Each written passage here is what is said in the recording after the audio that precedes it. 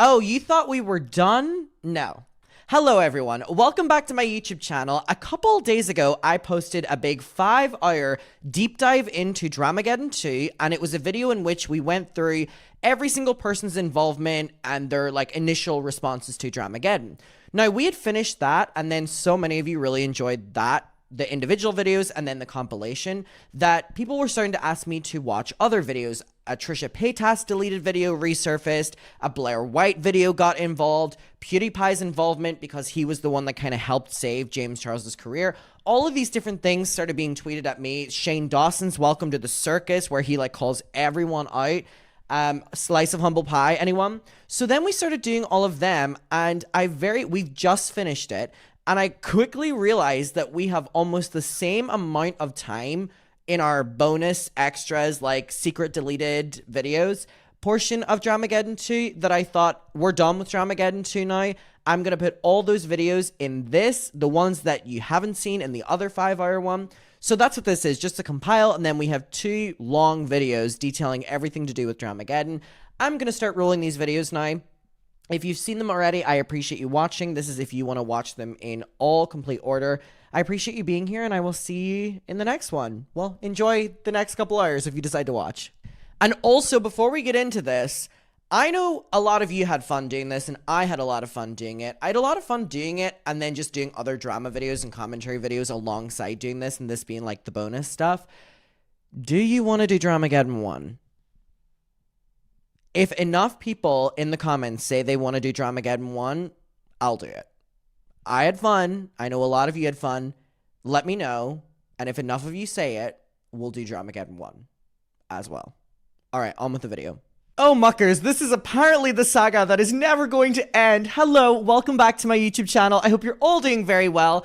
Okay, so yesterday I finished up with Dramageddon 2. We did Shane Dawson's Instagram breakdown, and then I posted a big 5-hour long video of all of the key players' involvement in it, right? And I wanted to do that, and I knew that there were other things, but I wanted to focus on Tati, James, Shane, and Jeffree because they were the main players.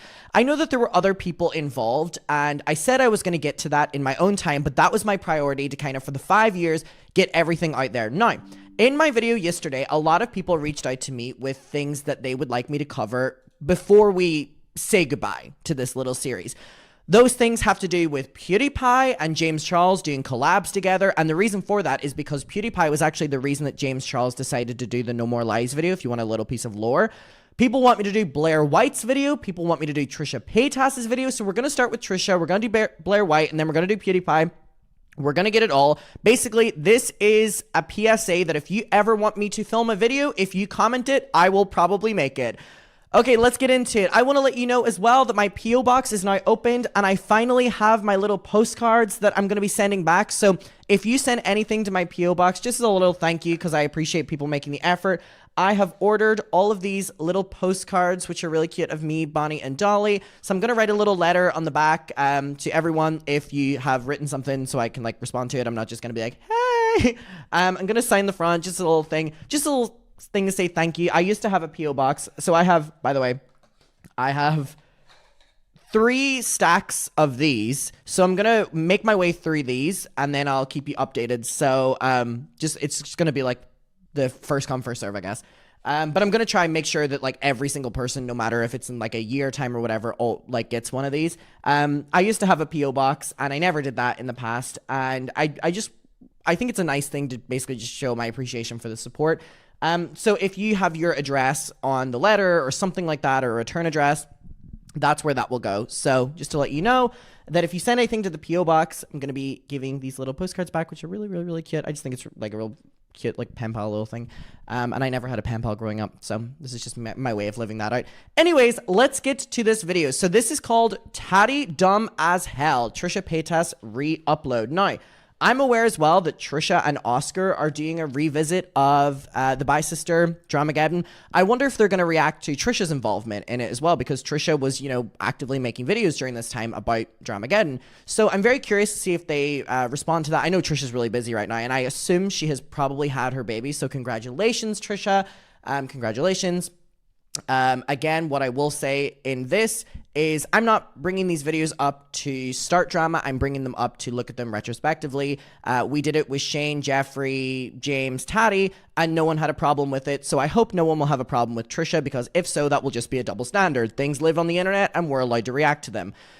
Let's get into it. Tati dumb as hell, Trisha Paytas re-upload. So this was what I assumed during the time period where Trisha was, sorry, just ignore that I was listening to Charlie XCX. This was, I assumed, during the time when Trisha was defending Shane hard. So we'll see, but at least it'll show growth in Trisha and I, because she wouldn't do this anymore, but let's get into it.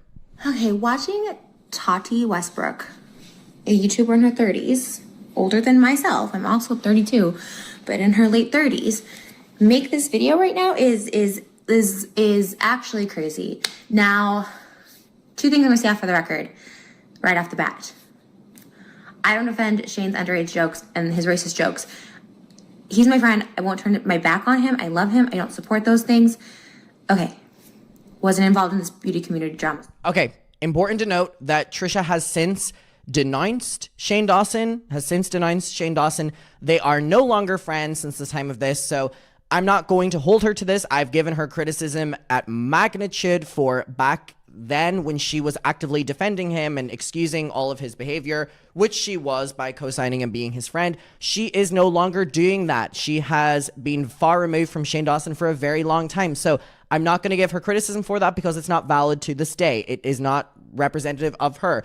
It's also really interesting to watch Trisha Paytas make a 30-minute long video like this where she's very much so riled up about drama, and then you look at her now on Just Trish and, you know, she seems very happy, very settled. So I think looking at this as well, I'm looking at it from the point of view now where I think out of all of the people involved, I think Trisha Paytas is the only one that has shown significant growth. Now, again, the people we're dealing with are not the greatest, most ethical people in the entire world, so the bar is on the floor. But it is nice to see for Trisha because it's always what people wanted of her, and she did it. So I'm looking at this from an outside perspective. And two, this has nothing to do with my friendship with Jeffree Star. If anything, that Vegas trip, I came home in tears. I was crying. I was upset. Those DMs were real to that guy.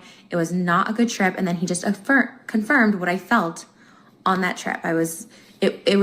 Oh my God, this was during the Hair by Jay drama too. I'm not defending Jeffree because I don't know Jeffree like I know Shane. Shane's a good person, and like I said, I wasn't involved with this, so I haven't even gotten like that deep into it yet. But Tati is saying she made a video because she was manipulated by two grown adults. In that video, Tati, you accused James Charles of being a sexual predator, of sexual crimes. You should be investigated for making false criminal claims. You can't backtrack. You can't say someone else told me to do it. That came out of your mouth. That was your first started video. Yeah, maybe, I don't know, I wasn't involved. But if someone's like pushing you to do a video or pushing you that way, you're a grown-ass woman. You're probably damn near 40. You can make that decision yourself. And why now are you deciding to speak up? Because it's cool to hate Shane and Jeffree? Okay, everything Trisha said there, which was basically along the lines of, you were the one that accused him of things, you're the one that made the video, sure, they may have pushed you to do it. I agree with. I said that in my coverage over the past couple days. I think that Shane, Jeffree, and Tati are all involved in this. I think all different levels. I do believe that Shane and Jeffree were riling her up. I do think they used her. I think they used her very well. And she fed into it, and she ultimately made the video. So she's responsible for making the video, and they're responsible for pushing her to do it. I think both can be true at the same time. And also, Trisha saying here that why is she making the Break My Silence video now where she's blaming them, you know, for making her make the video? Is it because Shane and Jeffree are so hated in the media at this time? That's also what I said in my video yesterday. I do believe that she, you know, jumped on the bandwagon of Shane and Jeffree being very disliked in the media and made a very easy video evading responsibility by blaming them, because at that stage, you could have said anything about Shane and Jeffree and people would have been on your side because we had been so overexposed to so many bad things that they had done that we just, as a YouTube society, we're like, we want rid of these people. By the way, someone commented on my video and they were like, Adam's pauses in his camera have now become part of his lore. I don't know why my camera does that. I really don't know why my camera will just like freeze. I've done everything. I've upgraded my equipment. I've upgraded my camera. I've changed the slot on my PC. I don't know what happens. It's just part of our lore now. Sometimes I freeze. It happens every like 30 seconds. And I always get so pissed off when it does it on an unflattering like angle. Like I wish my camera had like a 3, 2, 1 and I would go like, rather than it being like You're deciding to speak up. Why didn't you speak up about it in December? Why didn't you speak at all during Black Lives Matters? All your comments in your video are, hey, let's get justice for Breonna Taylor. And yet you didn't mention one thing. Were you scared to mention George Floyd, Breonna Taylor, Black Lives Matter in June because of this scandal? It's bullshit. Like, it's such bullshit right up the bat.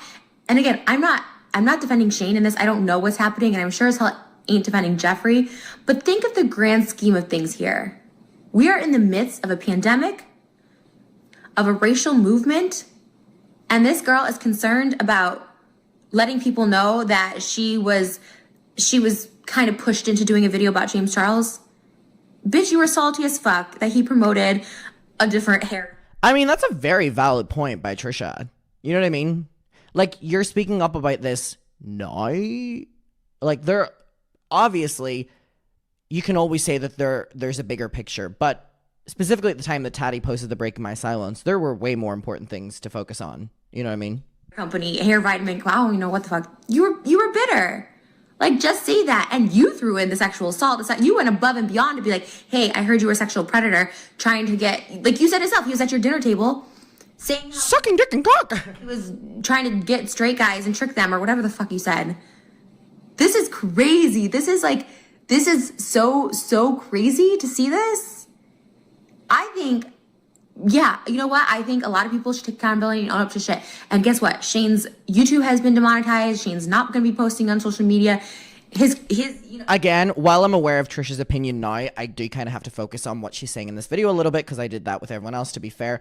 A lot of what Trisha's saying here, I know, is coming under the guise of wanting to defend Shane. So it makes me feel like this is very inauthentic for the most part because, again, this is all centering around the fact that she is defending Shane and is trying to defend Shane and is trying to, you know, so I also have to take that into accountability here. You know, he's taken the punishment of whatever crimes, which aren't even criminal, of just really poor, disgusting, tasteless comments and jokes that he's taking responsibility for. We haven't heard shit from Jeffree.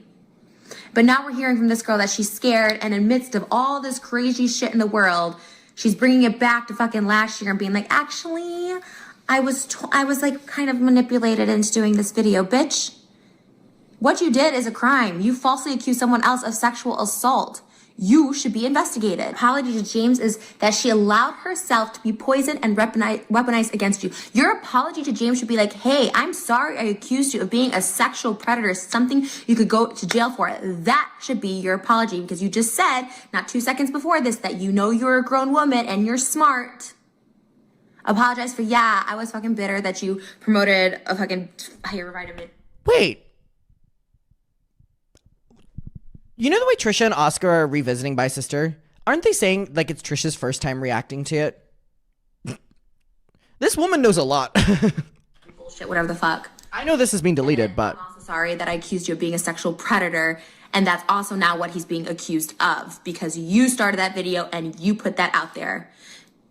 You heard that there was victims coming out about James Charles, so in order to get his phone down, you decided to make the biggest hit piece in the history of YouTube. So, okay, so was it Shane and Jeffree who pushed you to the video, or were you scared that sexual victims were about to come out, so you wanted him to put his phone down by making a crazy hit piece from one of his best friends? If you were that concerned for him to put his phone down, maybe call and be like, hey, I heard that you were a sexual predator and victims are coming out, like, be prepared, not let me also put 55 million people against you. And she says the only reason she took that video down was per the request of YouTube, saying it was a bad look for them. That's why you took it down, bitch. You didn't feel sorry? Like, you weren't like, oh, yeah, I fucked up. You didn't reissue an apology to James publicly until now, until Shane and Jeffree are in hot water. You could have reissued an apology to James even in December if you felt like your safety was at risk. Someone who's also been overtly dramatic over stupid situations like this, like you collabing with Jeffree Star and Jackie Aina not liking it, and just like just so much bullshit. Like, she's literally crying and pausing to cry because she... Well, I do think the Jackie Aina thing was very important to disagree with Trisha here, because Jackie Aina faced a lot of microaggression within the YouTube community, and a lot of that was stemmed from creators. And I think it was important I think that was actually one of the most important things Tati said in her video, which was to apologize to Jackie Aina, because there's a lot of people on this platform, specifically in the beauty beauty community, that really owe Jackie Aina an apology for feeding into a lot of microaggressive statements about her. And for the most part, with some of these people, just racist ones. So I do think that was important to disagree with Trisha here. She paused to cry right before she mentions trying to connect Jeffree with a charity, thinking that could help him. And she goes, I just realized he can't change. You don't need to cry over this stuff. You know what we can cry over? Cops not arresting Breonna Taylor. Like your comments say, how about mention that once? You mentioned your charity. How about mentioning Black Lives Matter movement? Because when all that was happening, you were still silent. You were the only person online that didn't say a fucking thing. I wonder why. Like, I wonder why. Like, honestly, all of this stuff, like the fact that she's crying over this stuff, when literally, still to this day, there's no justice for Breonna Taylor and other Black people who have lost their lives with zero justice for their killers for doing nothing but being Black. But yet she's crying over hair vitamins, her friendship with Jeffree, and how she thinks Shane and Jeffree, who she's only met Shane one time. It's actually refreshing things in my memory. I do remember that Tati was in a lot of hot water for not talking about the Black Lives Matter movement. And it was very prominent when people with platforms weren't talking about it, because it was so big in the world and it should have been talked about. So when creators weren't using their platform to talk about it, their comments were being flooded with it. And I do remember Tati being one of those creators. So yeah, that's true. Bullied her into this video. Again, I want to make something clear. I'm not deflecting or defending past behaviors. I will say it again. Like, Shane owned up to his shit, still waiting for Jeffree's apology. I will make it clear that Shane is literally my brother. I will never stop loving him. Like, it's like my family, it's like my mother, it's like my sister. If any of this has happened, I'm not going to just be like, well, fuck off. Jeffree, on the other hand, there was a lot of shady shit. It's petty shit. It's shit that I did not address. Okay, that I did not address. And I can apologize. I can apologize without fucking crying, right? She can excuse pedophilia and racism, but what she can't excuse is shadiness. Okay, because I'm 32 fucking years old. Okay, I can apologize to Tab. I wasn't like, the DMs I sent him were real. I apologize for saying that they weren't. They were real. I did have a horrible, horrible experience. Not horrible. I had some horrible experiences in Vegas, but the overall experience wasn't bad. But for me, that's petty shit compared to what's going on in 2020, that I didn't feel the need to just say this. Nevertheless, cry over such bullshit. Okay, now she's saying in this video that... Oh, she's doing a live reaction. She's doing a live reaction. Love it. Love it. Is going to go off and we need to be prepared. Hey, here's an idea. Yeah, blackmail sucks. And honestly, this is God's honest truth, because we're just being fucking truthful in this video. Honestly, he's never said that shit to me, like I have shit over people or whatever. How about we just stop saying shit that people can hold over our heads? How about we just stop being shitty people in private? The Shane Dawson merch in the background is crazy. It's like everywhere. God. How about we stop saying racist? Thank God she's out of the Shane Dawson trenches. Bullshit stuff. You blame all of Dramageddon 1. The fact that a fucking almost 40-year-old woman is still using the words like Dramageddon in her fucking video. Like... I mean, that's ironic because Trisha Paytas is making videos on Dramageddon now. But again, just to call a spade. They all had a part in it. Manny has said racist things. Laura Lee has said racist things. Pretty much every fucking buddy does. But how about now in 2020, 2019, 2018, 2017? Not everybody, right? Not everybody has said. And then there's nothing to be held over your head. What are you scared of Jeffree going to come out with? If he tries to violently hurt you, he's going to go to jail. If there's some shit that you shouldn't have been said that's coming out, then don't fucking be a shitty person and talk shit about behind people's back. You know what? Say what you want about me. Say I'm problematic or shit, but at least I say my shit to the person I need to say shit to, so it's never gonna come behind their back. I don't really have much shit to say about people, but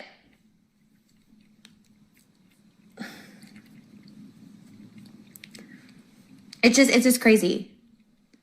This is just crazy to see. And like I said, I am no longer like a huge Jeffree Star fan. I remember texting about my Balenciaga bag, and they said they threw out all the Balenciaga I just purchased in Vegas. That Vegas trip was nasty. They gave me a gift, and because they ditched me that night, so I couldn't go out to dinner, I stayed back in the hotel room. And then when I had to go get my camera out of the gift he gave me, which was a Louis Vuitton blue keepball, they gave to Rich Lux. In his text, he said, "Oh, sorry, we gave that. You didn't come out with us, so I gave your bag to Rich Lux, a Louis Vuitton blue bag, which I guess got stolen." I have my own shit with him. Okay, I do. This is not deflecting. Oh, Jeffree's my friend or whatever, you know. Because that was bullshit. That was bullshit. And, you know, but at the same time, I can't deal with this person just piling all this on now that they're in hot water. You know what I mean? Like, I agree with the sentiment of what Trisha's saying here, which is like, why are you talking about this when there's more important things to talk about in the world? But Trisha keeps going back to like, but why are you saying this when Shane's in hot water now? Like, again, I think she's hiding a lot behind the defense of Shane Dawson, and that's what makes me like side-eye all of her arguments here, even though I agree with them. I just don't think her intentions are great. I think it was just a way of defending Shane. But again, I mean, there's a lot, like most of the things she's saying here I agree with, but just I don't necessarily know if her intentions are the way I look at it or the way you would look at it, because again, she was trying to get Shane out of hot water here, which she keeps saying. Especially and now in 2020, because guess what? The cops that killed Breonna Taylor still aren't fucking arrested. Saying we need to forgive already in advance for the people Jeffree is holding hostage with his blackmail. How do we know what these people said? What if these people are mocking races, disabled people, threatening to kill someone, laughing over death? I've heard people mock people's deaths. And so we should just blindly forgive? Yeah, recording people and releasing DMs and shit is bullshit. That's why I was mad at Tab for fucking releasing our DMs, because I went to him in confidence. He said he was going to make a video. I said, hey, I am kind of like nervous to talk about Jeffree right now. Please don't release this, and did. I hate that bullshit. I hate releasing voice memos. I hate all that bullshit. Say your piece, and if it comes to court or whatever, let legal decide. Doing all this bullshit, secretly recording and shit, that's fucked up too. I'm not going to lie. But don't just automatically be like, we need to forgive these people. Bitch, what's he got? What does he got on you that you're like, okay, let's just like forgive? Not if people are fucking racist behind closed doors. Not if people are fucking hateful and mean behind closed doors. She's crying over. I mean, again, that is a good point that I missed whenever I was watching Tati's video. Again, when she harped on about the fact that, you know, we need to forgive people, basically what Trisha said. Again, that's really interesting because, again, we don't know what we're supposed to just forgive or forget. You know what I mean? It's a really good point from Trisha, actually. Footage being released and scared that people won't forgive rich-ass influencers for saying fucked up shit behind the scenes because they all portray themselves as goody, goody, goody. Hey, who's not getting fingers pointed at right now? Hey, fucking me, because hey, guess what? I'll say if I'm problematic, I'll say I'm fucking sorry. I own up to my shit. I don't portray myself to be goody goody. I'm so clean and pure and just, no, like I do fucked up shit like every fucking human being. So does Tati. So does James Charles. Okay? They're either better at covering it. Does Shane? Because that's the golden rule. That's the fucking David Dobrik rule. Don't address shit and it goes away because it does. Look at this shit. All this is like cloud and smoke and mirrors. So fucking David and his squad and other people being fucking racist and shit on YouTube can slide once again. And good for her for always being on David's ass. It really, really, really paid off. I mean, hats off. Breonna Taylor can no longer be trending because fucking Tati, whatever the fuck is trending. It's smoke and fucking mirrors.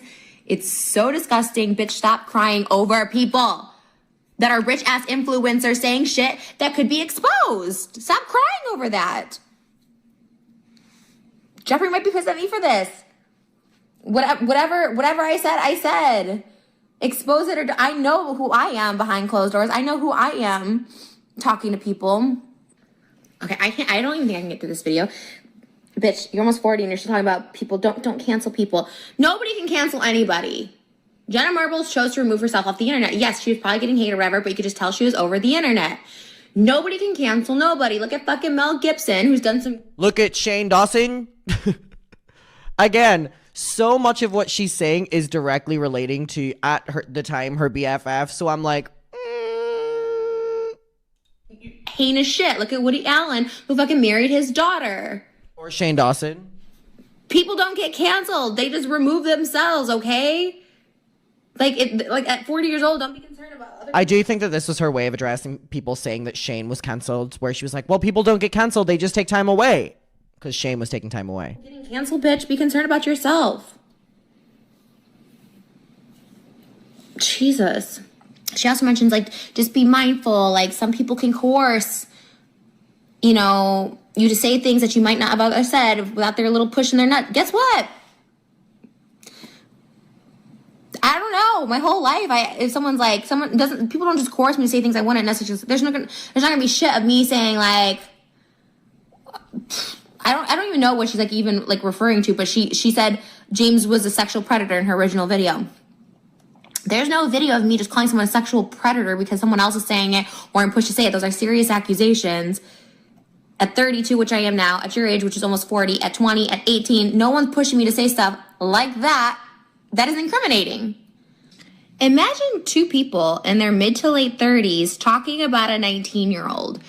Bitch, you also partaked in this. You remember that he said, oh, James actually won a Nikki tutorials. Who the fuck cares who won it? Who with a fucking collab? Like, is this all people have is fucking YouTube? Shit. Ironic. She starts crying over her beauty brand taking a toll. But as I once mentioned, the state of the world. Where's the prayers for our state of the world right now, Tati? Where's your off? Like, you prayed on this for a year, but you couldn't pray for Black Lives Matter, for any of this shit happening. Corona, people fucking die. Like, there are people literally dying, Tati. And you're gonna cry because it's affecting your beauty brand? Holy shit. She was excited to meet Shane, she says. She didn't watch any of his videos or anything, but she was excited to meet him in hopes that one day he could tell her life story about her struggles getting into beauty.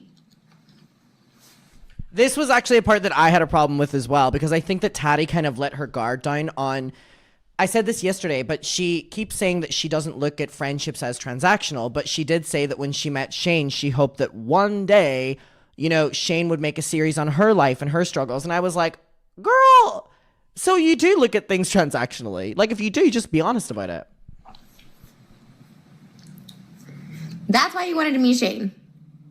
That's why you wanted to befriend him. You don't do research on people you're going to meet or talk to. Well, let me just continue watching. Baby girl, you were not gaslit. Because she said, when's the sugar hair, bear hair, drop, what the fuck? I was beyond gaslit. No, you're just stupid. If someone's here sitting in my home and saying...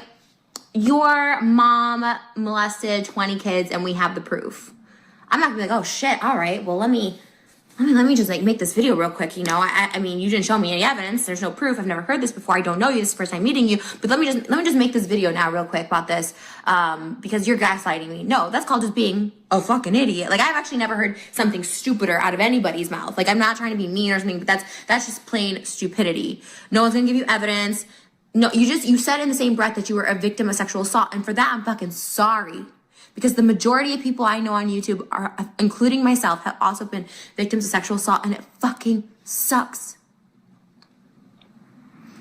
And it's not fair. So how dare you go on camera and perpetuate that? And don't say you were fucking gaslit. You wanted to also bring him down because of the sugar bear hair thing. I agree with Trisha here, and obviously making a video when you don't have any evidence of things, because Tati's video is really confusing, because Tati said that Jeffree sent her the voice memo of the alleged victim the night before she made her video, which then confirmed that she needed to make the video. But then in the same breath, Tati says that she made the video because she was told that victims would come out after she made the video, and then they never came out. So it's like, she did make the video for the majority with no proof. I mean, we don't know what that voice memo is. We've heard fucking so much about it. Jeffree's used it as leverage for many years. And I think that's absolutely disgusting. But again, she made the video based on rumors that Shane and Jeffree were saying, and then Jeffree sent the voice memo as a final thing to push her to do it. And judging by Tati's words, they basically told her that victims would come out after her video, and then obviously they didn't. I hear shit all the time. I hear so much shit, and I don't speak on it. Even for people I don't personally like, including Gabby Hanna. I've heard horrific things about her. I've heard horrific things about David and his friend group, people I dislike. But guess what? I don't speak on that. I speak on stuff that I've gone through, that I've witnessed, not stuff I heard.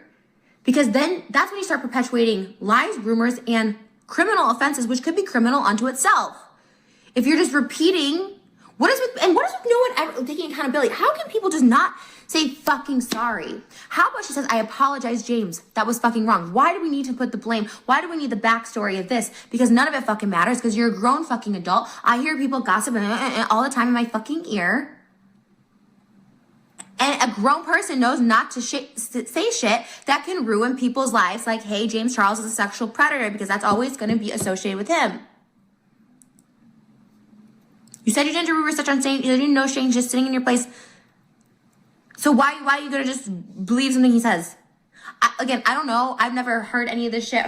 And again, Tati said that the reason she believed Shane was because he and Jeffree were saying the same thing, which in itself isn't enough. And she said that she also believes Shane because he's the king of truth on YouTube, specifically at that time, which is bullshit. Like, you're not going to hide behind that. I agree with Trisha here. Like, if Shane was a stranger to you, why are you believing him over someone you say you mentored, James Charles, since they were basically a child? I mean, that's a very, very, very valid point from Trisha. And I know she's defending Shane, but I mean, it's a valid point. Everyone, I've never met James Charles. I didn't even know Shane knew James. I don't know any of this shit. But it's just stupidity. Don't say you were gaslighted when in actuality you just have no intelligence. We keep hearing about voice memos from victims of James Charles. Why is James Charles not being investigated? Like, if these are like serious crimes. This is like sexual assault, molestation. These are like serious fucking things. Why haven't we been investigated? Why hasn't James Charles offered some sort of thing? If I was being accused of these crimes, you best fucking believe I'm not gonna be like, hey, love you guys, that's my tweet for the day. No, I'm gonna be like, fucking come investigate me. Come. True. Like, whoever's saying this shit. And we see this so often with influencers who get accusations like this, where they'll be like, I don't need to address lies. If I was being accused of those things and they weren't true, you best believe I'm spending my entire life shutting them down so people don't believe that. Perpetuating this, all these videos people are making talking about it is perpetuating. Something needs to be done. Yes, you're a public figure and you can pretty much say what you want about public figures, but when it comes to a serious crime and these accusations keep going and going, you shouldn't be apologizing to James Charles, who you believe to be a sexual predator. You should be like investigating him, or just don't fucking say shit. If nothing's gonna be done, just stop saying shit. You know who else needs investigation? Eliza McClain, his case. She says it's not her place to contact the authorities or the alleged victims. Bitch, and how is it your place to make a fucking YouTube video? That's a good point. Tati did say that. She said, well, it's not my place, like what Trisha said, it's not my place to bring it to the authorities. But her first video made such a big point on focusing on this that you can't start it and then not finish it. Or you can't put one finger in the pool. You know, it's morally very corrupt. Like, it morally is very corrupt. Like, it's like, I care about it, but I don't care about it that much. And then when Tati said she was a victim herself, it just kind of is a very, it's like, so you don't care about other victims then? You only care enough to make a YouTube video, right? Trisha's making some good points here. Warranted, she's very erratic in this video, but she's making some good points. To an audience that you share with James Charles to 55 million people, how is that your place? I would love to know you're rationalizing that. It's not your place to contact the cops for sexual assault or go to the person being accused, your friend being accused of sexual assault. No, just blast it on YouTube to perpetuate a rumor even more. She's saying she made no mention of it, but I do remember her saying James Charles, like, trying to trick straight guys or whatever. And now she's mentioning it in this video. 1 year later, you're supposedly friends with James Charles. And now, once again, you're stating all these allegations that are still around and arise, and you're still perpetuating it. Own up, say sorry, don't mention again, move the fuck on. Talk about Breonna Taylor, Elijah McClain, Black Lives Matter, and move the fuck on. And continue making yourself perfect with a fucking ring light and writing more scripts and just continue about your life. How about that? The halo glow I've seen over her beauty launch. I took everything I could to launch this beauty brand. Bitch, if you're scared for your fucking life, how about don't do a launch?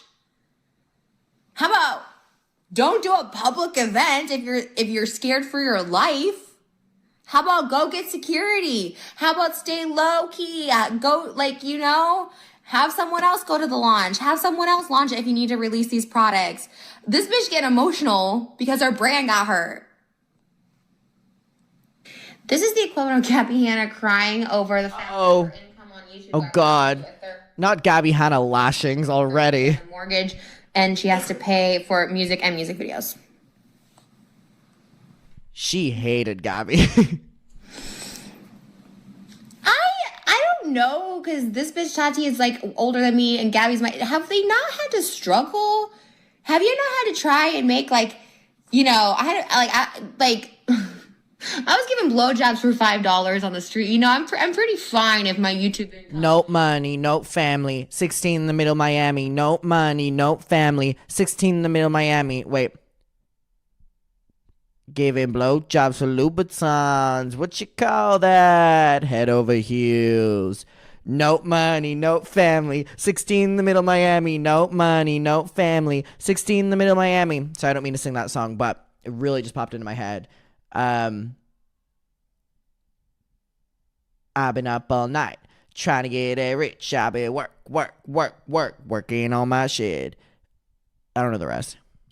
Is taken away because I can still get brand deals. I can still monetize on other platforms. You have a fucking podcast and all this shit. It's a privilege to get to do these things. It's a privilege to have a brand. It's a privilege to have a music career. Not Gabby getting lashings. It's like I don't think they understand. Like, nobody's gonna care.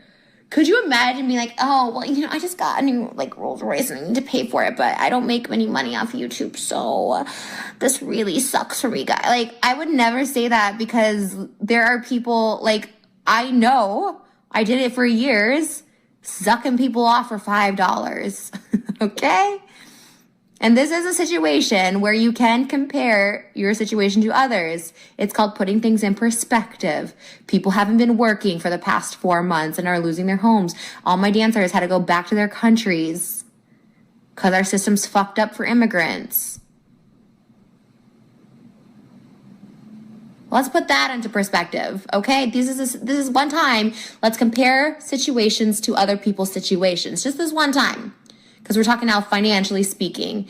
These people are not, Tati especially, you really do need to get off of YouTube. Like, this is what I'm saying. No one can get canceled, but maybe this time you should probably cancel yourself and just take a break. The fact that you're breaking down at 40 and you're married, you have support and a partner, and you have money and stuff, and you're still breaking down over you didn't think anybody would come to your beauty launch. YouTube ain't it. YouTube ain't for you. She's sobbing. I'm so grateful that my subscribers showed up for me, because no one on YouTube didn't fucking care.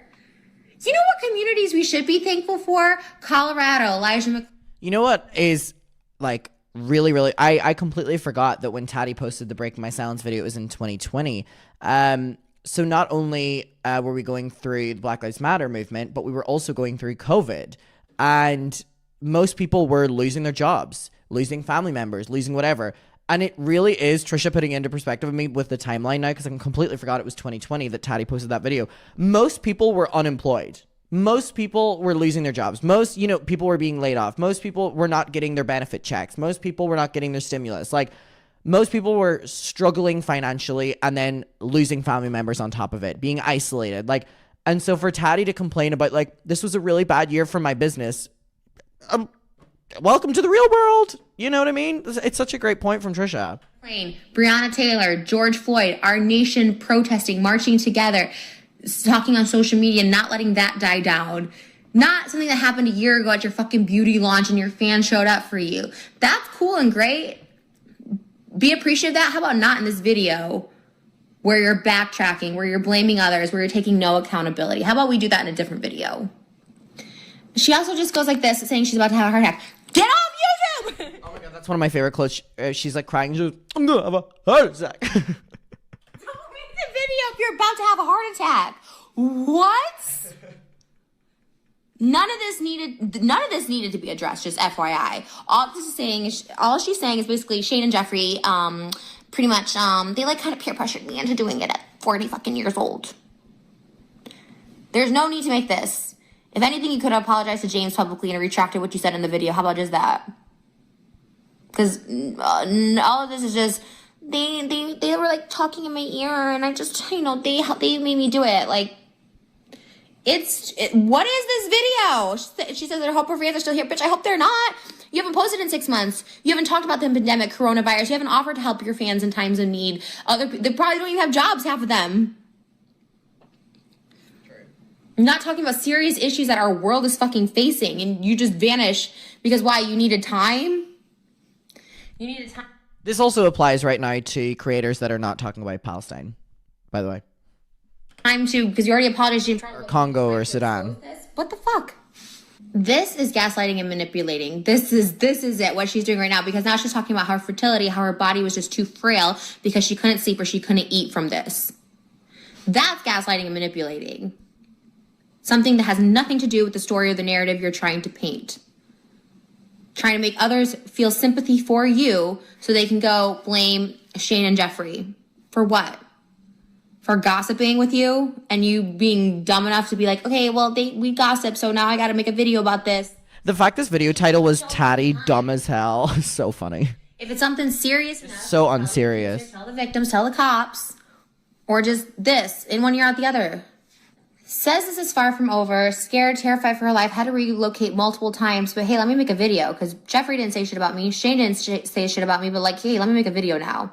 But I'm scared for my life. Guess what, bitch? I have 24 hours security. I had a fucking terrifying incident happen on my birthday. Life-threatening incident happened at your birthday party? And they did it at your birthday party? You don't talk about it. You don't egg it on. Okay, you gave your shit to your lawyers. Cool. Maybe they should advise you to not talk about this because there's no need. No one's talking about you, your reputation, no one's lying, no one's talking shit. So once again, you're just drumming this up. So if you're really scared for your life, how about you just don't address it? Because no one's asked for it. And it's so unnecessary. You're seeing this as an opportunity to come back because Shane and Jeffree are getting so much shit. And now... That is true. I said that. I do believe that she used them being cancelled as a way of jumping on it.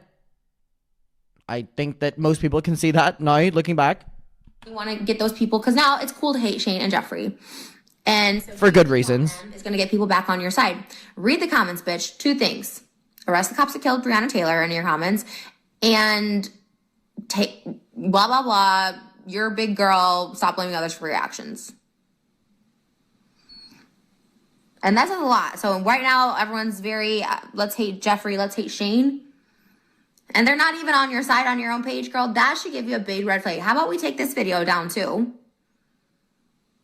And how about we go relocate and just continue doing your beauty videos and not do this shit? Because again, there's no not Trisha telling her to relocate again. It's just it's insane to be like, oh, I'm so scared, but I need to say. That'd be like me doing this video being like, I'm terrified, but I need to do this. There's no need for me to do this video. I'm commentating, so maybe you could open up some people's fucking eyes because it's manipulative as shit, this video. And hell, I'm bored as fuck, so there's that. If anything, Trisha's real. She goes, I'm making this video. I'm bored. I'm sorry, I have to stop. I'm just gotta stop watching this. I can't do this anymore. I had like 10 minutes left to go. She literally says in the beginning, like, Jeffree's holding over all this evidence. Like, I can't show you, but I have this evidence. In the same video, she just says, we have all this evidence. A day will come when this will all come out for legal like, this is all just bullshit. It's all bullshit. Like, it's wrong for him to hold these things over people's head, but also, here's some information that we're going to hold over your head. That's a good point. That's a good point. That's a good point. Jeffree's holding things over people's head, and I mean, she's holding it over... She literally said in her video, she was like, and if you're involved, tread carefully. That's true.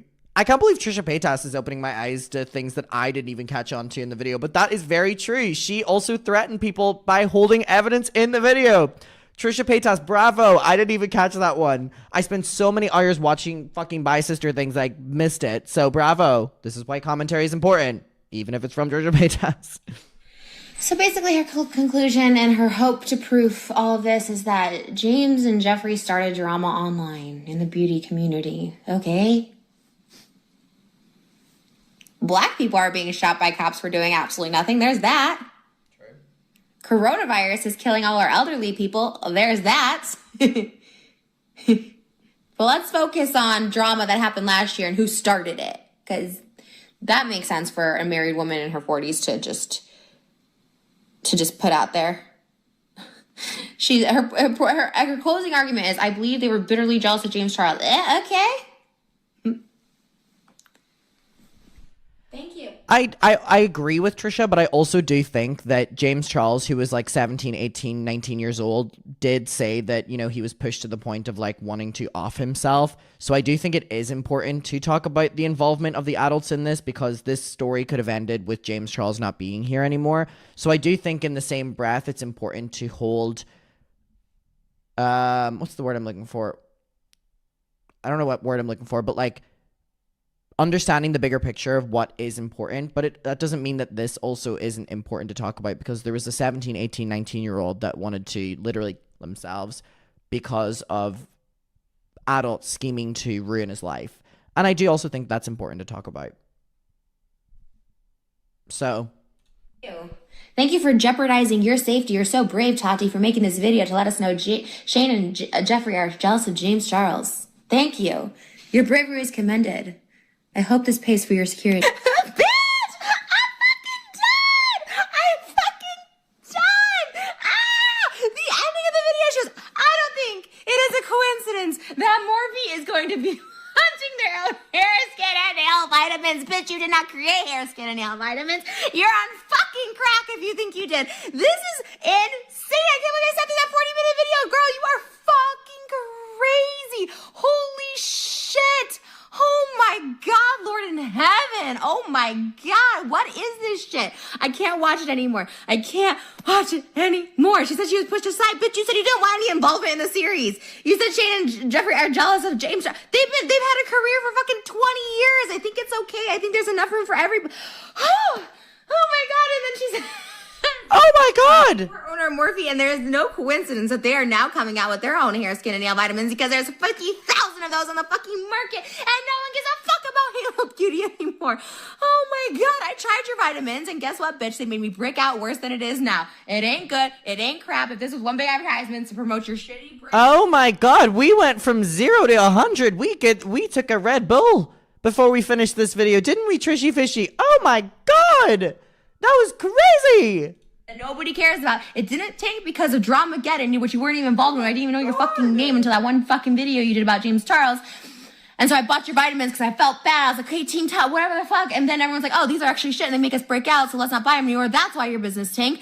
Not because of these videos. I'm done. I can't watch anymore. There was 8 minutes. I didn't do it. If you completed the Tati Westbrook challenge, I applaud you. The Tati Westbrook challenge. Entertainment today, but girl, get off the internet. Take a break, yo. Like this, I can't believe this bitch be serious right now. I can't. This is, oh my, bitch, please. Oh God, please never delete this video because it's so iconic.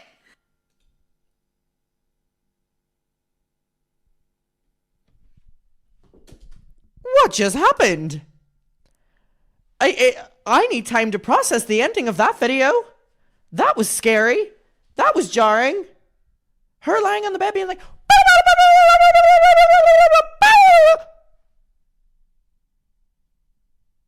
whoa! Whoa! All right.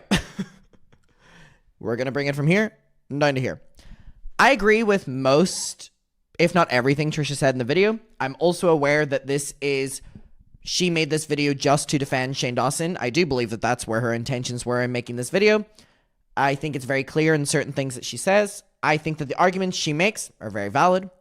And I think her reminding me that this was posted in 2020 is a very important statement because, yeah, this really didn't matter and didn't need to be posted. But again, I do believe that doesn't mean that they shouldn't speak up because, again, James Charles was, at that time, done very bad by a lot of adults. And obviously things aged bad with James and we do not like him, but I do think it is still important to talk about. All right, we'll leave it there. This is the saga that will never end. I love you and I'll see you in my next one, and goodbye. Hey muckers, welcome back to my YouTube channel. I hope you're all doing very, very, very well. Okay, today we're going to get to a video I completely forgot about. Now again, we are currently in the midst of the unstoppable, unending saga that is revisiting Dramageddon 2. Now, we just watched Trisha Paytas's Tati Dumb as Hell video, which was a roller coaster. But there's a video that I completely forgot about, which thank you so much to all of you that are equally as chronically online as what I am, that commented under my videos, basically being like, Adam, you need to cover this one. And it is this Blair White's video by Jeffree Star, You're a Monster. My experience. Blair White, the pinnacle of truth. So let's get to this video. Also, P.O. Box is now opened. It is right here. I am going to be sending these little postcards to everyone that sends anything to the P.O. Oh, shit, I just dropped a bunch on the floor. I'm going to be signing and writing a little letter to everyone who sends things to the P.O. Box. Just make sure you have your address somewhere so I know where I'm sending it to. But this is the P.O. Box. I'll link it down below as well. I'm going to start sending them out in the next few days as things arrive. So yeah, just a way of saying thank you. Let's get to this Blair White video. Now, again, Blair White is a very, very, very controversial person on this platform and was someone that I actually learned about for the first time when this video came out. When did it come out? 28th of June, 2020. So we're in the peak of the pandemic at this stage. So this is when all this was really going up again. With the Jeffree and Shane really being exposed. Tati Westbrook had made the Break My Silence video. James Charles was loved again in the media. And Blair White had been teasing this video. Sorry, this is a crazy image. Blair White had been teasing the video for quite some time and said that she was actually scared for her safety to post this video and was like, basically insinuating that Jeffree Star was going to her if she made this video. And if I remember, the video was not even that bad about Jeffree Star, but I may be wrong. But anyway, let's hear what Blair White has to say. The beacon of truth.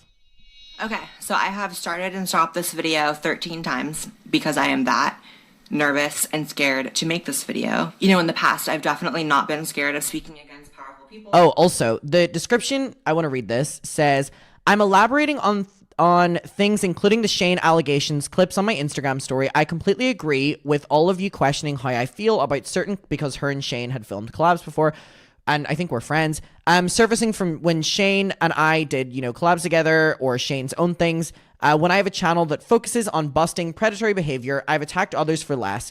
All I can say is that yesterday was my first time seeing certain things, particularly the clip of him justifying Ilya, and it's truly indefensible. It was extremely hard for me to film and post the bit at the end of this video about Shane, but it needed to be done.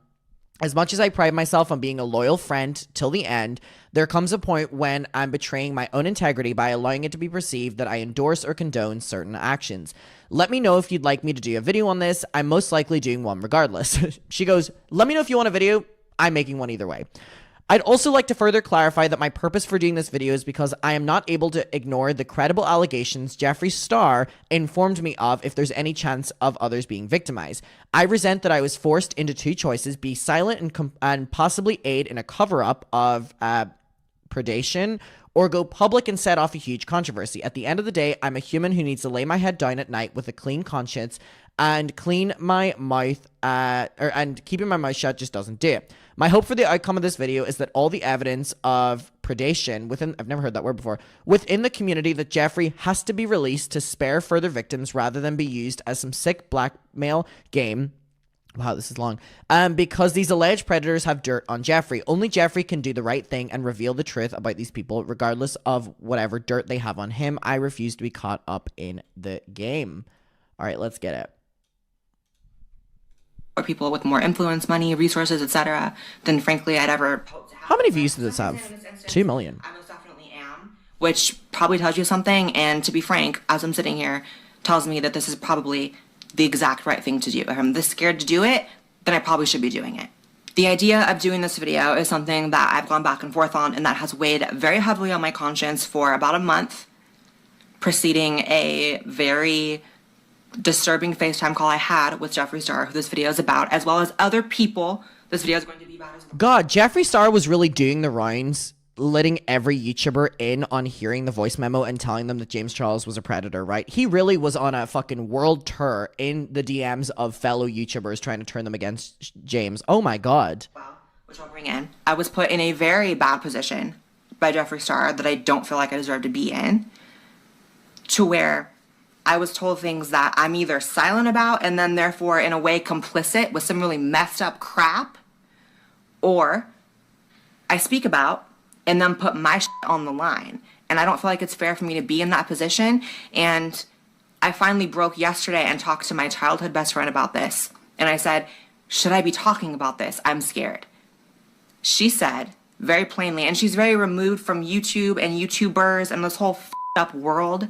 And she was very honest and said, if this is the right thing to do, if this is where your heart is, then there's no other question. All the consequences, this person having, influence or power or whatever, it doesn't matter. If it's the right thing to talk about, it's the right thing to talk about. So I'm just gonna do it.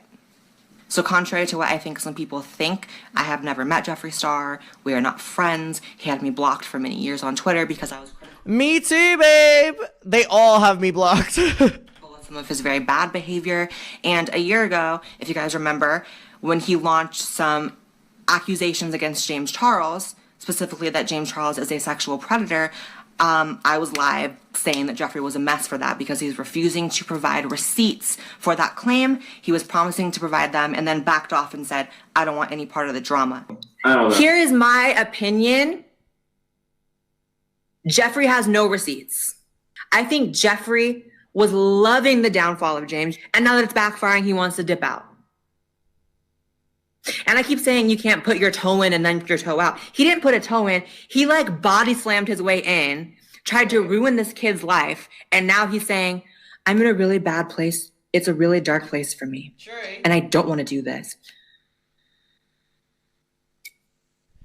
That is literally exactly what I said Jeffree did. Jeffree loved when James was on this downfall, and when it started coming back on Jeffree, and James showed all the proof that Jeffree was, being so evil behind the scenes, Jeffree was like, that was me yesterday, and this is me today, and I'm such a better person today than I was yesterday.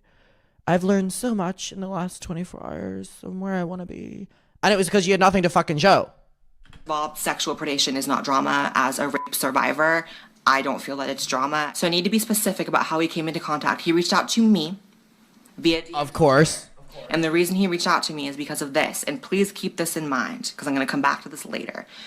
I typed out Jeffree's first name in response to someone on Twitter, a reply tweet, not a main feed tweet, saying, I'm thinking about doing a video specifically about Jeffree's involvement with Davi Vanity because it's really shady.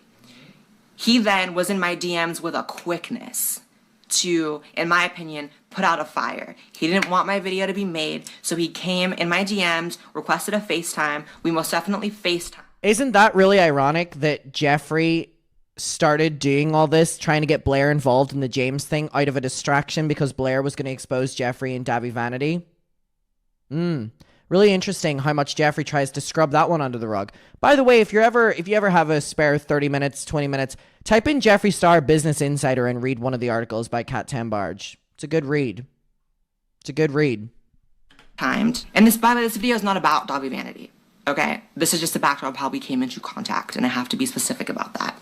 And basically, he manipulated me into not going forward with my video, said that a bunch of the things that were out there were fabricated. A lot of the receipts I planned on using were fabricated, was very convincing about it. And then a few days later, went on Chris Hansen, went back on all of that, and basically showed himself to lie to me. He said a lot of the things were fake, and then went back and said they were real on Chris Hansen. But again, that is just point A. This is not the point of this video. That's how he came. But also, how many people in this entire scenario have said that Jeffree has manipulated them or whatever? What is so convincing about him behind the scenes? Like, I would love to know. Like, I would love every single screenshot, every single FaceTime call to leak, because I want to see how persuasive he is. We have so many grown people now saying that they get manipulated by Jeffree Star. How good at it is he? Into contact. So, however the conversation proceeded, it got to him asking me, so what's your opinion of James Charles? And of course, a year ago, he must have spent his entire fucking summer, his entire 2020 and 2019 and 2018 talking shit about James. Oh my God. Isn't it so funny that Jeffree had all the money in the world, all the love in the world with Nate? Not anymore. And Nate seems to be doing really good with his new girlfriend, by the way, on Instagram. I see them pop up every once in a while. He finally got what he wanted. Jeffree had all the houses in the world, all the love in the world, all the fame in the world, all the money, all the jets, all the fans, all the everything. But still, he was so threatened by an 18-year-old boy that he focused his entire 2 years on him. That is like deranged behavior. Deranged. Bored behavior. Refused to back it up with the receipts he promised he had. I told him my honest view, which is one that I was public with a year ago when it happened, and said, I felt like if you were going to call him a predator and promise that you had the receipts, you should have proven it and you should have provided those receipts and you shouldn't have tried to back out of it. I didn't feel that was right. He said, okay, I respect it, but do you want to know the truth? And this is the point where I wish I would have said no, in a way, but in a way not. He then provided me with receipts of a voice memo from a YouTuber who... Jeffree Star does not care about victims. The fact that Jeffree Star has teased, sent, I don't fucking know, this alleged voice memo of a victim of James Charles to so many people, some of which he's speaking to for the first time, is disgusting. He's using this leverage of, look, I have a victim's voice memo, and you're sending it around to so many fucking people. It's so evil and so twisted and so like beyond fucked up that you're using an alleged victim's voice memo as leverage. Like, what the fuck is wrong with you? Was allegedly sexually molested by James Charles, and it's credible. It's a YouTuber. It's credible. It is not my place to out this YouTuber's name at all. I have privately reached out to this YouTuber and said, hey, I'm a rape survivor myself, because I am. And I should never have been told this, but I want to let you know it's okay to go public with your story. It's okay to be heard, or even just to talk to me if you need to, because I am a survivor myself. So I'm in shock after being given this information by Jeffree, and then Jeffree proceeds to tell me, James will never attack me because I have this on him. I have shit on everyone, which he has said publicly before. I have shit on everyone. Because I have dirt on everyone, and they know to keep their mouths shut. Not the Here for the Tea logo. This as gossip that you hold over someone's head or whatever. This is something serious. This is a crime. And just it's like the dramification of sexual assault. And that's enjoyable to Jeffree Star, which is so disturbing. The fact that he's blackmailing people with this is disgusting. And the fact that I am expected to hold on to this information as well. That's the thing as well. For all these people that have came forward and said that they've heard this voice memo at the hands of Jeffree Star, then that weighs on them. Then they know this. Then allegedly they can't do anything about it, or they can't. What? It's like so fucked up, dude. And just the shocking fact that this is our first interaction ever and he's telling me this, I'm like, how many other people know this and have heard this voice memo and know that this is the truth? What? You know what I'm saying? Like, if this is my first interaction with you and you feel comfortable enough to tell me this, thinking that I'm just going to be in on this little game and complicit and he. No, that's something serious. And yes, it did take me a month to do this video, but that's because I have been scared. This is something serious. And I want to be very clear, this is not my place to out this person, you know, the victim's name, because this is clearly their story to tell. But imagine being this alleged person, right? And you're seeing all these YouTubers make videos that are getting millions of views talking about you, like basically subtweeting you, talking about your story, talking about your whatever. Like, but you guys have to understand the position I'm in. If I receive credible information that a very famous, very powerful YouTuber is a sexual molester or predator, but am I complicit with helping cover up for a predator by not saying that at least that much is true? That's the battle that's been going on in my head. And that's why I reached out to this person privately, the alleged victim, and offered my support. And I highly encourage them to go public. I highly encourage them to tell their story, because one thing I learned from the years it took me to speak up about my own instance of rape is that one thing that's very hard for me to personally live with is knowing that there might have been people after me that were victimized by the man who hurt me because I didn't want to say anything. And if you think it couldn't get any worse, it most definitely does. Jeffree then revealed to me someone else, a very famous YouTuber, who, yeah, I'll use the word raped someone. Did he provide me with receipts of that one? No. Do I personally think it's credible? Yes. And part of the reason why I'm doing this video is to come to you guys and ask, if you guys know this information, what would you... God, it's just a game to Jeffree, and it's like, there's something so deeply wrong with him. He's like getting off on exposing people for being predators, but he doesn't want to expose them for being predators. He wants to hold it over their heads so that he can get something out of it. Like, there's no good intentions here, and that's what's so deeply disturbing about Jeffree Star. Do with it, because I don't know. I don't think I can go to the police on someone else's behalf. I'm scared to say names. I'm scared to reveal what I know. But at the same time, how do I hold on to it knowing there's more victims potentially? If someone's just getting away with it. Like, where does that leave me as a person? What would you do if you were made privy to certain information about certain people that are out here every other day, like, you know, getting money and sponsorships and accolades and public, you know, adoration? What do I do? And one of the reasons I definitely decided to do this video and made me so sick is that Jeffree went on a podcast recently and teased this same receipt, the same voice memo from the YouTuber who was allegedly sexually molested by James Charles to FaZe Banks and Keemstar. That is true. Yeah, he went on the Mom's Basement podcast, and Keemstar was basically like not believing it, and Jeffree was like, okay, well, we can pause. We can go into the next room, and I can play you the victim of James Charles. Why are you getting off on this? Like, why are you getting off on having this information? Why is this so, like, deeply, like, what is this deep-rooted fascination you have with this? It's so disturbing. Like, it's so fucking disturbing. So if you want, we can pause, and I can go in another room and play Banks what I have on my phone, and he can determine if he would have sent the same tweet.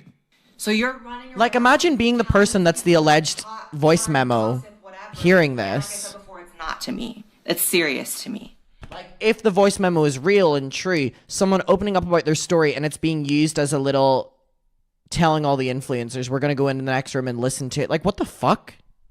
And you may have every other one of these YouTubers as your little puppet and you're in their ear doing whatever. I'm no one's puppet. You can't put the battery in my back. You can't silence me. I know you paid to silence people. You can't silence me. And I'm just not going to be that person. Especially not if you're going to make me aware of crimes and then be like keeping me in on this little secret. Like, no. I'm sorry, no. A lot of people I know are afraid of Jeffree Star. Jeffree Star has a lot of people by the balls. Let's just be honest. A lot of people have Jeffree in their ear constantly in their DMs, trying to manipulate them or get them to run with certain stories. He's paying. God, for someone who you know, brags on about the fact that he's so busy with work, he really spends all of his time doing all this shit, doesn't he? He seems actually very unemployed. Well, he is now. I mean, fucking yak farm. But like back then, this was his peak, and this is what you're doing. You were miserable. You were miserable. No wonder you ran away to that little yak farm. You were miserable. Off people for silence. He's paying people to say certain things. Never me. But I'm just disgusted that he expected me to be one of these people that he can just drop these disgusting bombs on, and I'm supposed to be like, funny tea, funny gossip. It's really not.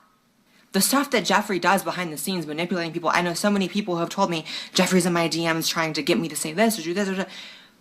I don't know why he trusted me to be one of his little pawns, but I'm really not that bitch. Recently, the owner of the clothing brand Dolls Kill fell into some really heavy backlash and controversy. I think for posting a pro-police thing during all the protests and riots. Bella, be quiet. It's my dog. And wherever you fall in terms of that whole debate, that's separate. But regardless, this brand owner was... Wherever you fall in that debate. Girl, please. Getting a ton of backlash. The whole world was coming down on them, comment sections, everything. And in this person's moment of weakness, Jeffree decided to DM them saying this. Hope you have a beautiful morning and get a rubber bullet in the middle of your f***ing head. Who says that? That is disgusting. That is monstrous. That is seeing someone in pain and wanting to compound on that pain. Who says, I hope you get a rubber bullet? Like, who says I'm holding blackmail against James Charles for sexual predation? Who says, by the way, this person... He's just an evil person, isn't he? I know Jeffree feels like he can play with it, and maybe he feels like all these YouTubers are in his back pocket and everyone's scared of him. And you know what? I was scared. And even making this video right now, I'm scared. When I go to hit the upload button, I'm gonna be scared. But I'm gonna upload it and I'm gonna post it. One other thing. I recently posted on my Instagram story, you know, basically like alluding to the fact that I wanted to do this video. And here's what's very important about my Instagram. Jeffree does not and has never followed me there. However, within minutes of me posting this story, or I didn't even tag him just like before, he was FaceTiming me. I didn't answer because I didn't want him in my head again. And I didn't. Again, for how much in all those Shane series, he was like, I'm so busy with work. I'm always in and out of the office. Is he in and out of the office just scrolling on Twitter and scrolling on Instagram? I'm aware that a big part of these influencer jobs is being on it in social media, but he seemed to just keep tabs like no other, like stalker-ish, like just very, very, very weirdo. And then he was using it to be evil behavior. I want to be manipulated again. Okay? So I just think it's kind of weird that, I don't know. Thank God his power's gone. People's social media that he's like worried about or trying to control or whatever. But for him to FaceTime call me within minutes of me posting this on my story when he wasn't tagged and doesn't follow me, and that, keep in mind that's how he contacted me the first time on Twitter. I typed his first name in response to someone. That's crazy to me. That's sociopathic. That's controlling. That is trying to, again, use people as your puppet. This last month of being scared to say all this was not healthy for me. I was disgusted with myself, and it's over. Period. So to answer what I think will be an important question, I did not record, because I'm not a grimy bitch, the FaceTime call. So the evidence that was made clear to me about James Charles's victim, I don't personally have on my phone because I'm not entering a FaceTime call with someone, setting a screen record or screenshotting or whatever, okay? And you are gonna have to take into account that he has teased this to FaZe Banks, to Keemstar. Go ask them if they. We believe that he does this. What I would gain by lying about this, because there's literally nothing. If it came out that I made up this crazy elaborate bullshit story about what he told me, pretty sure it would ruin my life for lying about something this crazy. So, believe me or don't believe me, but that's all I can say, is my truth and what happened in this scenario. So in closing, I just want to say, God, I really, if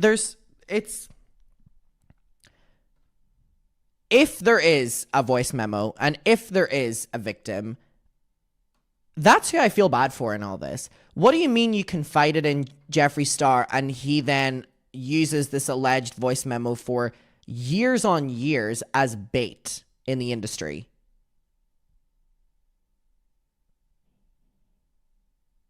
It's not right. It's not right. Could you imagine opening up about something and then hearing on like a podcast Jeffree being like, let me play you this and then you can make your mind up? It's not right.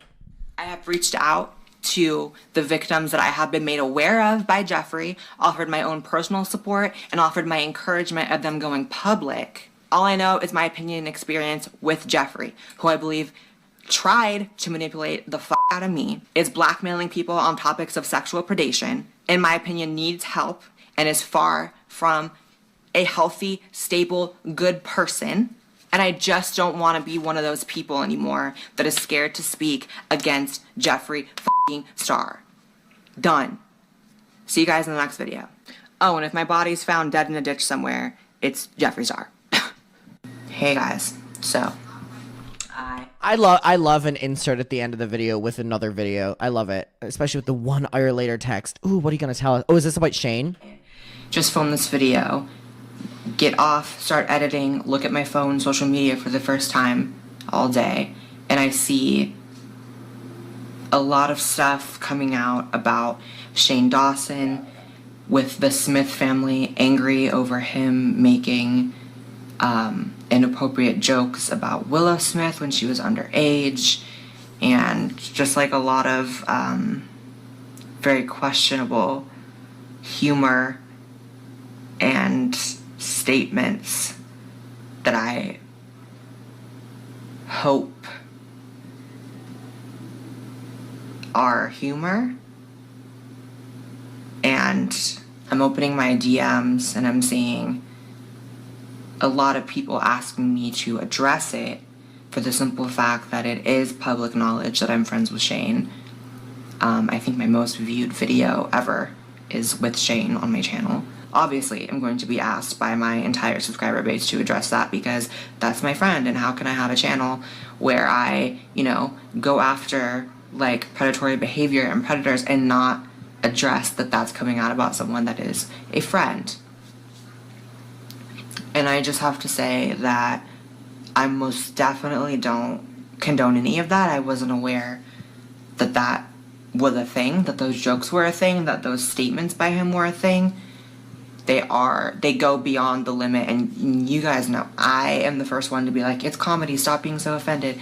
Some of the things are just way too far, and if no one's laughing, then it's not really a joke.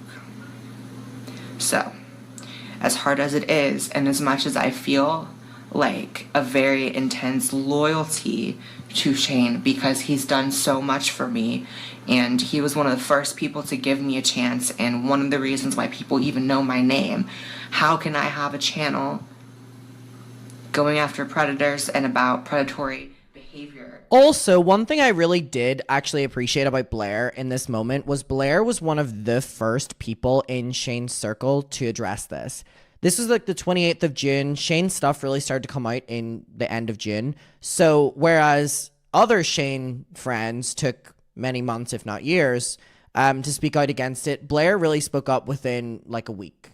And I really appreciated that because it showed that you didn't need to wait until public opinion forced you to talk about it. You actually wanted to talk about it in your own accord. And while I may disagree with Blair White in a lot of things, I appreciate that she upheld her morals here, whereas other YouTubers didn't. And not disavow that. So I just want to make it completely clear that. And by the way, Blair White here still had a friendship with Shane Dawson, so she was still profiting off of Shane Dawson. So, a lot of people waited to speak out against Shane Dawson until they were no longer friends and could profit off of him. So I appreciate her for this. I've addressed that in, the prior filming that I did for this video, but it was happening and coming out on Twitter literally as I was filming it. And I am most definitely going to say I don't condone it, that I completely disavow it. And it'd be very hypocritical for me to be silent on that. And honestly, I'm done being caught up in anyone's f***ing shit right now. Like, I'm done being the ear for psychopathic Jeffree Star. It happened once and it was too much for me. I am done, having this impenetrable loyalty to people who get themselves into messes and then I have to address it, and no. I'm over it. I just want to go back to making the videos that I make. It was very hurtful to see the stuff coming out about Shane as someone who is an advocate for survivors, and I kind of can't even believe it.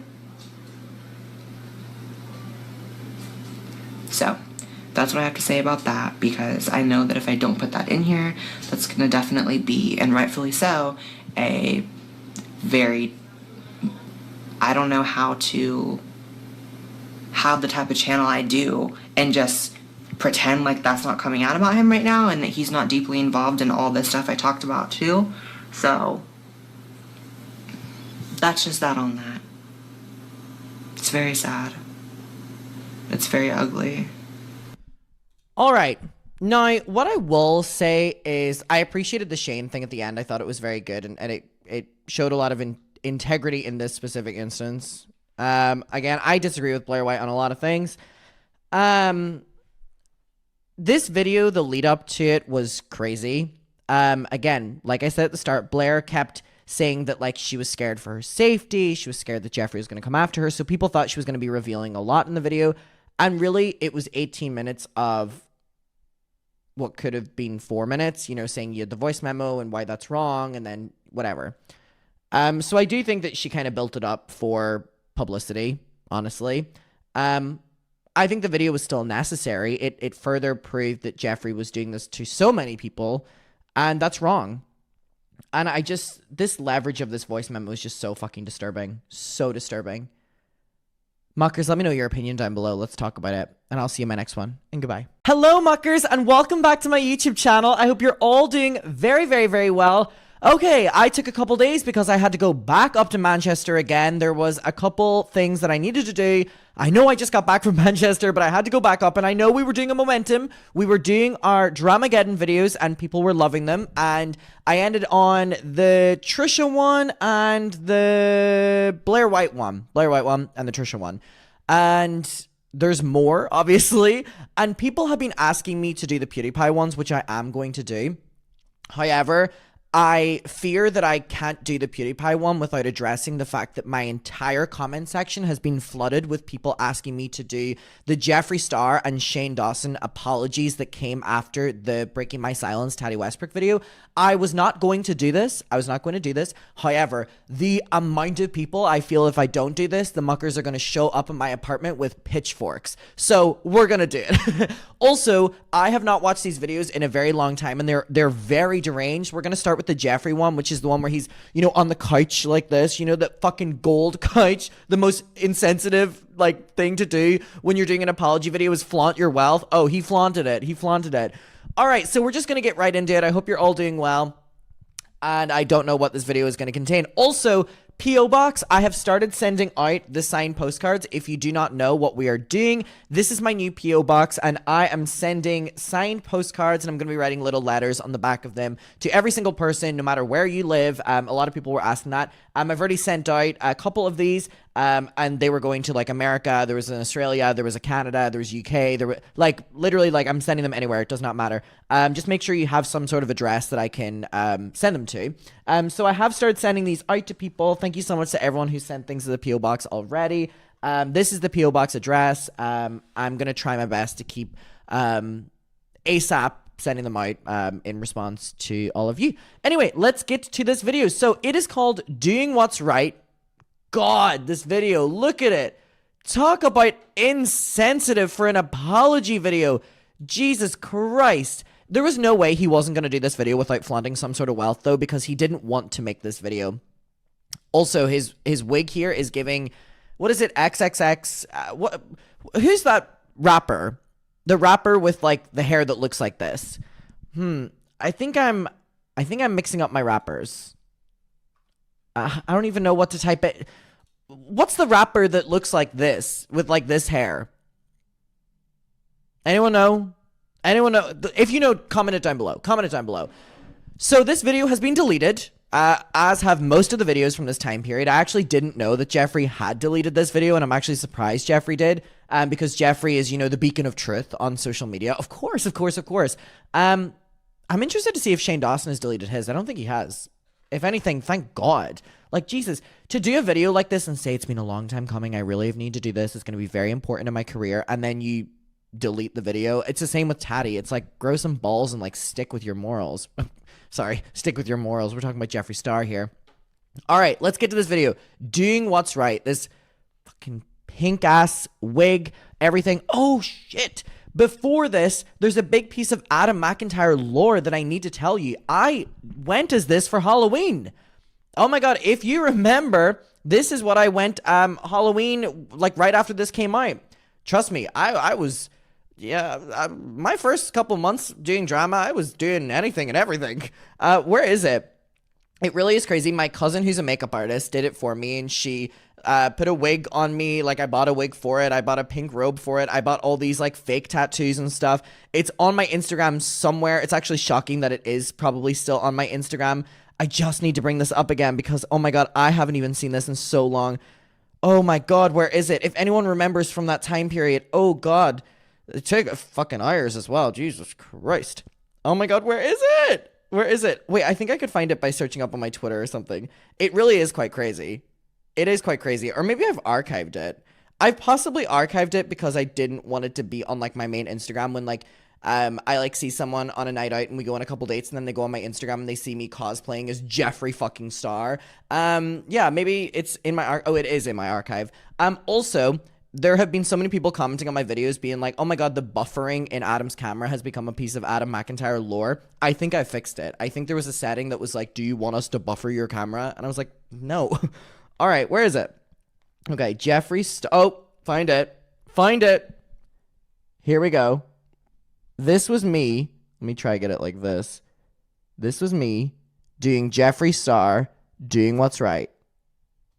Oh, Lord. I was doing everything and anything. I kind of look good. I mean, this does not look like me, but, like, I got the hair extension. You know, I was putting in effort a couple of years ago. Maybe not now, but a couple of years ago for sure. All right, let's get to this video. Everybody, welcome back to my channel. Now, whoa, he's speaking so stern here. Welcome back to my channel. Hey. Hey. I've been silent for a very long time. I know he's shouting, which is ironic coming from me. That's very rare for me. I've taken a lot of time to... Pausing. For context, at this time, Shane Dawson and Jeffree Star were being through the ringer. Old content was coming up. New content was coming up. Like, all of their bad stuff was coming up online. Tati Westbrook had just dropped the Breaking My Silence video, so they were not favored in public standing, and Shane was doing the Instagram lives. Rylan was tweeting on his behalf. Shane was still like a public presence during this time, which made it that Shane got more backlash in the long run than Jeffree. Jeffree was able to come back and just make videos because Jeffree took a long time from making content. When he started getting called out, he didn't address anything. So when he made this video, it was the first time that he had acknowledged anything, because he was going and like doing events and stuff and just wasn't addressing the drama or the fact that Shane was being put through the ringer and he's his best friend. Sorry, I'm also just note the Louis Vuitton slippers. Wow, everything about this is just crazy. Do a lot of self-reflection. Now, in the past, I've been very guilty of speaking out of anger, out of frustration, out of my emotions. I'm so quick to grab my phone and just say whatever is on my mind in that moment without ever really thinking the ramifications of my words, my actions. So he thought about this one so much that the video has been deleted. Yeah, okay. And for the first time in a very long time, I'm really reflecting on my behavior and mine alone. And I've come to... on my behavior and mine alone. Is that a little jab at Shane? A lot of realizations, and it's been really important to actually understand everything that I was a part of, that I did wrong, and really start a new chapter for myself. Start a new chapter for myself. Whoa! I've never seen Jeffree speak so unhumanly. Like, Jeffree normally, when he does these kind of videos, will always speak as if he's talking to his friend. You know, he'll always be like, you know me, you know me. This is like a press reading. And the way he's speaking, he's angry. A lot of time realizing why I do certain things and why I do the things that I do. And today, there are no excuses. A year ago, I did a video called Never Doing This Again. And I meant that. And 2020 has been... A year ago, I made a video called Never Doing This Again. And today... I'm gonna do this again. Really, really crazy, and I have added to the chaos. When I filmed my video called Never Doing It Again, I meant every word in the video. Did I slip up? It's never doing this again, not never doing it again. Get your Jeffree Star lore correct, please. Am I human? Have I done some fucked up things? Of course I have. But at the end of the day, today, once again, I will not be exposing anyone. For everyone's... Now, this was a big thing because when we watched Tati's Breaking My Silence video, she said that we all need to learn to forgive because Jeffree Star is going to come out and expose everyone after Tati made the Breaking My Silence video because he would be so angry. And Tati's exact words were that Jeffree Star would continue to hold people hostage and that he's going to go like crazy on social media exposing everyone. So in that video and this one, I'll reiterate it, he did a clever thing. And he kind of made Tati look a fool because Tati was crying in her video about how scared she is about Jeffree Star exposing people, right? And what did Jeffree do? He said, I'm not going to show anything. Now, it was a tactical move. Also, he probably doesn't have anything, but I just realized I spelled doing what's right wrong. God, I can't do fucking shit. It was a tactical move from Jeffree to make Tati look a little bit crazy. Like, why are you crying about me holding people hostage whenever I'm not even going to show anything? It was tactical, and it was smart on his behalf, I'm going to be honest. Saying Jeffree's going to be coming with the receipts, and we all need to get ready to forgive. I didn't know he actually quoted Tati, but yeah, he did. That is the opposite of who I am. I know I'm dramatic, I'm crazy at times, I'm outspoken. So him doing all this really did kind of make her look a fool, even though we know that, like, in that situation, like, Tati was telling the truth that, like, this is something that Jeffree would do. But he then did the opposite so that people that like him would then be able to be like, this is the Jeffree we like. Snooze. But at the end of the day, that is not who I am. And today I will not be sitting here showing a million text messages and all these things that allegedly are out there. Didn't he also say this in the Never Doing This Again video? He's like, I'm not going to show the receipts. I'm not going to show that. He's literally reiterating the video word for word here. That's not it. I will not be entertaining it. My lawyers are entertaining it behind the scenes, but I will not be. I know this may sound... My lawyers, but not me. Why is he talking like this? This is so funny because we have Tati Westbrook being like, I'm going to be only speaking about what my lawyers approve. And we have Jeffree being like, my lawyers will be dealing with it. None of you bitches were going to court. None of you bitches were probably doing anything. It's false narratives in order to not have to talk about something. Like, they don't have anything to talk about, so they're saying, we're going to deal with this behind the scenes with the lawyers. Then what is this video for then? What's Tati's video for? Well, bullshit. I'm shocking coming from my mouth, but when you accept... Sorry, he's just looking at himself in the viewfinder. Can you see that? ...that you are the problem... Or maybe he's reading a teleprompter. Do you think Nathan were they still together? Do you think Nathan's standing with, like, cue cards? He's, like, putting them down after each one. Become the solution. Or Maddie. And I've definitely put myself in the victim mentality before when I knew I was wrong, and I didn't want to admit it, I wasn't ready to, and I was too insecure. But today, there are no excuses. I'm someone that has impulse. Oh my god, I think he's reading off of cue cards. Look at his eyes. He keeps looking down every, like, few sentences. There may be, like, keywords or something like that, or topics or something like that, or sentences. He's reading off of something. God, he can't even do a fucking genuine apology video. Control, and I'm fully admitting my flaws, and I hope that people can learn from me. I have moments where I get fired up. I don't think things through. I don't think about how my actions will affect others while I'm saying them. And when you speak from your emotions without fully processing something, it is one of the most unhealthy things, and that is a very major problem of mine. A lot of people want me to address this situation, and a lot of people were putting a time stamp like, Jeffree, you need to speak on this right now. And I think that we live in a world where people are just so used to doing what people want right away, and that's not good either. I think it's been very important to stay off of social media. I haven't been on in weeks. That also wasn't true because at this time he was on social media. He just wasn't posting, like, YouTube videos or stuff like that. But he was also, if you go back on, like, any drama channels from this time, he was, you know, posing with people. He was liking stuff. He was commenting. Like, he was on social media. He just didn't want to have to defend Shane or defend himself because he didn't want to bring attention to it. But obviously it got too big. I haven't read anything. I haven't clicked a video. I haven't seen anything. And it's been really about finding myself again and remembering why I'm here and how my actions can affect other people and everyone around me. I know there's a lot of people waiting for me to address this situation. Now, I didn't try to take anyone down. And not the cue cards repeating. He just said that twice. He said, we're going to address the situation, talk for a bit, and then said, we're going to address the situation. Maddie or Nate or the fucking Pomeranians didn't take that fucking cue card down. He's just repeating it. They haven't moved it. He's reading the same one. I'm not a villain in a movie. This isn't a Netflix series with a crazy storyline. I know it sounds like it, and trust me, I'm sure I'd watch it as well, but this is my real life, and a lot of things that are happening and being said are false. When someone else tries to take someone else down or their career and it doesn't work, you can't just take a few more down with you. That's not how life works. We have to all take accountability for our own actions and no one else's. And no one else's. I have not watched this in a very long time. I didn't know he addressed Tati as upfront as what he did here. He's saying you can't take someone's career down about Tati and James, and saying that you can't take a couple other down on the way as well. I didn't realize he fully addressed her here. Oh my god, okay, I forgot about that. And that's what I will continue to do. And if I don't, please fucking remind me. Now, I know that I've had a very... And if I don't stick by that, please remind me. And then you'll do what? Block us? hard time doing that in the past, and that will not be happening again. Now, did I mix myself up in drama? Did I speak on things I shouldn't have speak on? Of course I did. Did I believe certain things instead of asking the source? Did I get caught up in the hype? Did I do dumb shit? And did I... This is so funny because if he's talking, did I believe the hype or believe rumors about James Charles having victims? For years after this, Jeffree would go on podcasts flaunting that he had proof of James Charles being a predator. So he's lying in this video, which again is probably one of the reasons he's deleted it.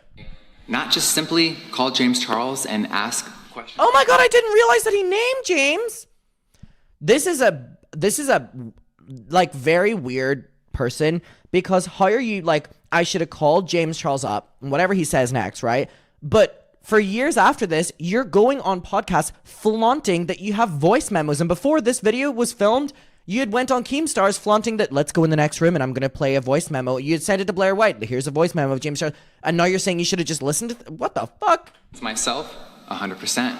And that is my fault. So, I'd like to personally apologize what is it? to James Charles for the words that I've said and for my actions. So what is it? If I was really close with someone, I should have had the ability to just simply call them and ask and say, hey, these Why don't you call Taylor up? were the things that were being said to me. Instead, I didn't. I let people really gas me up, get me going behind the scenes, and I love that both Jeffree and Tati are saying the same thing, that people gassed them up behind the scenes to do what they did. But then this video is about accountability, I guess. really fell for a lot of things, and I got caught up in the hype. It's disgusting. You fell for a lot of things? You were the one starting the things. He was the one starting it. What does he mean, I fell for the things? You started it, darling. Awful, and none of it should have happened. So, James, I am truly sorry for my actions and my behavior. 2020 has been... Didn't realize he addressed him. For a lot of us, it has been a very crazy year, and I think that James and myself and anyone involved would agree with me. I love that he didn't mention Shane by name, because Shane was getting it worse than Jeffree on social media. What a great friend, right? There are way bigger issues. Now, here's the thing with this video. Jeffree goes and says, and it really bothers me. Really, really, really bothers me. Jeffree goes, there's bigger issues in the world for us to focus on. Which, number one, will always be true. Will always be true, right? However, he brings up Black Lives Matter, and if I remember correctly, when he says one of the people that was killed, I think it was Elijah McClain. I hope I'm getting that name correct. Jeffree didn't even know his name and had to do filmed saying a name and then edited in a voiceover saying the name again. So the issue that Jeffree Star cares so deeply about, that we should be focusing on so much more, he doesn't even know bullshit about. And I just think it was so, like, you couldn't have even refilmed the video. You fucked up the one, like, what the, your one argument you fucked up. So you've just shown that you're using Black Lives Matter as someone who's done a lot of racist things to get out of a scandal.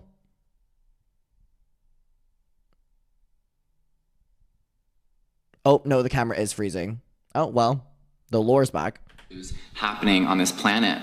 I know that some people may... What? The issues that you're going to talk about are Black Lives Matter that you fuck up in describing, which we'll go on to see in a second. And number two, COVID. The same COVID that you released a cremated palette during the peak of deaths. Yeah, oh, you care about issues, Jeffree. You're so correct. Jeffree, you're just saying this as a distraction. Jeffree, no. But he is. But you are.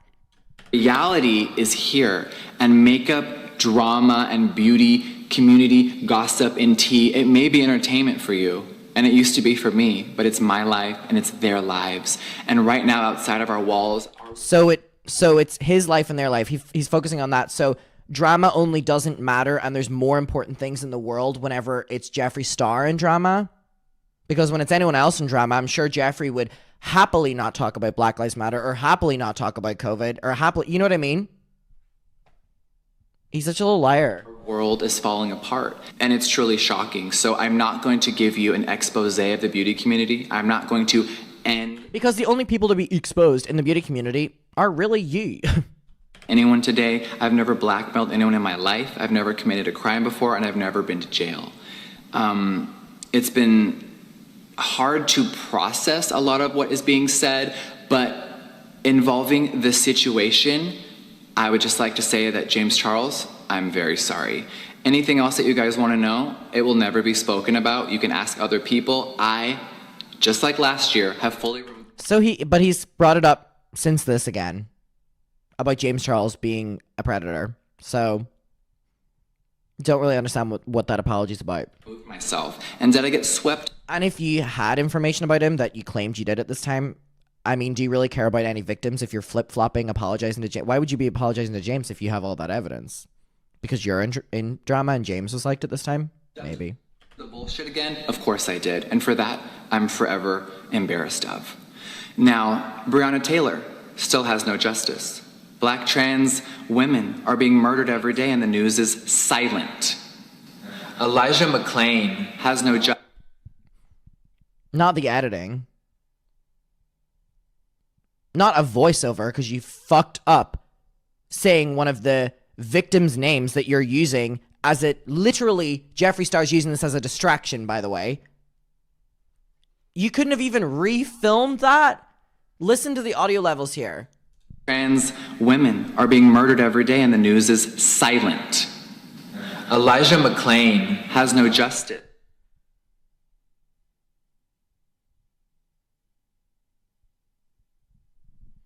That's what annoys me. That's what annoys me about this video. Number one, it's very clear to everyone that he's using this as a distraction. Jeffree Star, were you speaking up about Black Lives Matter before this? The entire time that you were silent on social media? But aren't things more important in the world than what you're going through? So then why did you take months off of social media during the peak riots of Black Lives Matter and not talk about them? But again, that's more important than your situation, right? Or are you using it as a distraction when you need to have your comeback video as a stepping stone video to be able to be back in making content again? That's what's annoying. That's what's irritating. That's what these creators do. And it's to this day, it's bullshit. It's bullshit. And it's so infuriating. How dare you? By the way, at this time as well, all of his old content was coming up. So he's just not like this is what he's using as a get out clause, which is disgusting. It's disgusting. It's disgusting that he's using it as that. But obviously, the lowest is what? And the countless other people who are murdered every single day while everyone just goes about their business like nothing. But Blair White showed us a text where you were mashing saying that someone needs to get a rubber bullet. Like, you know what I mean? Jeffree, please. It's happening. And I think that drama and the beauty world, which I have definitely been a part of, it all has to stop. Now, 6 months ago... It has to stop because it's not affecting him financially. Remember how many years he benefited from drama? Not anymore. COVID and everything hit our world. It was such a different place for all of us. He's reading a script. To reflect on the big picture. Now, Shane Dawson. Oh, he does bring up Shane. One of my best friends and someone who helped me remember who I am when I was... Sorry, that goes to show I haven't watched this video in a very long time. He does bring up Shane. Okay. His best friend. Crack and lose focus of who I really was. He is genuine, amazing, he is selfless, and he is one of the most kind people that I've ever met in my entire world. I know that Shane would put his family and friends before himself in a flash. Now, I think a lot of people would. Like, that's not like, oh my God, he's the greatest person in the entire world. He puts his family and friends before him. Yeah, it's not the case for everyone, but it's not really like that individual of a thing. You know what I mean? Shane and I get caught up in the drama and do some dumb shit. Of course we did. But that is my best friend. Okay, so he's confirming that Shane and him were involved in the drama, which confirms what Tati was saying, but he's just gonna slide past it really quickly. I was actually truly shocked that people thought that I was going to distance myself from him or that my silence was anything but support. I know that. So we were supposed to think your silence on social media during Shane being literally like done in by the media was you supporting him. Okay. All right. Shane from now. The reality is Jeffree was waiting to see how bad Shane was going to get cancelled, whether or not he needed to distance him from himself from Shane. And ultimately, by the time this video was made, Jeffree was also really blackballed in the media. The D'Angelo video had came out on him, that Jeffree and Shane were in pretty similar standing, so they bonded with each other, you know, socially. Like, I don't know Shane from 10 years ago, and he doesn't know me from 10 years ago. Now, do I agree with Shane's past actions? Of course I don't. And does he agree with my past behavior? Of course he doesn't. I know the amazing person that he is today, and you don't abandon your friends. I know a lot of people have said, Jeffree, you've had a lot of tumultuous friendships in the beauty world. Yes, I 100% have, but in reality, I have a lot of amazing, real people behind the scenes, and I'm forever grateful for those people who always remind me of who I am, because lately, I definitely was slipping. Now, what me and Shane... Why did he pose when he said that? Because lately, I was definitely slipping. He's like putting lip gloss on. Like, do you see my jawline? I was definitely slipping. Accomplished together, business-wise. I hope that inspires anyone out there that wants to start a business. Yeah, I'm so inspired by you and Shane. Is afraid to get off their feet, because remember, I used to be homeless and work at the mall, and working at the mall being the craziest sentence that apparently we could hear right now. Guys, Jeffree used to work at the mall. That's not that humbling of a statement. You know what I mean? Like, that's a very normal job. Like, guys, I used to work at the mall. Okay. really just said, you know what, I want to create my own vision, and that's what I did. And he has always believed in me. All right, now, no matter what narrative anyone tries to spin of me, I am so fucking proud to own an inclusive makeup company. Since I opened my doors in... I forgot that he did this. His comeback apology video, he turns it in to advertising his brand. I actually forgot that he did this. I can't believe that I forgot he did this. He promotes Jeffree Star Cosmetics during this video. 2014, I have created products for everyone. Any product, shade, or formula I've created has worked for any race, gender, and most importantly, I want you guys to remember that all beauty matters. And from the very first ad of my company, I have always shown people of color and anyone, no matter what size your body are or what gender you are accepted in Jeffree Star Cosmetics. I know a lot of people try to deter from my message, and sometimes I've deterred it myself through negativity and drama, but that won't be happening anymore. I will always use my platform and my voice for good. Now, he deleted this video. That didn't last very long. I remember when brands were making 10 concealers and 15 foundation shades, and they thought that that was correct. I remember speaking up very loudly to my peers and other people in this industry saying that it was wrong, and I got a lot of shit for it, but I always stood up for what's right, and I always will. When huge corporations have stolen from small brands, I was the first one to speak up very loudly. Now, sometimes it can be misconstrued for drama or tea or being sarcastic, but the message was always that no, I love that Jeffree saying that him like harassing and like holding, you know, information over like businesses on Instagram and fighting with CEOs and stuff was him actually making a change. That was just him getting involved in drama with competitors, by the way. Let's not have to do right in this industry. And that's what I'll always. So does he not stand behind this anymore? He said, I'll always stand by that, but you deleted this video. So what's the truth? To everyone out there who has been supporting me, DMing me, messaging me, and just showing so much love. I know that sometimes... Well, how would you know if they were messaging and DMing you if you haven't been on your phone? Which you said you haven't been. Bonk. I'm just not popular to be a fan of me, to be my friend, but it has been so much for all the ride or dies and the millions of people who have just been waiting for me to come back. Just know that it has been very important to actually self-reflect and not just grab my phone and say whatever I'm feeling in that moment. This has been me silent for a reason. I've been really, really working on myself. And I definitely was distracted. There's also been a lot of things going on in my personal life which will never be excuses, and I'm not going to talk about them today, but just know that we're all human beings and we're all going through a lot. What is next? You guys know, Jeffree Star Cosmetics will never be slowing down, and Why is he using this video to promote his brand? By the way, at this time, all of Jeffree's old problematic content was coming up that people were waiting for him to address. What does he do in this? He completely avoids the Tati situation. He apologizes to James Charles, which is weird considering he then went back on that.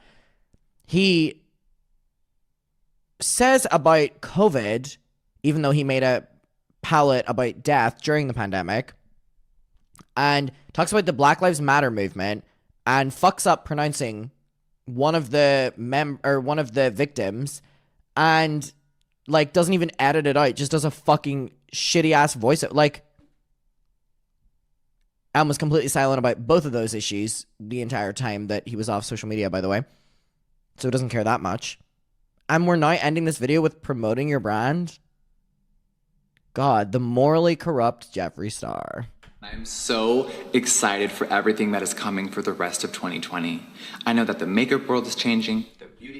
The one time in this video where he's not looking down at, I assume, the script is when he's promoting his brand. That tells you everything you need to know. Community is shifting and COVID has transformed our entire world. But what's coming next is one of my most exciting projects ever, and I can't wait. August is going to be very exciting. If you've made it this far, thank you so much for watching and listening to my words. And thank you for allowing me to have time to articulate my thoughts and not just upload a video out of emotions. I will be back. So what, it took you like 3 months or something like that to make that? This was articulating your thoughts? Back very soon with new videos, new makeup tutorials, and of course, new products. So thank you guys so much for watching this, and I will see you soon. Mwah. Bye. Mwah. Bye, gorgeous. This is crazy that, like, this video was so anticipated. Shane's video was so anticipated. Tati's video was so anticipated. Jeffree just used this video as a stepping stone because he was going to be releasing new products, and he needed to have some sort of presence on social media again. So he used this video where he loosely addresses Tati without naming her, says that Shane's still his bestie, apologizes to James, and says that you're actually in the wrong for focusing on this drama, even though he says that he always got involved in other people's drama, so it's okay if he does it, but not us. It's just...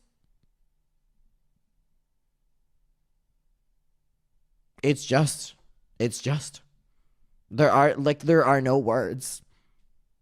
The level of deflection and lack of accountability while preaching both of those things is crazy. Is crazy.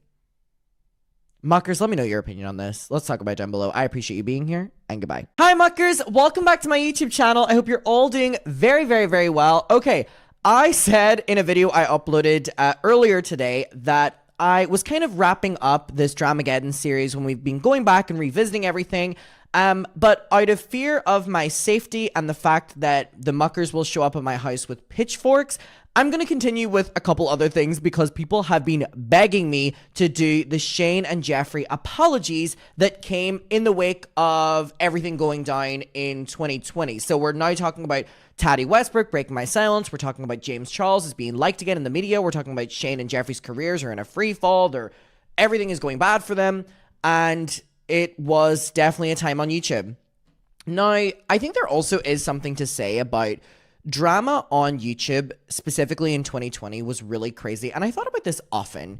And I think the reason for that was, and I'm not even just exclusively saying about Shane and Jeffree here, but I think we were all forced to stay in our homes. And there was a lot of drama that went on that maybe we wouldn't talk about. No, I'm not talking about Shane and Jeffree. I'm talking about in general. There was a lot of drama within the drama space that like wouldn't get picked up normally, but I think it got picked up because we were all bored as hell in home. So like everything was being talked about. Again, I'm not talking about Shane and Jeffree scandals here, but I'm just talking about like very loosely on the entire, because 2020 was crazy. I was going back and watching some of my videos, and I mean, it was all the time. Anyways, so today we're going to do Shane Dawson's Taking Accountability video, which is the only video other than No More Lies that is still on the YouTube channel of the original creator. Tati has deleted all her videos. Jeffree has deleted all his videos. James has deleted one of his videos. Shane is the only one that has posted the video and kept it up. And if anything, I appreciate that, even though this video is a disaster and Shane Dawson is ultimately having to make this video because of really bad behavior and really bad videos and all the rest. I appreciate that at least he doubled down on his word by not deleting it. That is the bare minimum, by the way, but I'm so used to everyone else deleting their videos and saying that, you know, I'm going to change, and then you delete the video. I'm not saying Shane changed, he hasn't, but like, actually don't keep up with Shane that much, I can't speak on that, but I would hope he has changed. There's something really crazy about the fact that there's only 2 videos out of all of the ones that we've watched that are still on these creators' It blows my mind. Anyways, another reminder about my PO box. I have them right here. Not my PO box. I have these little signed art cards right here that I'm going to be sending out to everyone, every single person that writes to the PO box. It doesn't matter where you are in the world, as long as you give me an address. I'm gonna do a little letter in the back, and then that's gonna go out to you. I started sending them off today, which is really exciting. So thank you so much to everyone who already has sent things to the PO box, even though it's literally only been open like a week. I went today and they were like, when did you announce it? Because things arrived quite quickly. So anyways, I'm going to be sending them all off to anyone that is in the PO box. So this is the address right here. I love this photo of Jeffree and Tati. Yes. And also, I haven't reminded you in a while, but I have on Instagram a Finsta, which if you don't know what it is, it's like a private Instagram account that I have with the Muckers, and it's basically where I post everything on there, relating to videos, not relating to videos. It's McIntyre's Dump. You have to go and I'll accept your request. After I post this video for the next couple hours before I go to bed, I'll accept people. So go over quickly if you're watching this video within the first maybe day or so. I'll be accepting more people on there. Anyways, let's get to this damn video. So again, this is the only one that is still on the platform, which is crazy. It's called Taking Accountability. God, they all love those kind of titles, don't they? And it has 22 million views. Now, Shane had to make this video because the Smith family, Jada Smith, had spoken up against a really inappropriate video he had made about a then 13-year-old Willow Smith, and the mainstream media were talking about Shane. Everything from James Charles was coming up, all of Shane's old behavior. A lot of videos with his ex-girlfriend Lisa came up. She ended up having to do an apology videos with Joey Graceffa. He ended up having to speak out. Basically, one by one, everyone was talking about. I remember Rebecca Black, who I love Rebecca Black. I love her music.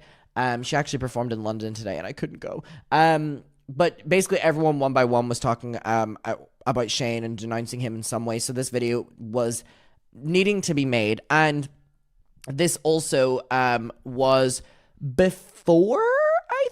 I think this was before. Again, everyone has deleted their videos, so it's hard for me to look at the timeline. I think this video is before he did the Instagram live stream, if you know what I'm talking about. You were fake crying. You were fake crying. So that one. Anyway, let's get to this video. Hi. If you've been watching me for a while, then you know that I have done a lot of things in my past that I hate. Oh my god, this camera angle is so close. This is so intimate. I feel like an intimate screening. Also, he's just getting right into it, isn't he?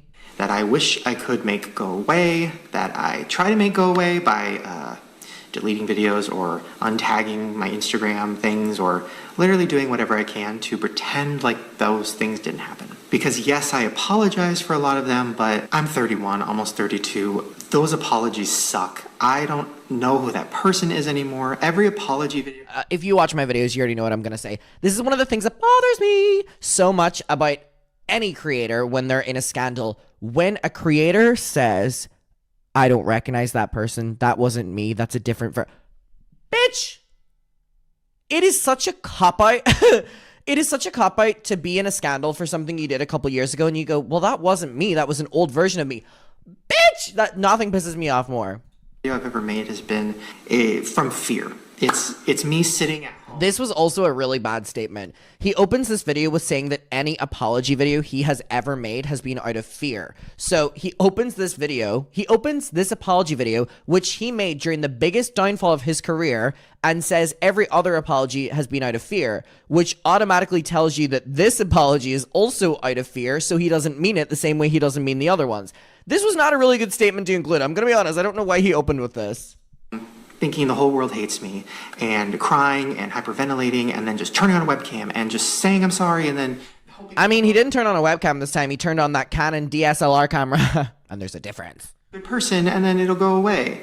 And that is stupid. That is something that a child does, not something that a 31-year-old man does. That's not good. Right now is very much a time of wanting people to be accountable, wanting punishment for people, and I agree.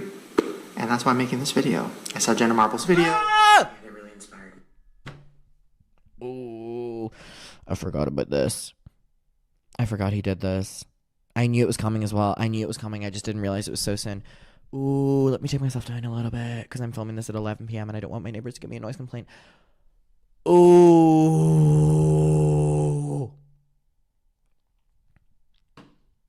this bothered me so much when he posted this video, and it bothers me even more to this day. He literally is saying that he's making this video because he saw Jenna Marbles. I can hear my neighbors moving about. I may have alerted them.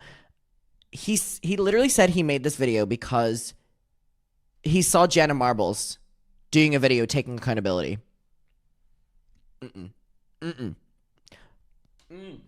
If there's one creator that I have loved since a child, that I still love to this day, not many, that some of them, is Jenna Marbles. That woman to me can do no wrong. I love Jenna and Julian so much, and I'm like, I just need to articulate my thoughts here because I actually get pissed off at it. I get pissed off at it. And the reason I get pissed off at it is because people say that Jenna Marbles got cancelled. And they used to use it as a thing against commentary and drama channels and journalists, that you made her leave the internet. You canceled her. I am a huge, to this day, Jenna Marbles fan. Huge Jenna Marbles fan. Jenna Marbles did not get cancelled.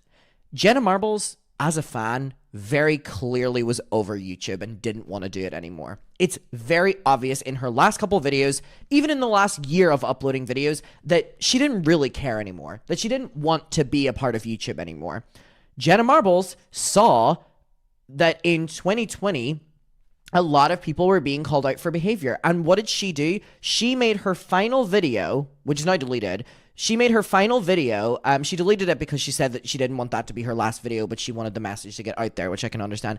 She made her last video on the platform, a video where she details things that she did on the platform that she doesn't agree with anymore, and she apologized for them. No one asked Jenna Marbles to do that. No one was going through Jenna Marbles' deleted videos the way they were with Shane or Jeffree or anything like that. Jenna Marbles went out of her way to show us those problematic videos that she had made and apologize for them. And that's the difference. That's the difference. I do believe she used it as a way to leave the platform because she was like, oh, I may come back, but I just need time away, to reflect and stuff. She was just using it to leave the platform. But I believe that she was genuine. I believe she could have just left the platform with her last video, doing something for her dogs. You know what I mean? But for Shane Dawson, who was in the biggest scandal of his entire career, everything, he's bringing Jenna into this and saying that he saw that video and he wanted to make his own version. I remember that I was so annoyed at that in the moment, and clearly it hasn't changed. If anything, I feel more defensive towards Jenna Marbles nowadays. And I think it's because, hold on. And I'm already aware because I'm talking about Jenna for a couple minutes now that the entire comment section is going to be about Jenna. And I do it, speak about her because, there's not really many places on the internet to speak about Jenna Marbles anymore except maybe a couple Reddits. Jenna Marbles growing up was everything to me. It was Jenna Marbles and Colleen Ballinger. That, being honest with you, it was those two creators. And it just, I remember I found her when I was watching TV one day, and it was RudeTube. And her video, how to trick people into thinking you're good looking when you're not, or something. Me and my brother were watching it, and me and my brother thought it was the funniest shit ever. And I was so young. The video was not appropriate for me. Even though I don't know, I haven't watched the video since then. But anyways, I started watching Jenna Marbles then, the same time I was watching Colleen Ballinger. But they were two very different entities. So I grew up with a huge parasocial relationship with Colleen Ballinger and grew up with one with Jenna Marbles. And I ended up becoming friends with Colleen Ballinger, whereas with Jenna Marbles, it was just fun. So a lot of people that I know will talk about, comfort creators for them, nostalgic creators for them, creators that they watched from childhood. A lot of people say it about Shane or Jeffree or Trisha. They can say it about problematic creators as a way of, excusing their behavior. This normally happens with Trisha, where people will be like, yeah, I know she's done XYZ, but I grew up watching her.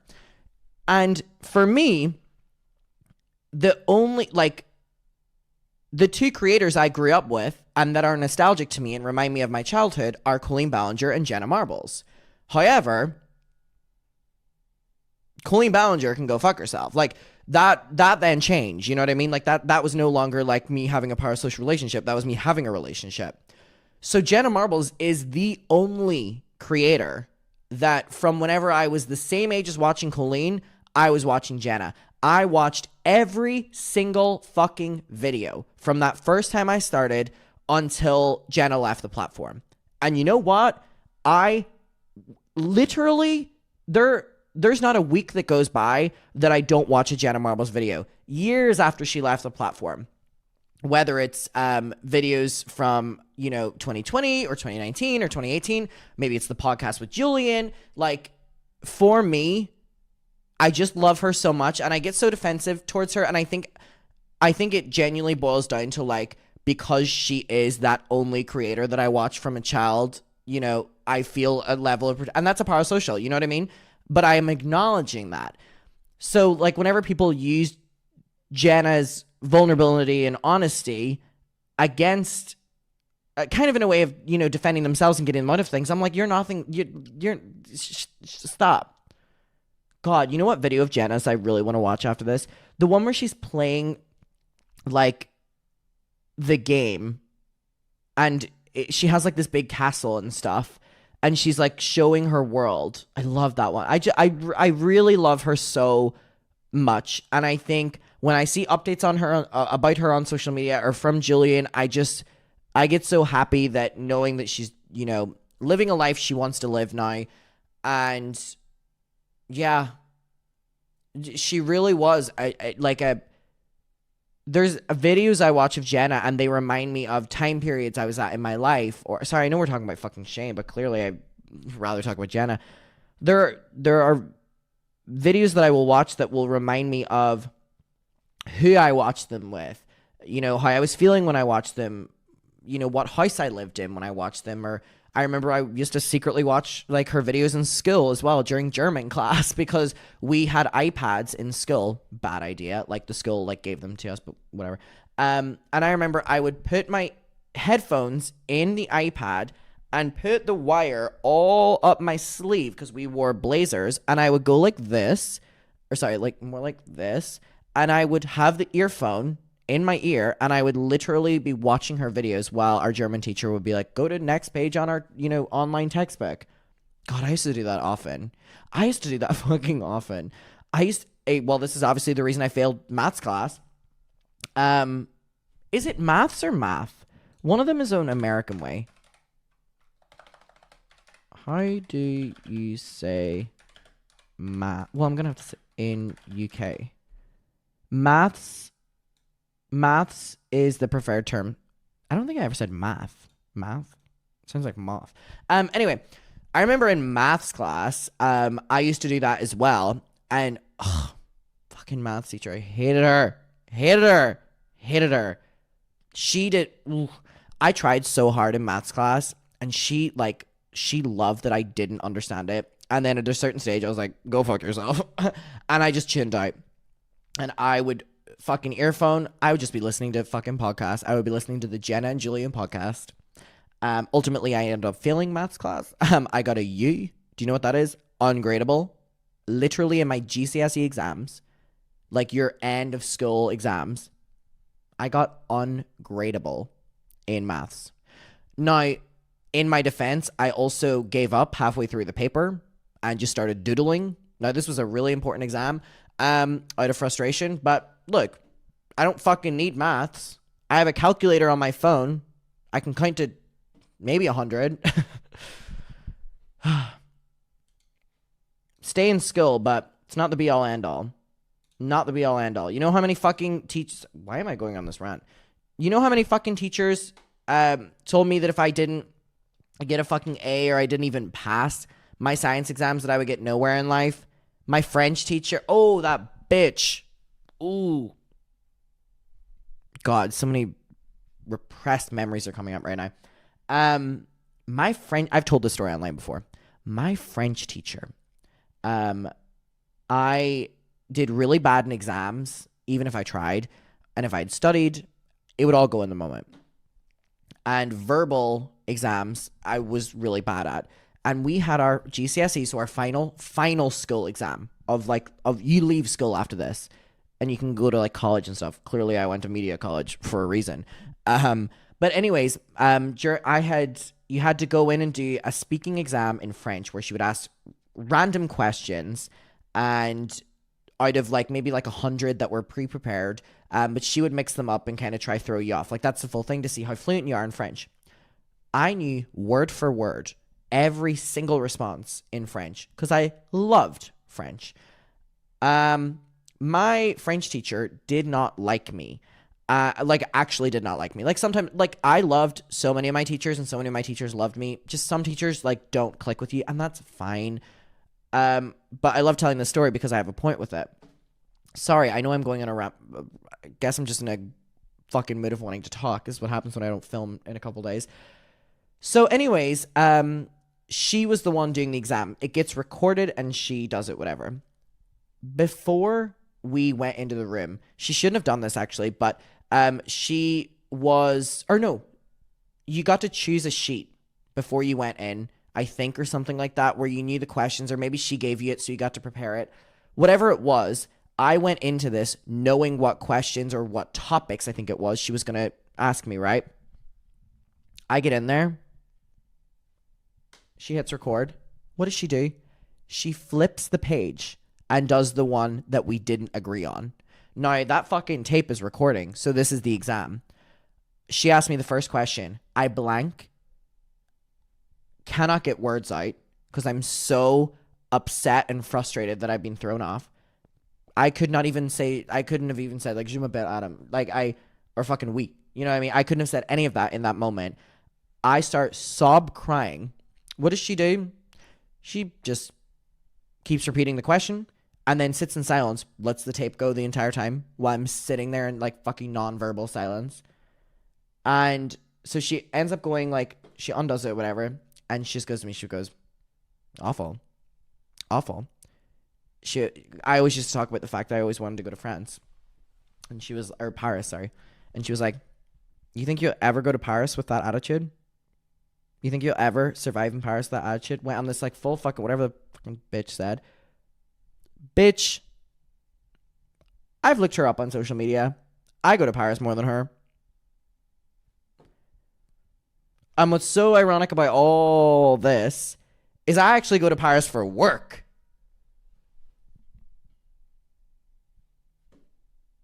Not only do I go to Paris and vlog and stuff like that, which you can say is work, but I literally go to Paris because I get invited to events now.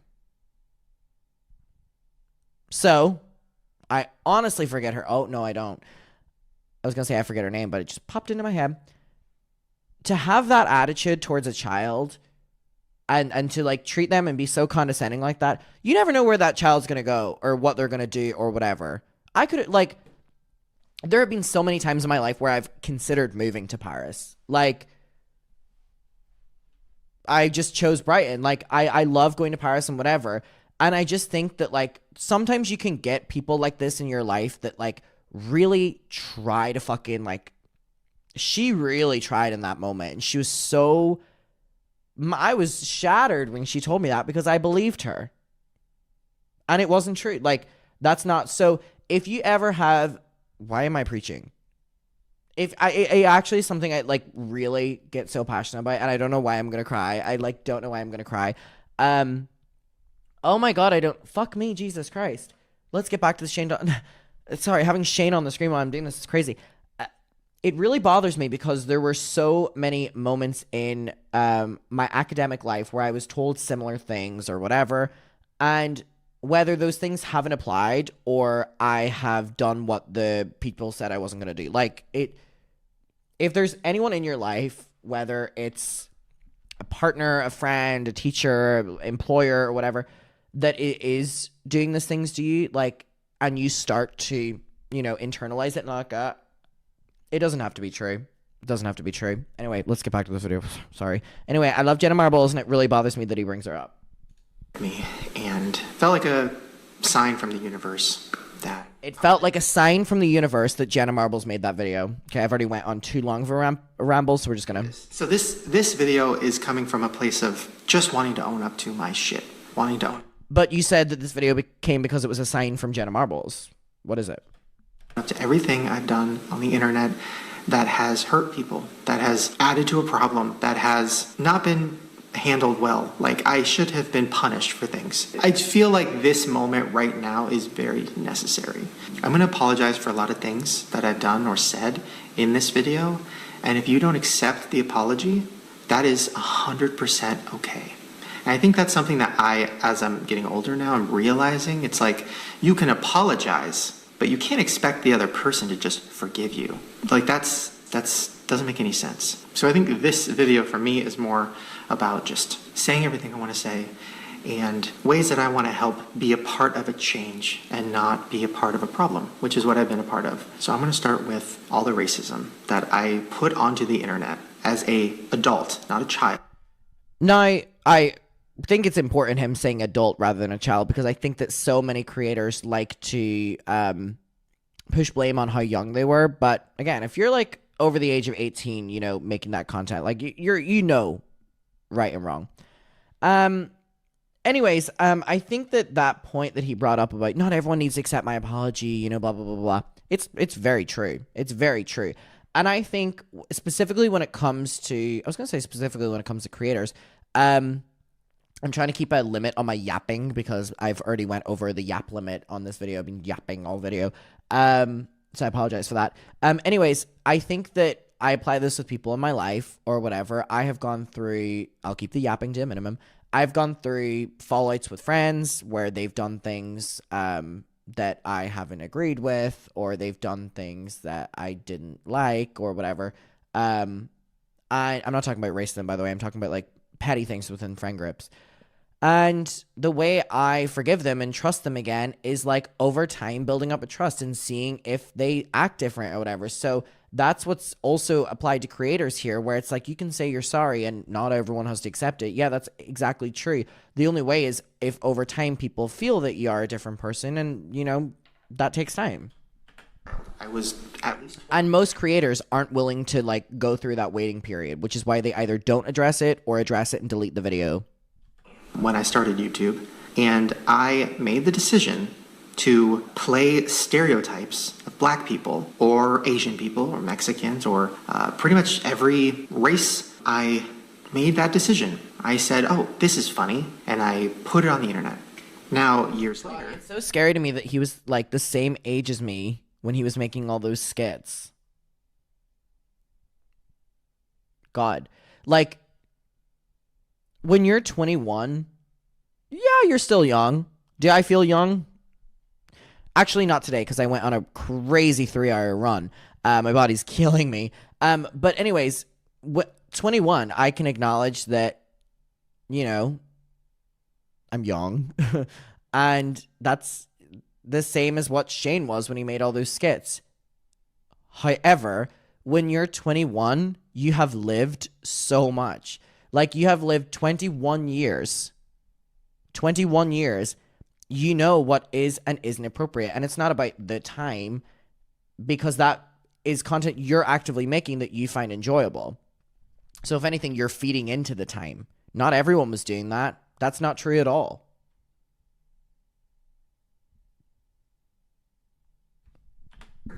I look back at that, and I've talked about this before, but when I say I hate that person, I mean it in the most intense way possible.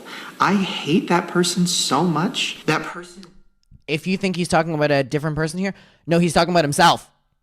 That person, he's currently just addressing himself. So glad he did this.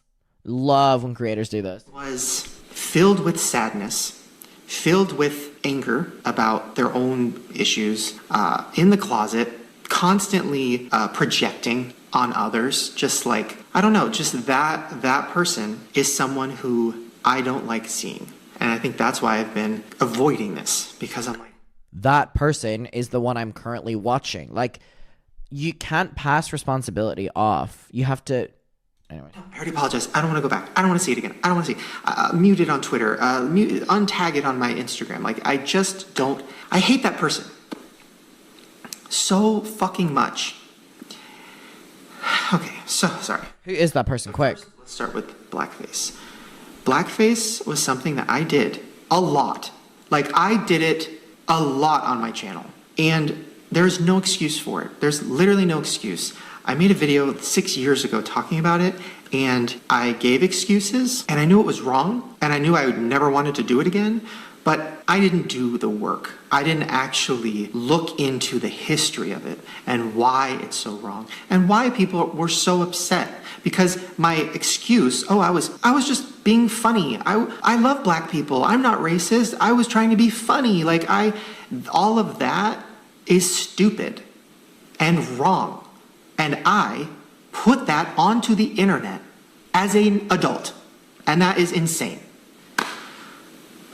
I'm so sorry. I am so sorry to anybody that saw that and that also saw that people were lifting me. Just remembered something. My old 2020 drama channel brain is coming back to me here. Shane Dawson actually had most, if not all, of these videos on his YouTube channel right up until this video. I just remembered that. He ended up deleting one of his channel's content entirely, like right before this video. He was scrubbing the internet of the content for a good month. And ultimately, people kept reposting it, which is why he ended up having to make this video. But I completely forgot about the fact that he was actually actively deleting the videos right before he made this video, but they were on his channels and he was making money off of all the things that, he's saying is so bad. Right up until this video of June 2020, he was making money off of all the things that he's saying is, so that version of me. Up and we're saying, you're so funny, Shane. Oh my God, you're so funny. Like, I can't even put myself in that head. I can't even imagine what it would be like to be black and to see this white fucking guy do blackface. And you mean content like that lived on your channel up until, recent. So it's like the whole internet at that time being like, LOL, that's insane. And I am so sorry. I don't know how to even. He's also passing responsibility off here. He's saying, like, I can't believe, like, you would have to experience the entire internet enjoying racism. That wasn't the entire internet. That was the audience that you harbored. So many people were introduced to racist content, racist jokes, racist ideologies because of you, Shane Dawson. You ended up building a community then of people that enjoyed racist content. That wasn't just the internet. Fully apologize because it seems like something that is irredeemable, or I don't know the right word, but it's something that I shouldn't even be able to get out of. I should lose everything for that. I can tell you this, I don't have hate for any race or any people with weight issues or any of that special needs. I don't have hate in my heart for anyone, but it doesn't make up for the fact that I made jokes about everyone. And some of the jokes were way too far. And I think this year specifically really changed me as a person. And I started seeing black people who I know, who I'm friends with. It's the same ideology with Jeffree's video. These creators are in their apology videos saying they're making reference to Black Lives Matter and saying, I woke up. I realized that I was the problem. But you didn't for the 20 years you were doing the content, and then the following years that you just left it on your channel and profited off of it. It took you witnessing black people in America being murdered every day, going to prison wrongfully. It took all of that for you to realize, oh, damn, I shouldn't have made that video. Is that not a built-in thing already? Who I've known for a long time. I'm seeing them openly talking about on their Instagram or Twitter the years of anger they've had about racist jokes, about blackface, about... But also, this doesn't really apply because Shane Dawson had black friends on his YouTube channel, and he was a part of a community that would rather have watched Shane Dawson as a white man make fun of a black woman than the black woman he was friends with. And that was a community he harbored. And he's aware of that. He also made content with black women in which he was being racist. Like, everything that they've gone through. And I felt like the biggest piece of shit in the entire world. I felt awful. And the biggest problem with me doing that and posting it on the internet was it made young people at the time who were watching me think it was okay. And that's the craziest part. It's like I've had people tell me, well, I used to watch your videos when I was a kid, and yeah, I never saw anything wrong with that. And that is scary because it made me realize, oh my God, I have been a part of such a huge problem and I have just been avoiding it. And that's wrong. So I'm so sorry. I'm sorry that I added to the normalization of blackface or the normalization of saying the N-word. That's another thing. I mean, and my justification at the time for that was, oh, it was, I was playing a character and it was in comedy and my black friend was there and, that makes it okay. No, it's not okay. And it's not a funny word, especially for a white person to say. Me as a white person wearing a wig and playing a character and doing stereotypes and then saying the N-word is something that I should have probably lost my career for at the time. And there's no amount of apologizing that can take it away and take away the impact it had and take away the amount of people that have been hurt by that or have felt like I was just, another white guy who can get away with everything. When I really looked into the history. but that's what he is. I looked into it years ago and it obviously disgusted me, it made me sick, I felt awful. But even at that time, I still was being ignorant and I was saying in my head, well, but I didn't do that. I was playing Wendy Williams or I was playing a character. That justification, that is wrong. I mean, I've watched so many videos on the history of blackface and how it was created to make fun of black people, to make them feel less than. And the fact that I, in some way, was a part of that, like the fact that the word blackface now will forever be attached. In some way, you just said that you brought up a generation of normalizing this. That's the level at which I have been lately. Just feeling very awful about myself, about what I did, about the jokes I've made, about the videos I've made. I'm wanting to disassociate from that person, but I can't. Now, there was one person who really tried to get through to me for a long time, and her name is Jessica Lee. And probably 7 years ago, she's a YouTuber, and she tweeted me, and we got into fights back and forth, and my audience at the time was saying racist things to her, and it was so toxic, and I'm so sorry, and it's so gross, and there's no amount of apologizing for it. And I think I was taking everything as an attack, which is so stupid. Like, looking back, that is stupid. I was taking it as an attack. Like, I'm not racist, leave me alone, I'm not racist. And, it's like, okay, but look what you're making, Shane. Like that, I don't know how I didn't see that. That is scary, and I'm sorry. But one of my biggest problems was thinking that criticism is being attacked. Somebody's telling me that I did something wrong, I'm gonna go on the defensive. And that's not. He also didn't see it as doing anything wrong because he was making shitloads of money about it. You know what I mean? A good way to live, and it's not a good way to grow and change and actually help people. So, speaking of Francesca, there is something on Twitter right now that people are sharing, and I got a text about it today, and my heart completely broke. And it was from my podcast from 5 years ago. Now, in the clip, I am talking about, the segment was about murder fantasies. Like, is there somebody that you really hate or you're mad at? And, have you ever fantasized about murdering them? And how would you do it? Where are we going? Stupid, gross, awful, something I would never talk about now. That podcast is a source of so much awful shit for me, so many regrets for me. And I loved a lot of those moments, but a lot of them were like, what do we do to make it crazier? How do we make things more insane? How do we make it more shocking? Like Howard Stern. Like, it just got to a point where I'm happy it ended because I wasn't even myself. I don't even know who I was at that point. Anyways, so The other person. I started talking about, figuratively murdering someone. and it was insane and gross. Now, she believes, and a lot of people believe, that I was talking about her. And I can say, if I had a Bible, I would put my hand on it. I can say, without a doubt, hand on a Bible, that was not about Francesca Lee.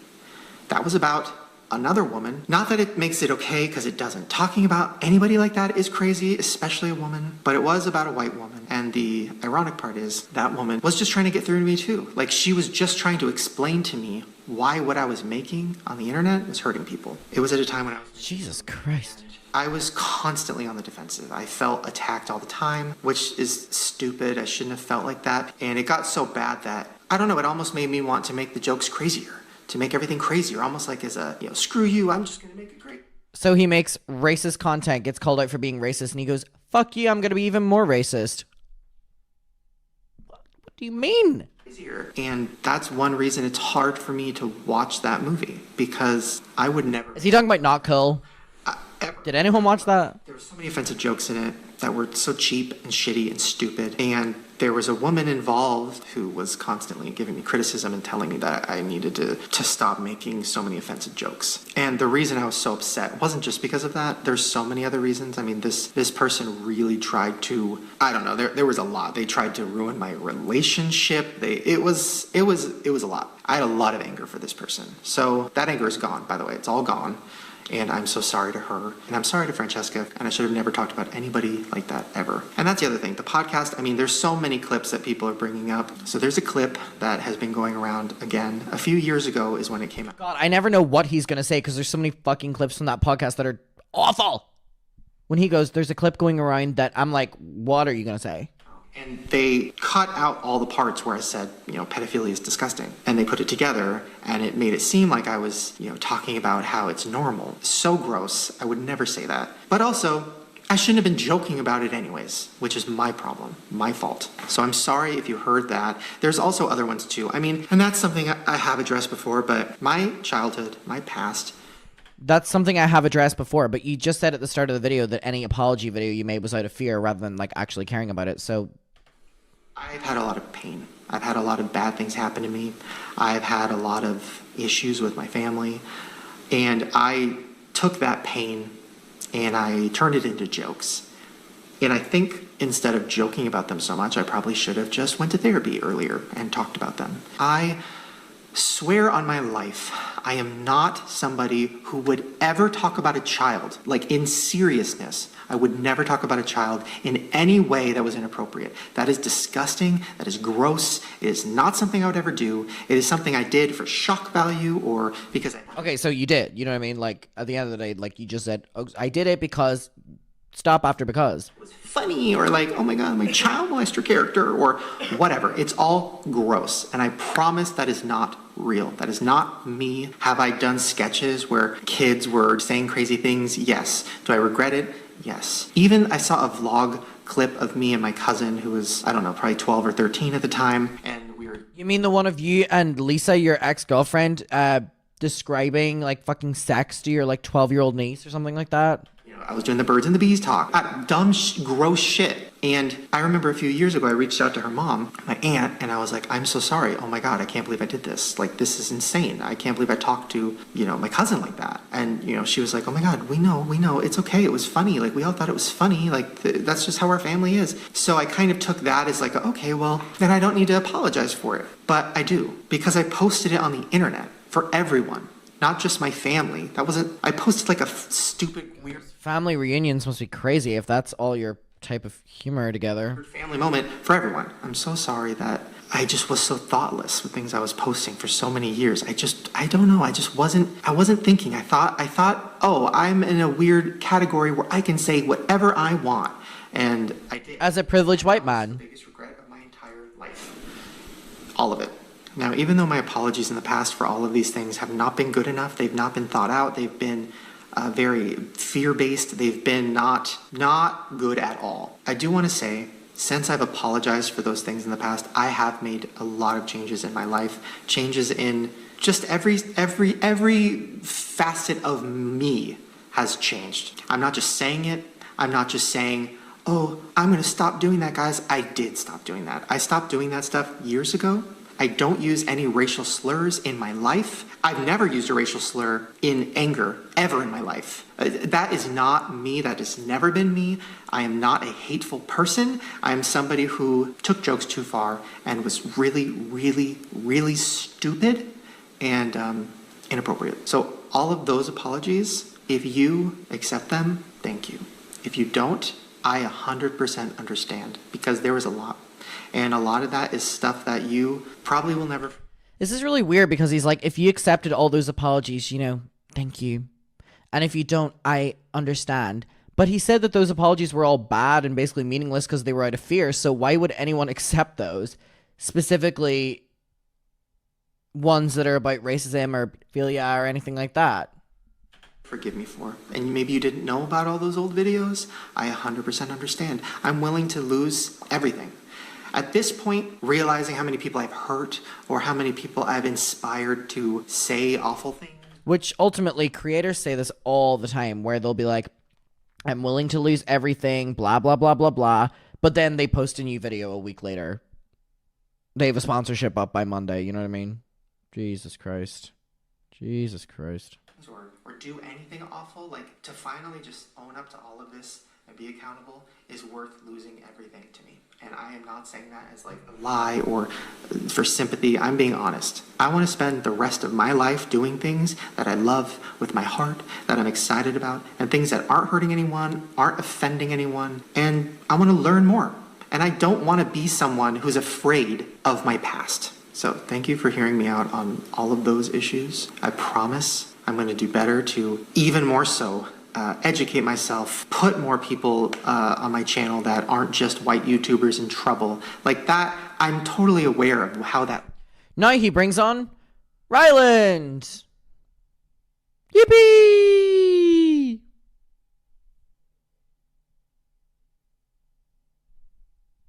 Yippee! His white brother. Yippee!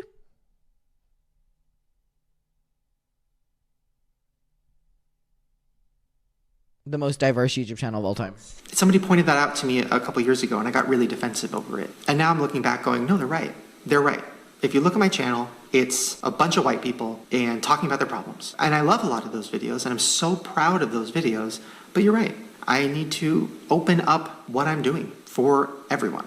So last week I went on Twitter and it had been about 2 weeks of me getting people constantly saying, address it, address it, address it, talking about the James and Tati situation. I was just going to ignore it. Oh my god, I didn't know he brought it up as well. I was surprised when Jeffree brought it up. Oh my goodness. And then when I started hearing, oh, Shane mastermind, the whole thing, it didn't sit well with me because it's not true. So when I finally addressed it, I wrote this Twitter note, which was such a mistake. I wrote it in... Oh my god, welcome to the circus. Do you want me to read that? We'll read it. For the conspiracy collection. And I woke up and I felt really weird. Like, we had been pushing the restock for so long that we finally had to do it. And when I woke up and it was out, I just felt so weird. I felt so guilty. I didn't want to I couldn't enjoy it. I didn't want to enjoy this restock when there's something that I haven't addressed that people are really, really upset at me for it. So I sat down and I wrote that essay, which I wrote it... Not welcome to the circus. It came across that way. It came across very angry, which it was, but it was also supposed to be funny. It just was... He goes, it was supposed to be funny and everyone thought it was angry. It was, but like... What? Huge miss in every single way. So the part of the Twitter note that I regret more than anything in my life was the part where I said... Humble pie size of the Empire State Building. James deserved a slice of humble pie the size of the Empire State Building. I only want to talk about this situation with love because I feel like that note had so much anger in it. It was just... But I thought it was filled with funny giggles and laughter instead of anger. And so I'm going to come at this situation by first apologizing. I'm sorry, James. Oh my god, James got an apology from both Shane and Jeffree in these last two videos. And Tati's breaking my silence. He had everyone by the balls. Sorry. First of all, nobody... Now the only people he has by the... Nobody. I'm not going to make that. The whole internet ganging up on someone. Nobody deserved that. And who am I to say that somebody needs to be humbled? Me. Like, who am I to say that? I literally have put so much hate onto the internet over my last 15 years of YouTube world. Like, I have put so much shit, and I'm sitting here like, well, because I changed and because I'm nice and this and that, like, yeah, you need to be humbled. It's like, that sucks. I hate that. That was so immature and gross, and I'm so sorry. And I know a lot of people were saying that, well, why did you say you're leaving the beauty community? You were never in it. And you're right. I don't know why I said that. That was stupid. I was never in the beauty world, because a lot of the beauty people that I watch, and I'm not just saying that, I think a lot of people think I'm lying when I say I really love the makeup world and I'm really invested in it. It's crazy how you just dropped it after you made the money, though, right? I'm not lying. For the last year, I've been watching beauty channels every day. My whole homepage is just beauty channels, and it's smaller ones. So to know that I hurt those people who aren't problematic and who just love makeup and who have been working their ass off for years, for me to shit on that, I am so sorry. Also, I'm aware of how hypocritical it is for me. Shitted on him. Above this tea and drama channels and drama, and I'm not like that, and that is so stupid. It's so dumb. At that moment, I was so upset with certain things. It was just me being upset. And it is hypocritical. I mean, I watch drama videos, but when it's about me, oh, now it's a problem. Like, hey! How hypocritical that is, and I'm so sorry. This is a huge one. I'm aware that I hold my friends or people I care about to a lower standard than I hold other people. That's wrong, and I'm so sorry. I think I get attached to people who have a heart, and maybe it's covered in a lot of stuff. Because he's an empath. But I almost feel like I am attracted to other broken people who have issues, and I want to help them, I want to fix them, or I want to help people see a better side of them. And I'm aware that I'm friends with some people that... My God, Tati said the same thing as well. She likes to help people, fix people. Oh my God, y'all need to focus on yourselves. I've done some bad things on the internet, and I don't condone it, and I don't co-sign it, and that is... It's so interesting. He's like, some of my friends have done things I don't, co-sign, and then Jeffree was like, I don't agree with Shane's whole behavior and he doesn't agree with mine. I love that they both addressed each other very loosely. Something that I've always addressed with them privately. I'm ready to own up to this stuff, and I'm ready to hopefully show you guys that it's okay to admit when you're wrong. Wait, wasn't Shane's comeback video after this a video in which he made so many jokes about being cancelled? He was like, we apologize. Yes, we do. We get cancelled. Yes, we do. So he came back and made fun of it because he took like a year off and came back, and literally his first video was making fun of it. It's okay to be past self for making mistakes, but also it's okay if people don't want to accept your apology, or if people don't want to support you anymore. That's okay too. And I understand. If you watching this video right now feel that way, please, I don't ever want you to feel like I'm forcing you to forgive me. That is not what I want to do. And I promise that I'm going to show you through my actions. And I promise that whatever I do next will be putting good into the world. And it won't be putting hate or drama or anything negative. And I'm going to stick by that. So thank you for watching this. If you watched the whole thing, thank you so much. And I hope that you learned some lessons from me, especially if you're young. I hope you learned a lot of lessons from everything that I have done, put out into the world, mistakes I've made. Just because we're young doesn't mean that we're racist. I'm gonna be honest with you, or make pedophilic jokes. I'm gonna be honest with you, babe. All right, I'm just looking on his channel really quickly from when he posted this video. Where was it? Taking accountability. And then the video was The Haunting of Shane Dawson, which was the comeback. And the entire start of the video is him making jokes about being cancelled. Wait. I don't know how to do this. I have a fun say. But we'll get to that. I didn't read it. But we'll get to that. Okay, hold on. My drink is right here. What else do I need? Oh my God. So, this is a sign in my new house. This was here when we went to the open house, and I loved it, but I never actually read it. I didn't read it, and then, after we moved in, I saw PewDiePie made a video making fun of it. I'm sorry. Oh. It's just so cheesy, but it's cute, right? In this house, we laugh a lot, we count our blessings, see, I can't even get through it, but it's really cute. I still don't like it. We say, I'm sorry. Yes, we do. Don't worry, I'll get to that. Oh gosh. We make mistakes. Yes, we do. I'll get to that. We forgive quickly. How about you get to that? Okay, now you So anyway, his comeback video was literally making fun of it. He took a year off and he came back and his first thing was making fun of it. Yawn. Yawn. Anyways, let me know your opinion of that. I want to go watch a Jana Marbles video after this. You gonna join me? I'll see you in my next one. Goodbye. Hi, muckers. Welcome back to my YouTube channel. I hear you. We're starting it. Oh my goodness. I said maybe a week or so ago that I was going to start watching the coverage. I actually said I maybe watch the coverage of PewDiePie doing Dramageddon 2 with Bye Sister. And oh my god. Ooh, I have not heard the end of it. Oh my god, we're going to start. We're starting. So basically, if you do not know, PewDiePie was actually a big member involved in Dramageddon 2, Bye Sister. PewDiePie was actually the reason that James Charles made the No More Lies video.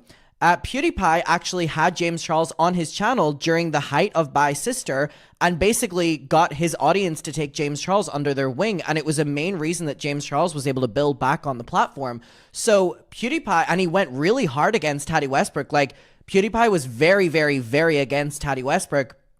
And so I have seen one or two of these videos, but I never watched all of them. So we're going to do this together. But yeah, it is crazy how much PewDiePie is involved in this lore, and most people don't even know about it.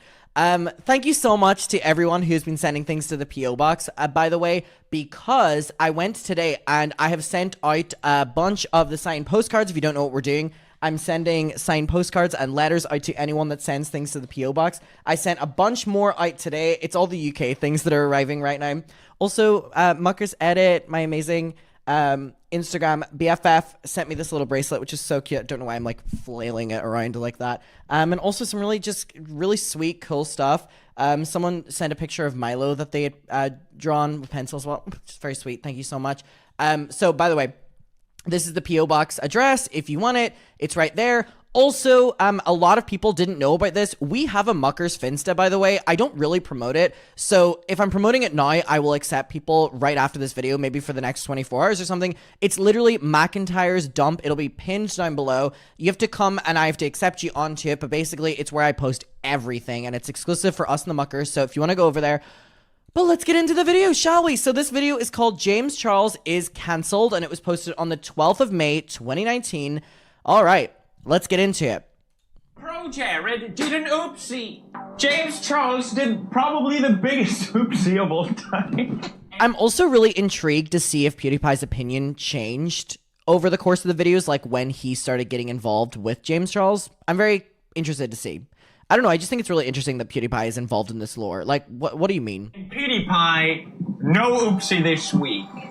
I'm Glory Poopy, and you're watching Pew News. Oh my god, I remember Pew News. I remember this.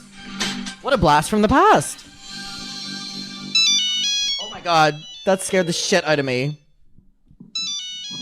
What's that? PewDiePie did do an oopsie this week? Damn it! PewDiePie here. I'd just like to apologize for my oopsie this week. I don't know where to begin. I thought the dog from Up was the dog from Pets. When the dog from... I am still yet to see Pets, by the way. I went to the Universal ride and I loved it. Okay, James Charles, biggest oopsie of 2019. Let's get to... Oh, sorry, look at the edit. The son of James Charles over here. Okay. Wow, I'm excited to see his first take on this. James Charles will have a scandal similar to the one he's had before. James Charles, absolutely not. Bum, bum. Oh my god, I remember this. So there was a predictions page, like you just saw, and it would do like yearly predictions, and they had tweeted that James Charles will be in a huge scandal, and I remember he had quoted it and being like, absolutely not, and his tweet went viral, and then ultimately the biggest scandal of his career. Oopsie doopsie whoopsie poopsie. This is a big one. James Charles going down to 16 million subscribers. And the internet could not be more thrilled. Congrats on 15 mil. Been here since 16. James Charles losing. This is crazy. Oh my god, this final Monday in May, I guess, was the last time he gained subscribers for quite some time. Holy shit, it started with 4,000, 9,000, 5,000. Because keep in mind, if you're like, why was there only 4,000 people unsubscribing? He was also gaining subscribers during this time, so it was like leveling out. But then we start getting into minus 500,000, minus 1.2 million. That is 1.2 million people in one day are unsubscribing to you. Like, most people forget that they're subscribed, and also most people aren't subscribed. I see you, by the way. Fucking 72% of people that watch my videos in the last 2 weeks aren't subscribed. Go fuck yourself. But like most people like don't know if they're subscribed or not. So for 1.2 million people in one day to go out of their way to unsubscribe to you, whoo, that is crazy. And this day was when he gained 19 million views. So this is probably one of the peaks of it. Lord Almighty, 1.4 million subscribers. Breaking records in losing subscribers faster than anyone has ever gained subscribers. So what happened? Well, YouTuber Tati Now the crying! made a video called Bye Sister, a clever play on words, because James Charles' slogan is Hi Sisters. And keep in mind, Shane Dawson wanted to help name it, so that came from the most clever YouTubers of all time. And she called it Bye Sister. The T. Now this video is 43 minutes long, so I did the favor of watching it for you. You are welcome. Jesus Christ. Can you not make it any... There's something really crazy about imagining PewDiePie sitting down and watching a 43-minute long drama video from Tati Westbrook where she's like posing the entire time and like sucking dick and cock, and you did it at my birthday dinner. More or less concise. 43 minutes. You expect everyone... people know James Charles already. He's pretty... I think most people in the beauty community kind of... Yes, they're really big, but in the beauty community, but James Fucking memes. figures that kind of...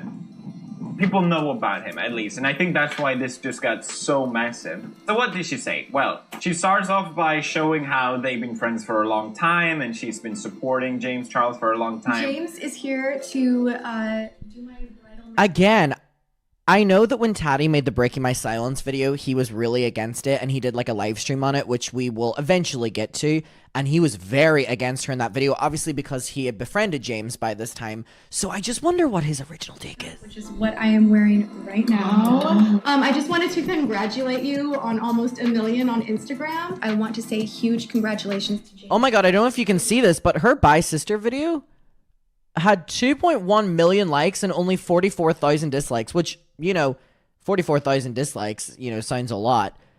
But in the grand scheme of things, Sebastian Williams, I just saw that YouTube channel in the recommended of PewDiePie.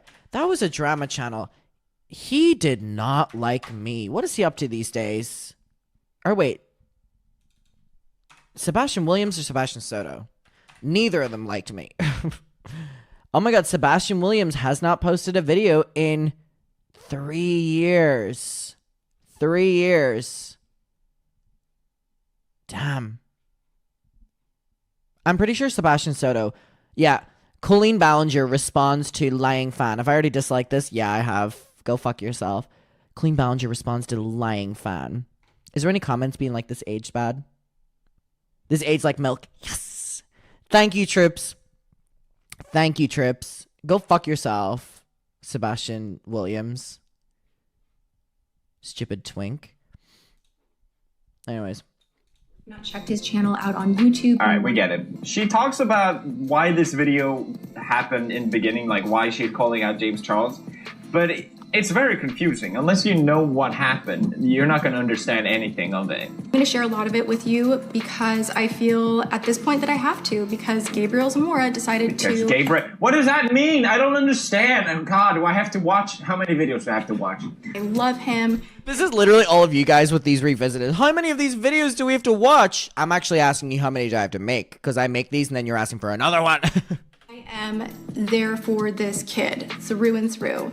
So she's been supporting James for a long time. Then she talks how fame has changed James Charles. Fame, power, and a fat bank account will change almost anyone. And if you don't have people that will tell you to your face that you're doing the wrong things, you will change. And then she finished off by completely disassociating herself from James Charles. it feels like she feels responsible for creating this monster that is James Charles, and it makes sense So dramatic. with that. I don't want to be friends with you. I don't want to be associated with you. And I need to say that very publicly so that this chapter can just be closed. She explains some examples of how she helped James Charles with contracts and her husband helping him and all this sort of thing. He didn't have money for the flight or hotel, so I paid for that happily. But your family, how can I help you? My husband would spend hours on the phone looking over contracts, getting him in a better position. So we helped him get into a style hall back when basically no one wanted to work with him because of his Ebola scandal. And then finally, I think the most hard-hitting thing is about how James Charles kind of used his fame and power to get straight people into getting with him. That's sort of his kink, it seems like. Okay, all right. And she calls out what's problematic about that. Literally made me want to vomit. Oh my God. You tried to trick a straight man into thinking he's gay yet again, and somehow you're the victim. It's really disgusting to manipulate someone's sexuality when they are still, you know, merging into adulthood. Haven't figured out yet. You are using Your fame, your power, your money to play with people's emotions. You're threatening them. Oh, fuck. Thing to embarrass them. That's basically the gist of the video. James Charles, not a good person. I think there's plenty of reason to dislike him. I mean, we've seen so many strange things about him. As soon as anyone says anything about James Charles, you'll get this tweet saying, "This is not funny, delete this immediately or my lawyer will be in contact." Okay. Full disclaimer, I'm not excusing his behavior. I don't think it's right. But with this massive amount of backlash, he's facing this. Okay, interesting. So basically, it started off as PewDiePie not necessarily having a problem with Tati. It ended up turning into that once he became friends with James and Tati made her video, you know, crying, the Breaking My Silence one. Then he turned on her, you know, PewDiePie hated her. But I think PewDiePie is coming at this very clearly from the perspective of someone who has been canceled a lot on YouTube and has faced a lot of losing subscribers, losing brand deals, being dropped in the media, like, which is what was happening to James. So I think that PewDiePie is coming from a sympathetic standpoint here just because he's been through it as well, for different reasons, many of them. So I think that that's why he probably had a soft spot for James and why he took him, you know, under his wing. Biggest sub drop that anyone's ever faced on YouTube. Look at all the controversies that has happened on YouTube. Is this really like that comparable? It seems to me that a lot of people respect this Tati figure, at least in the beauty community. And James Charles is already this controversial figure that people aren't really sure about. So for her to make this big stance of disassociating herself from James Charles, it seems that a lot of people are just latching onto that just to shit on James Charles, which I get it. It's funny. It's like everyone is like, ha ha, unsubscribe, ha ha ha. Because there are a couple things about this that genuinely bother me. I mean, what he's saying there is true. So I'm going to have to get rid of captions so I can make this video bigger. What he's saying there is definitely true, and we've said it before, that people respected Tati, which is why they gravitated to support her in this video, and also people were looking for a reason to hate James Charles because he was just fucking annoying and getting involved in so many petty little things that basically everything worked out well against James Charles. When I saw it, why did this video actually being made? What caused her to get so upset? It's not really clear in the video, at least unless you understand what happened. I looked into it, and the whole thing makes even less sense. At least, you know, for an outsider, I could still misunderstand things about it, but this is what caused the controversy. This Instagram post. To Sugar Bear Hair, I met their team weekend one at Coachella, and they really helped me and my friends out with God, if James could go back and not make this, wouldn't he? Fuck me. security because it was crazy. You guys probably already know about their iconic hair vitamins, but they just came out with brand new vegan sleep vitamins, and first of all, they taste so bomb, but most importantly, I hate influencers. I hate the fact that he's like, they taste so yummy. I love these. promoting like these fucking vitamins to his audience, and he didn't even have the time to try them because he literally got the sponsorship a couple days before this. Evil. And it always comes late at night when I'm laying in bed thinking, which is not fun or fresh. So I've been taking these 30 minutes before bed, and they've been really, really helping. So if you guys the way he's just lying. James Charles is dealing with existential dread. Just take some sleep vitamins. Okay, that's it. That's what caused his whole thing, and that is what caused Tati to go on Instagram and post this big rant about how upset she was. When you do so much for people. Video. And she goes, I just want to lift the veil to show you that I'm a real person and you're my friend. She kept saying that. Don't even see you. So why was this a big deal for Tati? Well, Tati has her own brand of vitamins, which are health and beauty vitamins. So for him to not promo her friend's vitamin product and promote some other product, apparently she felt very betrayed by this. I'm just so upset. The product that James promoted was for sleeping. came out with brand new vegan sleep vitamins, and first of all, they taste so bomb. But Tati's product is for health and beauty. Yes, the company does do those type as well, but he specifically held up this bag of bottle of sleep pills, and that's what. That is something very fair to admit, the fact that, yes, Sugar Bear Hair is a competitor, but at the end of the day, Tati Westbrook wasn't selling a sleep vitamin, she was selling a hair vitamin. I'm sure they all fucking have the same shite in them, but that also is a very valid thing, and to think that James Charles had promoted, you know, Tati Westbrook's Halo Beauty vitamins before, so he had promoted them, but Tati, make some sleep pills if you want him to promote that, you know what I mean? Like, that wasn't really a rival product, it was a rival company. We talked about to sleep. So after Tati made this post on Instagram, James Charles deleted the post and apologized, said, I want to publicly apologize to my close friend Tati. She's been like a mother. I really wonder how James was able to do this, because there's a thing in contracts whenever you have a sponsorship that you have to keep it up. It's normally like a year, at least, if you sign the contract. So I wonder how he was able to basically be like, I apologize for doing that sponsorship. Maybe because they got so much attention from it that they didn't care. Support, and this weekend I did an Instagram story for vitamins because they helped me with security at Coachella. I did not accept any money. Tati has a vitamin brand which I take daily. I did not think about the competition, which was a major. He literally says in this he takes her vitamins daily, which Sugar Bear Hair could have been annoyed at. That I hurt someone that I truly love and have endless respect for. So he deleted the post, didn't take any money, and apologized. Maybe I'm naive. Seems to me like this was an oversight. From a creator's perspective, I've done this too. A brand does you a favor and you just be like, all right, fine, on Insta-chat. We're cool now. It's kind of like a throwaway thing. It doesn't seem impossible that this was just a mistake. You know, it seems like the kind of thing where they could just call each other and resolve this.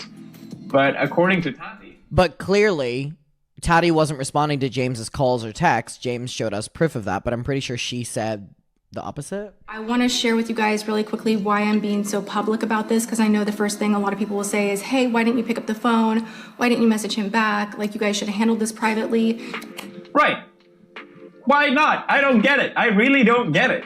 So let's hear the motivation to why she decided to make this video to destroy James Charles' career. I was planning on hopping in my car and, you know, sitting down with him, but I changed my mind very, very quickly. She was planning to talk to James, but she changed her mind. Why? When I found out that he had been giving his side to drama channels, he had been in contact with plenty of them. Because you message drama channels! All about damage control and had little to do. But she was also messaging drama channels. So basically, she didn't resolve this privately with James Charles because she found out that he's been talking to drama channels. Something that she admits that she's done as well. She said she talked to... I have spoken with 2 drama channels that reached out, and one of them is Here for the Tea, the other is Tea Spill. So she's spoken to drama channels as well, and this is the reason why she didn't want to talk to James. Well, if you go to one of the drama channels that she mentions, Tea Spill, they post that James Charles said this: "Until Tati feels comfortable and ready to talk to me in private, I don't feel comfortable commenting about her publicly." I immediately knew that this was all about damage control and had little to do with his character. Wow, I had never seen that actually. I had never seen that before, that James Charles said to T-Spill he wasn't going to comment on Tati. But yet Tati said that he was I'm sure he was. I'm sure Tati was as well. But I mean, it just seemed like she just wanted to make the video. She was mad that he talked to drama channels because she thought he was going to expose her. This is what he said. I really don't get it. Basically waiting for her to be comfortable. I just don't think what Tati did is that justified. She says how fame changed James Charles and that she's been this mentor figure for him. Fame, power, And a fat bank account. will change almost anyone. She says she tried to be that person for him, but I think it's worth noting here that Tati is 37 years old. James Charles is still a teenager. Yes, he's 19. 19 and 37. His behavior, but for a mother figure to just completely drag this kid, no one has a problem with this over something that could be resolved in private. I have plenty of YouTubers I mean, he makes great points. to me publicly that has been humiliating, but either we talk it out in private or I just stop being friends with them. It's not that difficult. I can't imagine just making a video publicly dragging someone instead of talking to them, ignoring their calls and just be like, I'm gonna drag this person online instead. It feels very manipulative, this whole thing. Maybe you don't agree with me on that, but I have a few more points to prove that, and it's how she talks about her brand. If you ask people what did James Charles do, people will say, oh, he tried to manipulate people about their sexuality. That was the big drama, right? But then what has that to do with Tatiana's brand? Good enough on its Not Tatiana. I mean, again, we said this when we watched her video. With this new perspective, you really do realize that her Bi Sister video is one big promotion, whether it's for Jeffree Star Cosmetics, that PR package is some reason in the background, or whether it's her talking about how amazing her products are. And again, she's separating herself from Sugar Bear Hair by saying about how great hers are and how people need to try hers and blah, blah. She really did the promotion. She did the same thing that Jeffree did in the, what's it called? Doing What's Right video. God, there's so many fucking titles. Where he's, using that opportunity for an apology video or an exposed video to basically promote his brand. Tati did the same thing, and I'm glad Felix is picking up on it. We're selling like hotcakes. Like, I don't need to at this point. As we grow, maybe I will, but that's not where my spend is. Like, I'm not gonna put. I really would love for it to leak how many sales she got after Bi Sister. I want that to leak so bad. I want to know how much she profited off of this. Not only the video, but like sales. 100,000. Heck, even I wanted to buy it. Instagram post for someone to jam a pill in their mouth and smile that probably isn't taking it.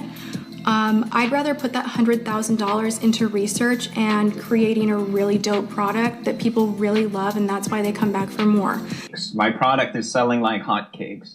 I just care about spending money to make my product as good as possible. This is an ad. Go with my intuition and to like really, really try to do the right thing and to be a good person. And I know I'm a role model, and that matters to me, and that has gravity to me. People see me as a good person, and I know I'm a role model.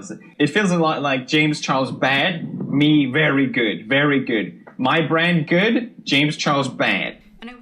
I mean, yeah, she definitely is making a separation as Tati being good, but also that her brand is being good. And I think the reason for that is because for her to take down James Charles, she needed to be liked, which is why she is complimenting herself and speaking so highly about herself. And then I think the reason that she's talking so highly about her brand and separating it from Sugar Bear Hair is because this was the opportunity really to one-up Sugar Bear Hair. And for a time being, she did. And let me also share that when I do reach the level of success that I hope to with Halo, I'm going to make a lot of positive changes. I have huge plans for what I want to do to give back, and I have a... If you want to do good with this brand, she has plans for huge changes to do a lot of good, then just do it. Saying you're gonna do good things means nothing, okay?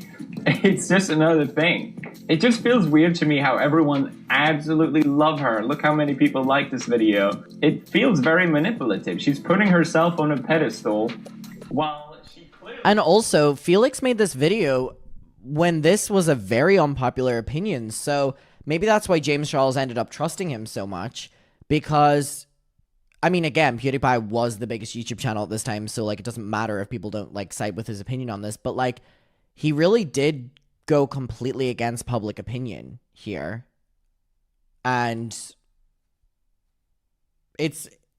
that would be a daunting task for someone who's not involved in the drama community, because there's a lot of information you miss. But I mean, ultimately, not all, but most things he's saying aged very well. He was completely fine not outing this behavior about James Charles, essentially abusing people's sexuality. And as long as James Charles would have instead promoted her vitamins, she would have been fine with it. She would not. We made this point as well. She only had a problem with the sexual stuff when her brand was in trouble. Just because it was an opportunity for her to do that. And I do have a big problem with that.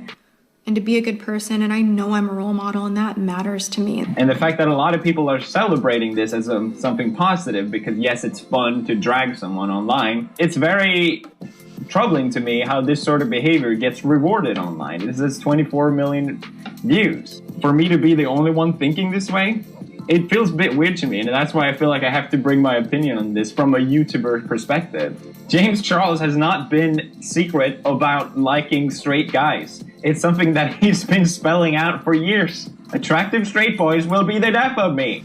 You have an issue with straight boys. Not Rylan. Work it out. I'm working on it, girl. You have to be able to find a masculine gay guy. I mean, there are a million of them, but there's no challenge in that. That's never going to end in a relationship.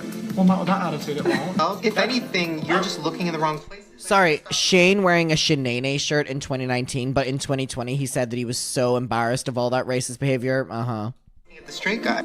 So people were fine with this until it became a big deal. Until it's like, oh, okay, now everyone's unfollowing James Charles.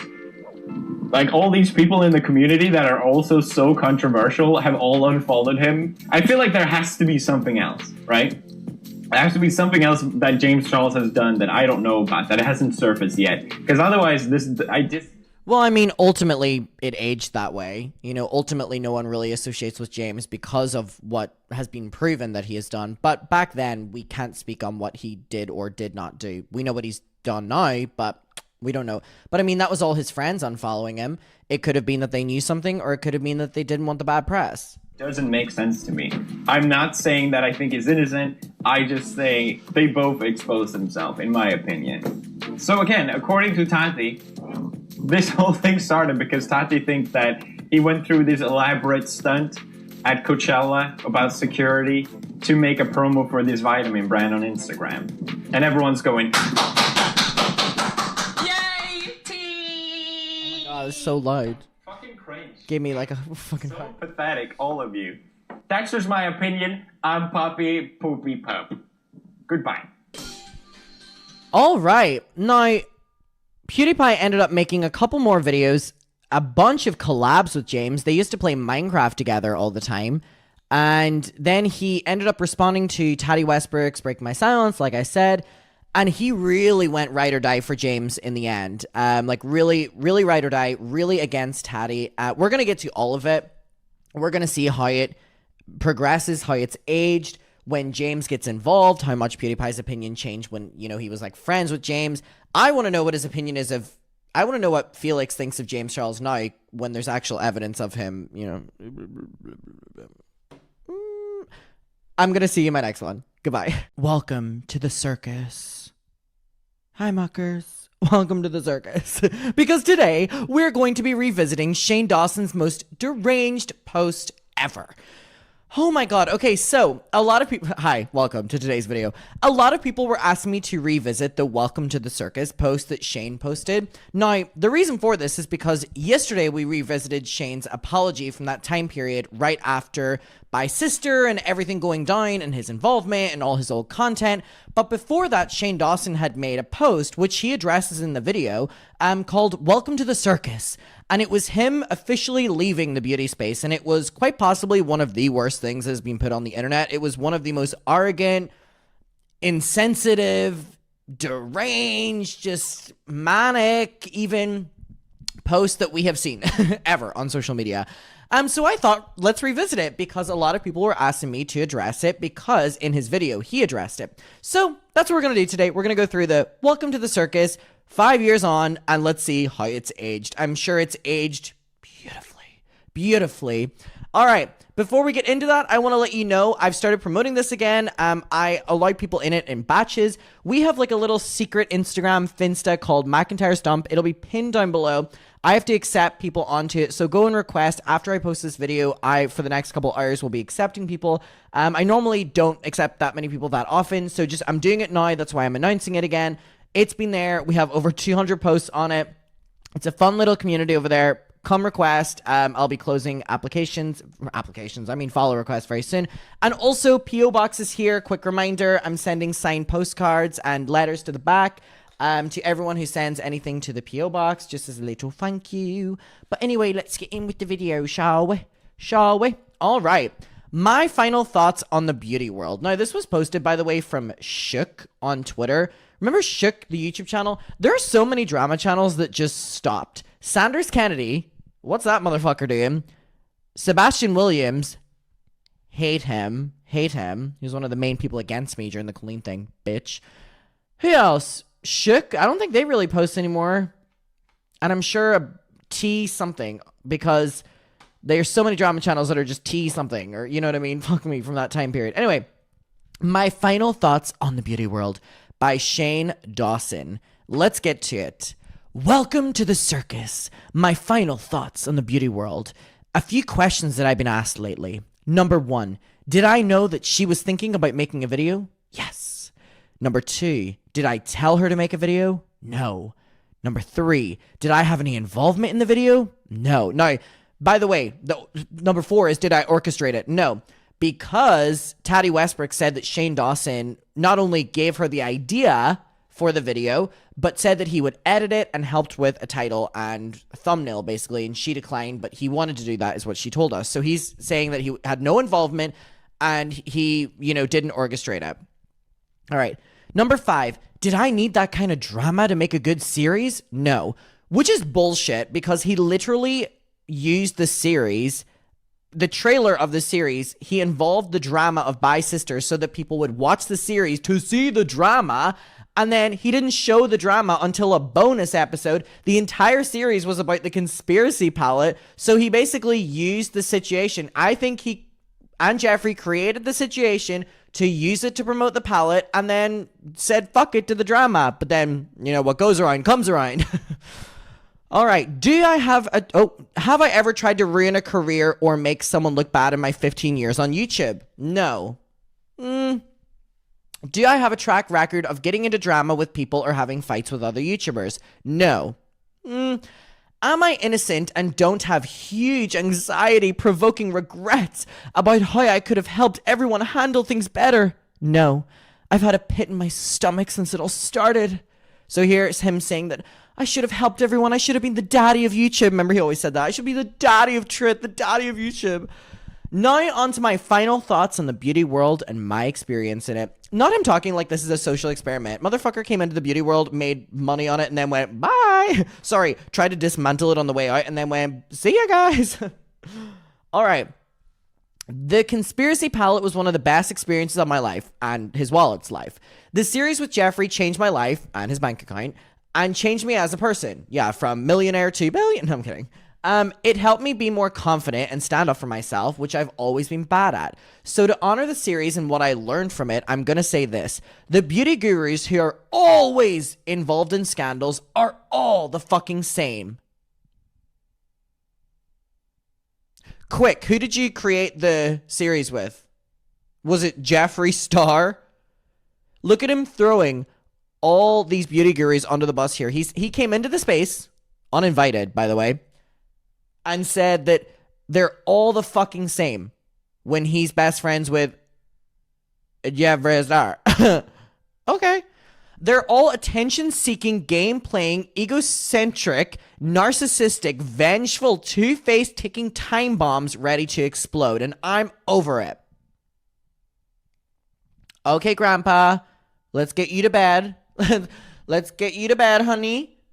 Whoa. They're all the fucking same. They're all attention-seeking, game-playing, egocentric, narcissistic, vengeful, two-faced, ticking time bombs ready to explode. Whew, it's like a Gabby Hanna poem. My goodness. Hi, Gabby. Hope you're doing well. Can I come back into focus? Hey. Hello. Am I in focus? Am I just not wearing my glasses? I've actually lost my glasses. Can't see shit these days. This is so funny because he's best friends and created the series with Jeffree. He's saying that his experience being in it with Jeffree has taught him that all the other people are like that. Please. If I could describe Jeffree Star, it would be attention-seeking, game-playing, egocentric, narcissistic, vengeful, two-faced, ticking time bomb ready to explode. It's kind of fun, actually. Whew. Give myself a red face there with all that energy. Yes, they are talented, creative, smart, and love makeup. But they also joined a site of the internet that is obsessed with... I thought you joined that.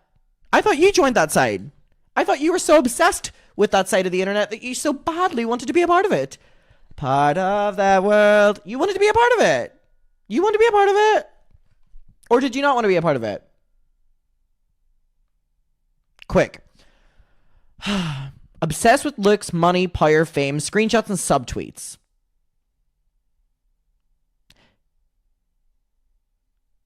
Jeffree and him have done all those things. Releasing private text, voice memos, emails, and other receipts as a way to paint yourself in a particular light or someone else in a bad one. He goes on to say Jeffree is in the list of dramatic beauty gurus. However, holding voice memos, releasing private texts, emails, receipts to paint other people in a bad way. I'm pretty sure one of the only people, or most famously, that did that was your BFF, Jeffree. So that's why he goes on to say, I'll never engage in that. It's weird to me, even though he's friends with Jeffree. That is a game that they know how to play well, and I'd rather eat my own hands off than play it. But then he had to say, yes, Jeffree is in that list of dramatic gurus, and he would admit that. Okay, then why do you have any right to call anyone else out in the industry of beauty gurus? You came into that industry, right? You came into it and are now trying to talk shit about all these people, but then Jeffree Star, your best friend, is the biggest contender of all this. This is the most manic thing I've ever read in my entire life. And he will always be family to me. Okay, so you can be attention-seeking, game-playing, egocentric, narcissistic, vengeful, two-faced, ticking time bomb ready to explode. But Shane only has a problem with you if you're not family, like Jeffree Star. This is bullshit. God. This is aged terribly. Terribly. Terribly. And I love him despite those characteristics. So why don't you love the other beauty gurus? Why can't you learn to love them as well if you love Jeffree? Arguably the worst, by the way. He's very aware of the fact that I don't agree with many of the ways he approaches situations, and I've been very honest with him about him needing to make some changes. I'm glad to see that Jeffree Star has applied all of that in his life. Shane, he's a completely different person since you've met him. Not worse at all. I can't take that drama anymore. As for the beauty world, I can't take the drama anymore. It's not how I'm wired. So I'm out. Me after creating a shitstorm in the drama community. I don't want to be a part of that. So not me. So not me, darling. It's just not me. It's not my vibe. It's not how I'm wired. It's draining, exhausting, depressing, and sometimes amazing. What? Not him going, it's draining, exhausting, depressing, and amazing. Okay. So do you love it or do you not? But for me, the amazing is outweighed by the bad. I can't have a pit in my stomach every day waiting for the next scandal or the next exposed video. It's going to give me health issues. It's going to give that, well, yeah, that is. It's going to give me health issues and I'm done caring about it anymore. I've never been involved in drama with another YouTuber ever. That is not true, by the way. That is literally not true. And the second I decided to go to do a beauty series, boom, I'm in a hurricane. This was not your first rodeo, honey. So did I plan Dramageddon? Are you serious? No. Do people in the YouTube world come to me like a... God, no one loves themselves more than a YouTuber, right? Do people in the YouTube world come to me like a grandpa and tell me their problems and ask for advice? Yes. Not anymore, I'm sure. Is it easy for me to get wrapped up in something potentially toxic if I think someone I love is hurting or upset? Yes. It's an issue I need to work on and have been working on. He's basically saying here, the issue he needs to work on is loving too hard and being the best person ever.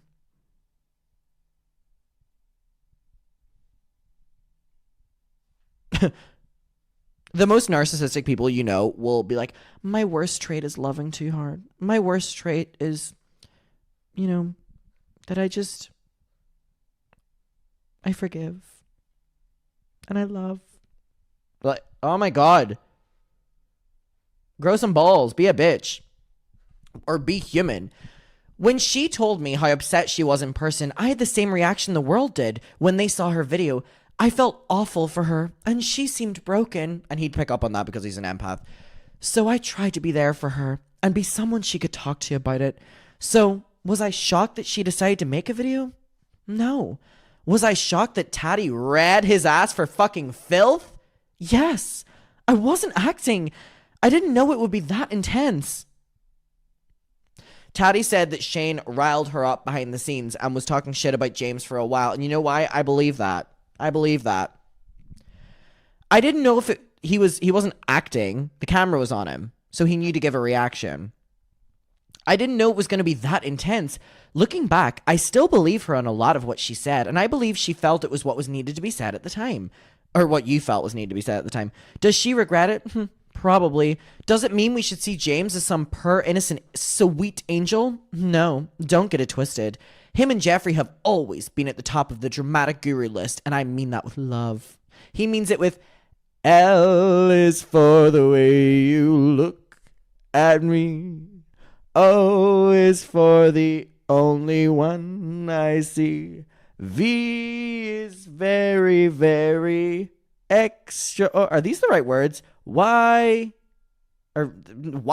E is L is for E is da da da da da. E is for Shane Dawson. Did I warn James about the video? What does E stand for? L is for the way you look at me. No. No, I didn't warn James about the video. Why? For reasons I'll never discuss. What are we doing? What is this? Ugh, fuck me. We've spoken privately on that, and that's that. Ooh. Do I think James is the devil? No. Do I... Ooh, here's the line, y'all. Here's the line, y'all. Do I think that he is a young, egocentric, power-hungry guru who needed to be... From the top. Do I think he was a young, egocentric, power-hungry guru who needed to be served a slice of humble pie the size of the fucking Empire State Building? Yes. In all capitals. Imagine Shane Dawson saying that someone is egocentric, power-hungry, needs to be served a slice of humble pie the size of the fucking Empire State Building. If Shane Dawson ever said that about me, it's game over. It's game over. Has he grown as a person since then? It really seems like it. Not him going, maybe. And that's amazing. I'm truly happy if he's realized how his ego was affecting others, which he did address in his No More Lies video. Do I think Tati is a villain? No. I think Tati was sick of being treated like shit by so many in the beauty world and finally snapped. And damn, did she fucking snap all the way off? Oh, this part's so cringy. And did she snap all the way off? Holy shit, she really said, fuck it, and beat her face to the gods, popped that ring light on, and went full Game of Thrones on that shit. Shane Dawson is like a 31-year-old man writing this. God. Say what you want about her. That video will be in history books. I agree with you there. Herstory books. Fucking YouTube Rewind even gave it an acknowledge. Did it? I can't remember that. Damn. Okay, sorry. Back to my rant. Do I think Jeffree orchestrated this whole situation? No. Tati's a strong woman who made a choice. Do I think Jeffree was also upset by some things with James and some things he'd heard behind the scenes? Yes. Was Jeffree excited to see a competitor fall? Probably. He's Jeffree fucking Star. What do you expect? I guess I missed the part where he got baptized and devoted his life to Christ.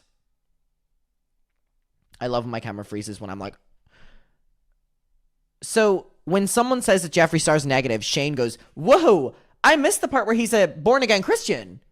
But wasn't the entire first light of this Shane being like, those fucking beauty gurus are nasty fucking bitches? Like, why is it different for Jeffree? Oh, he's your friend. He made you a lot of money. Okay. Okay. All right. Okay. All right. We get it. Fine. Did Jeffree take it too far and fuck up big time by tweeting what he did? Yes. And it's one of the biggest regrets of his life. Well, I'm so glad we're hearing that it's Jeffree Star's biggest regret through Shane Dawson's notes app. God, I completely forgot this is a notes app. How typical. Oh my God. This all happened over a year ago, and I'm really sick of hearing about it and having people constantly use it as a way to keep my name in their videos and their drama videos. Hey, baby. Hey, baby. It never ends.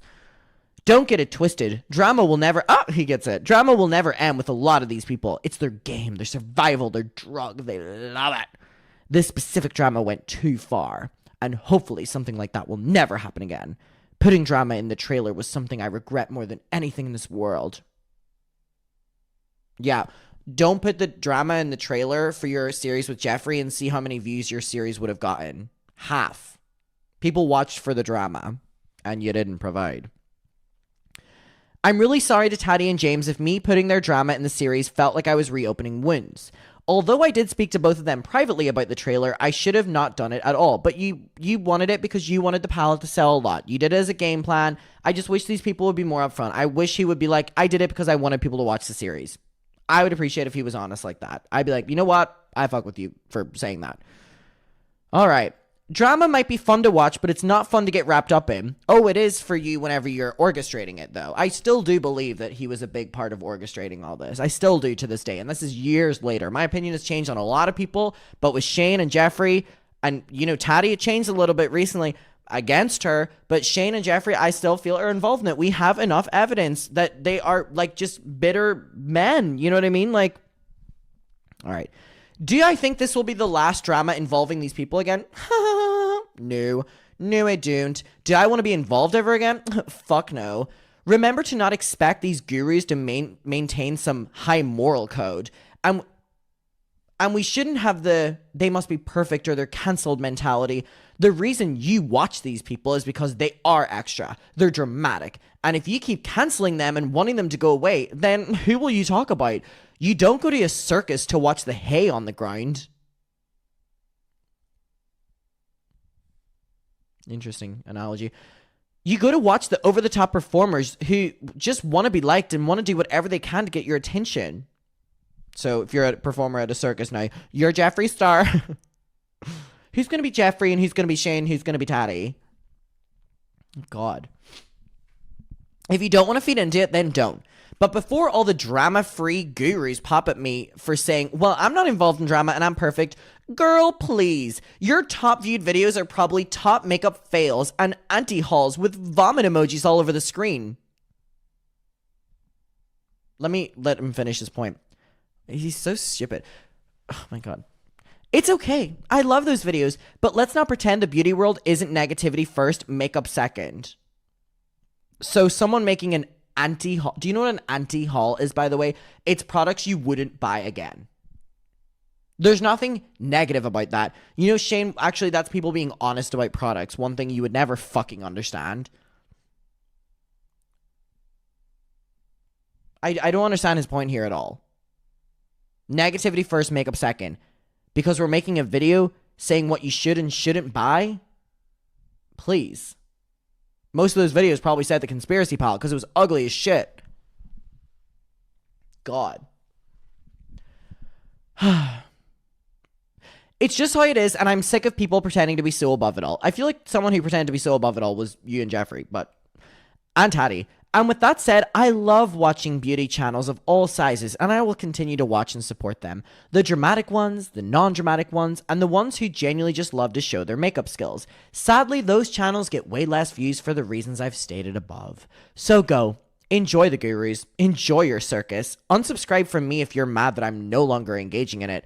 Unsubscribe to the gurus who you don't like. Subscribe to the ones you do like. Just don't take the beauty world as seriously as I did, that we did in 2019. It's not worth it, and I lost a bit of my soul during Dramageddon.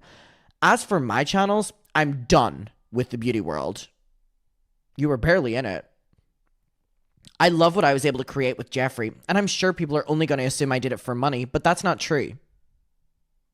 Has he ever touched on it again? I just am choosing to no longer be a part of that world. I'll still watch beauty videos, buy and play with makeup. That hasn't happened. That hasn't happened.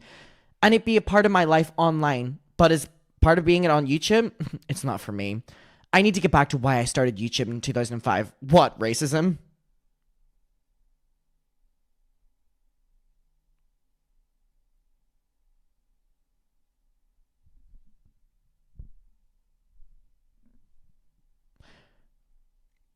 To make things that bring me joy, not drama. Well, yeah, you find joy in fucking racist stuff. Maybe not drama, but...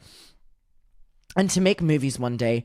Makeup will for now just be a fun hobby I have to help with my anxiety, like slime or emotional eating. Ha ha ha ha ha. They all sound really good to me right now. And then he went on and did one last edition. This will be my last and only addition to what I've posted. Do I think it was... I don't think have I seen this one? Maybe. Do I think it was okay for the internet to bully James? No, of course not. Not sure why some people would have taken that from my post. I literally said it was too far and we should have never happened again. I didn't want it to get too dark in my post, which is why I didn't go into detail. We all collectively think that the internet was too mean to James, which is ironic because didn't Tati say that Shane insinuated that James would never himself because he's too narcissistic? I don't think I needed to reiterate that. Me saying he needed to be humbled isn't mean. It's honest. Yes, Diva. And he said that in his own video. Should the humbling have happened off camera? Yes. Which I said. I love that this is so like, he's like, I said that. I already said it. Well, I said it first. Okay. What do you want? A cookie? Which I said. Oh my God. But I guess I didn't word that right. And I'm sorry if my humor regarding Tati's videos seemed like I was making light of the situation. Humor is how I deal with stuff, specifically when it comes to the insanity of the beauty world. Okay? That's it. Leaving Twitter for a few months. It's bad for my brain. I feel good in my heart about what I said. That's all I can do. Sorry it wasn't the tea people wanted, but I'm officially done with tea. Alright, so we end up knowing that Shane Dawson, a couple weeks or months after this, ended up doing an apology video for this. So him being like, take it, I'm done. No, he would end up apologizing for this because of how much he made light of things. God, I love when someone preaches about how bad people are for being dramatic while being the most dramatic person. Welcome to the circus. Egocentrical, power-hungry, narcissistic, two-faced bitch. Like, oh my, you're 31. Womp womp. Turn your phone off. God, that really is crazy. It's so funny how he very clearly came into the beauty sphere just so he could profit and Jeffree could use his platform. It was a mutual thing, very clearly. He didn't even pretend to care about it once, you know, he started getting in hot water. He was like, I'm done. I'm done. I think he enjoyed the creative process of the makeup palette. I don't think he cared about the makeup at all. I think he enjoyed knowing that the series would be successful once they used the James Charles drama. I think he enjoyed knowing he was going to make a lot of money. I think he enjoyed having a sense of community in the YouTube space, and that's why he was talking shit about people.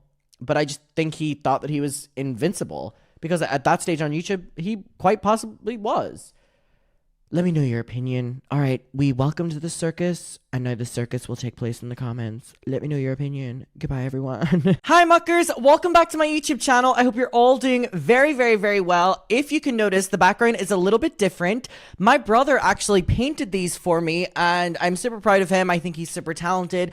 So I had nothing behind my walls anyway, and so when he offered to do this for me, I was very happy to show off my brother's artwork. So yeah, we have a little bit of a new background right now. I'm working on the glare and stuff, don't worry, but I just wanted to put them up because I'm super proud of him. I think he's really talented. Anyways, we are going to continue with the PewDiePie James Charles saga that we are currently doing. Thank you so much for the amazing response to the last one. I'm really enjoying doing these Dramageddon deep dives. I didn't think we were going to be still doing it, but oh my god, once you dive in, the information just doesn't stop. So we're going to move on to the next one right now. The first one we watched was PewDiePie talking about James Charles being cancelled. This one is PewDiePie reacting to James Charles' first apology. Remember the one that was just called Tati, the one in the hotel room, filmed very clearly on an iPhone and made in a panic? You know, that really, really, really bad one? Where he goes, to my mom, I'm so sorry. That one, we're gonna watch that. Okay, I wanna, oh, by the way, I'm a little bit angry. I'm a little bit angry at y'all. Because I went into my YouTube stats, and it's 73% of people that have watched my videos in the last 2 weeks are not subscribed. What's your problem? What's your problem? Spare some subscriptions. If you're not subscribed to the YouTube channel and you enjoy the content, please consider subscribing so you see them. I post every single day, and yeah, that's a big percentage of you bitches that are not subscribed. Anyways, also, Mucker's Finsta, I'm still accepting people onto it. It's our private little community. You have to be accepted onto it. After this video, I'm going to be accepting people onto it. It'll be pinned down below.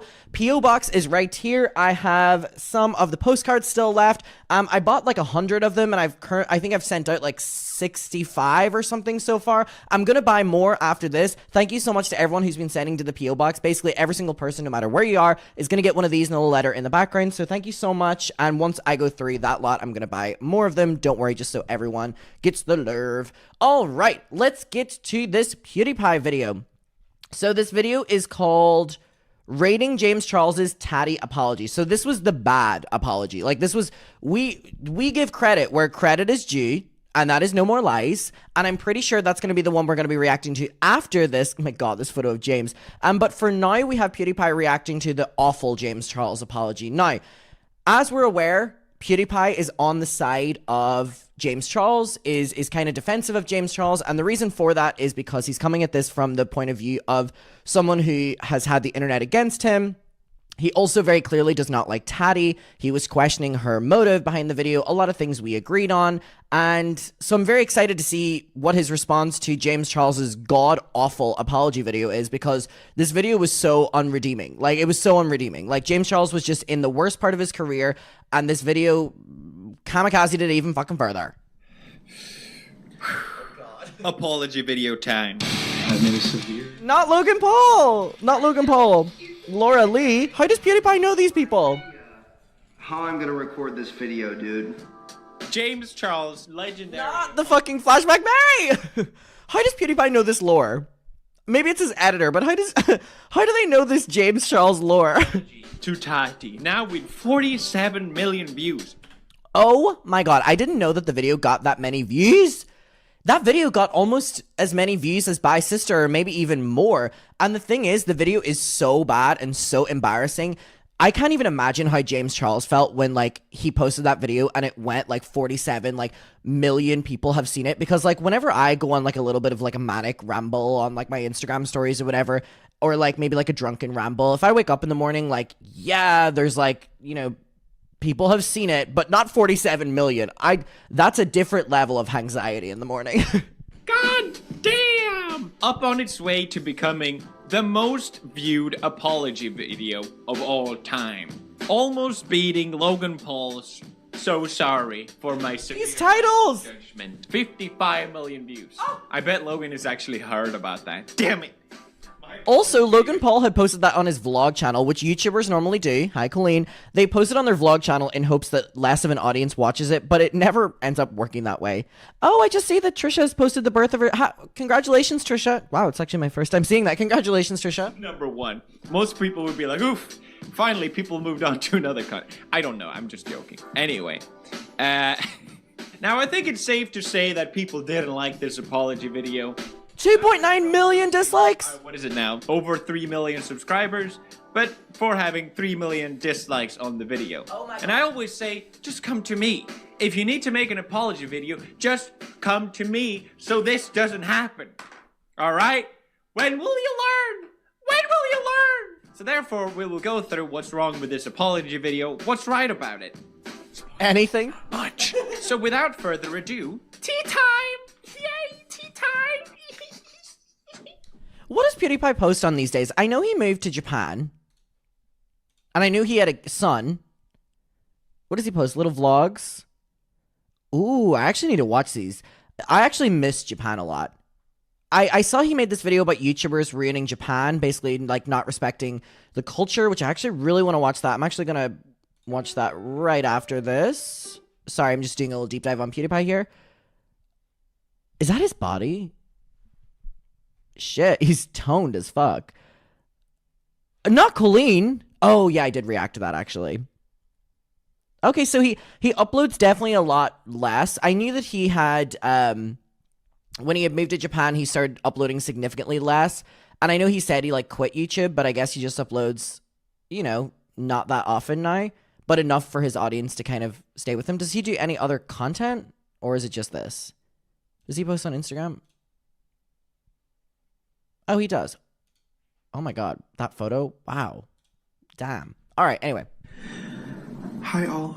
Now James is doing the classic, I'm just gonna turn on the camera. And the heavy breathing. For 8 minutes. Which I can appreciate in the sense of at least, you know, he doesn't have a script, he's just speaking his emotions.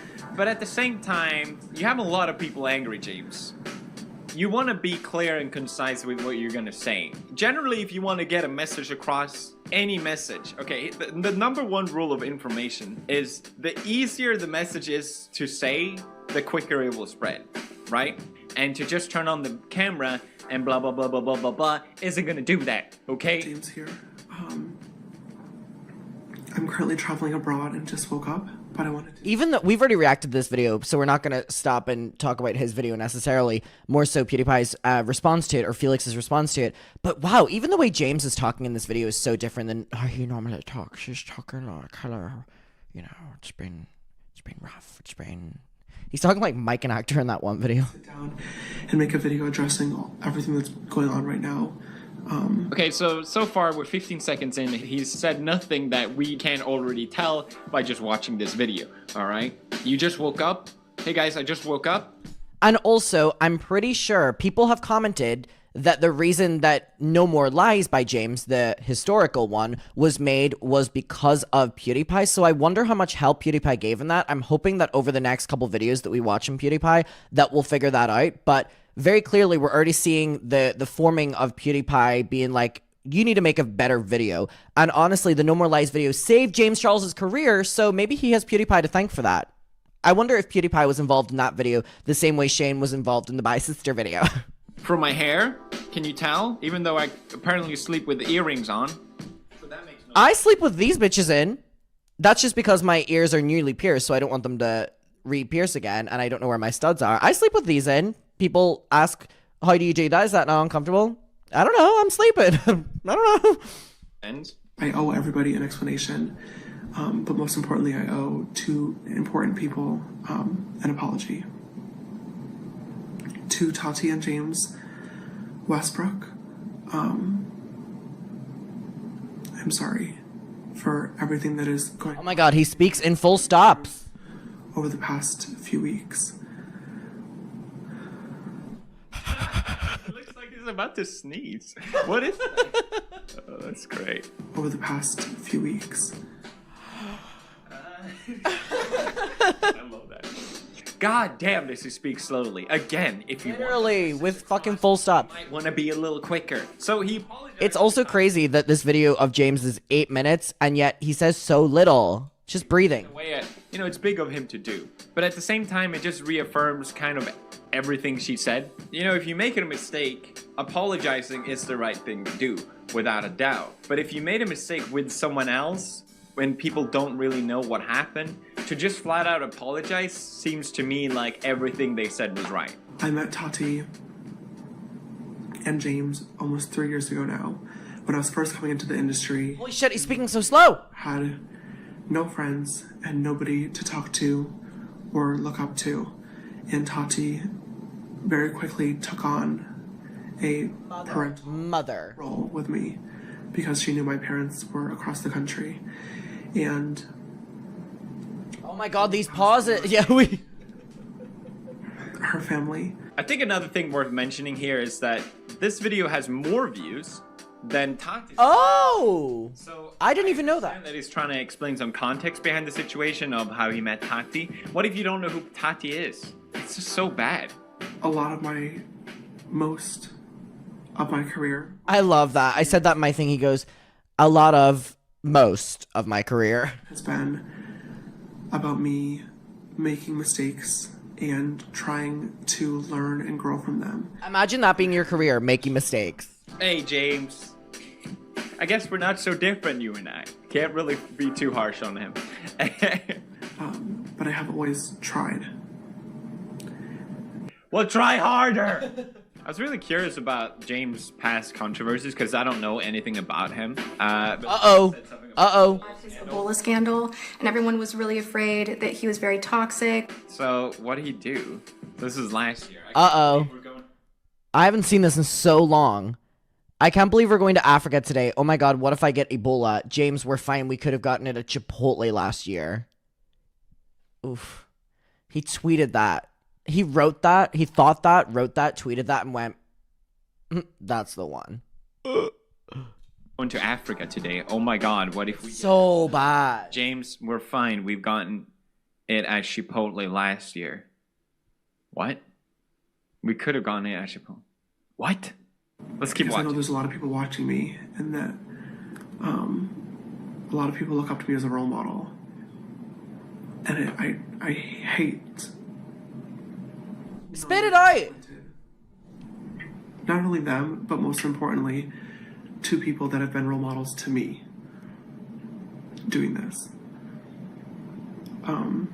He keeps doing this. I wish that I could say this is the last time that I would make a mistake, but it won't be. I love that. I love that in an apology video, you're basically saying there's more for where this is coming from.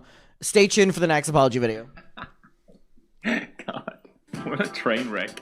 You know, if you're gonna apologize, maybe it's not the best to lead with, I'm gonna make more mistakes, guys. Like, before anyone's even seen that you made any effort to improve, I'm still gonna make more mistakes, guys. This is just adding more fuel to the flame at this point. I'd be lying if I said I'm still gonna make some oopsies, guys. I know that'll disappoint. Also, oh my god, he's doubling down on it. He just said I'm going to disappoint people. I think what Felix is saying here is such a good point that I didn't even pick up on. When James opened this video with I need to make an apology to two special people, Tati and... Oh, I need to show you something. I need to show you something.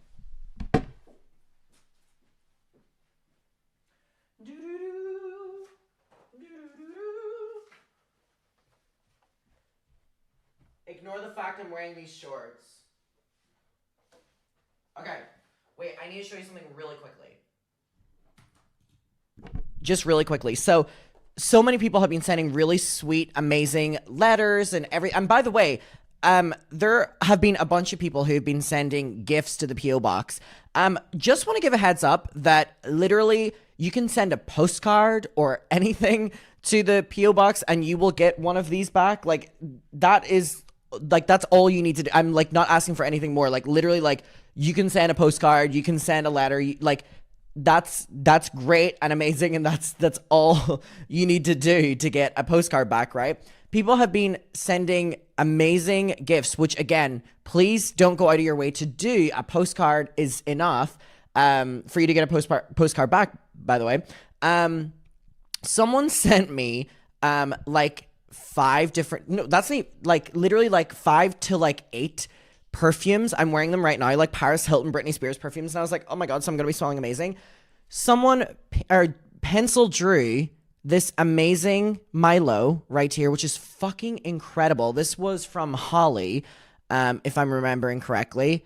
So fucking amazing, and I have the outline of that tattooed right here. I got this little Garfield, which is crazy because I know this isn't the Build-A-Bear one, but there's a Build-A-Bear Garfield that is a chef, and I was going to buy it last night, but my card declined. My card declined because I accidentally put 3 too many purchases in one day. So I didn't end up buying it. So the fact that I got it, I'm like, what the fuck? So cute. And then someone sent the Mariah Carey pop vinyl as well. So for every video, I'm not doing P.O. Box opening videos, just because it gets a little confusing whenever I'm opening things and immediately writing the letter back. And I don't want to show anyone's address, but every few videos I'll show little different things. There's so many things down there that I'll show over the course of the next few videos, but thank you all so much. That's very, very, very sweet.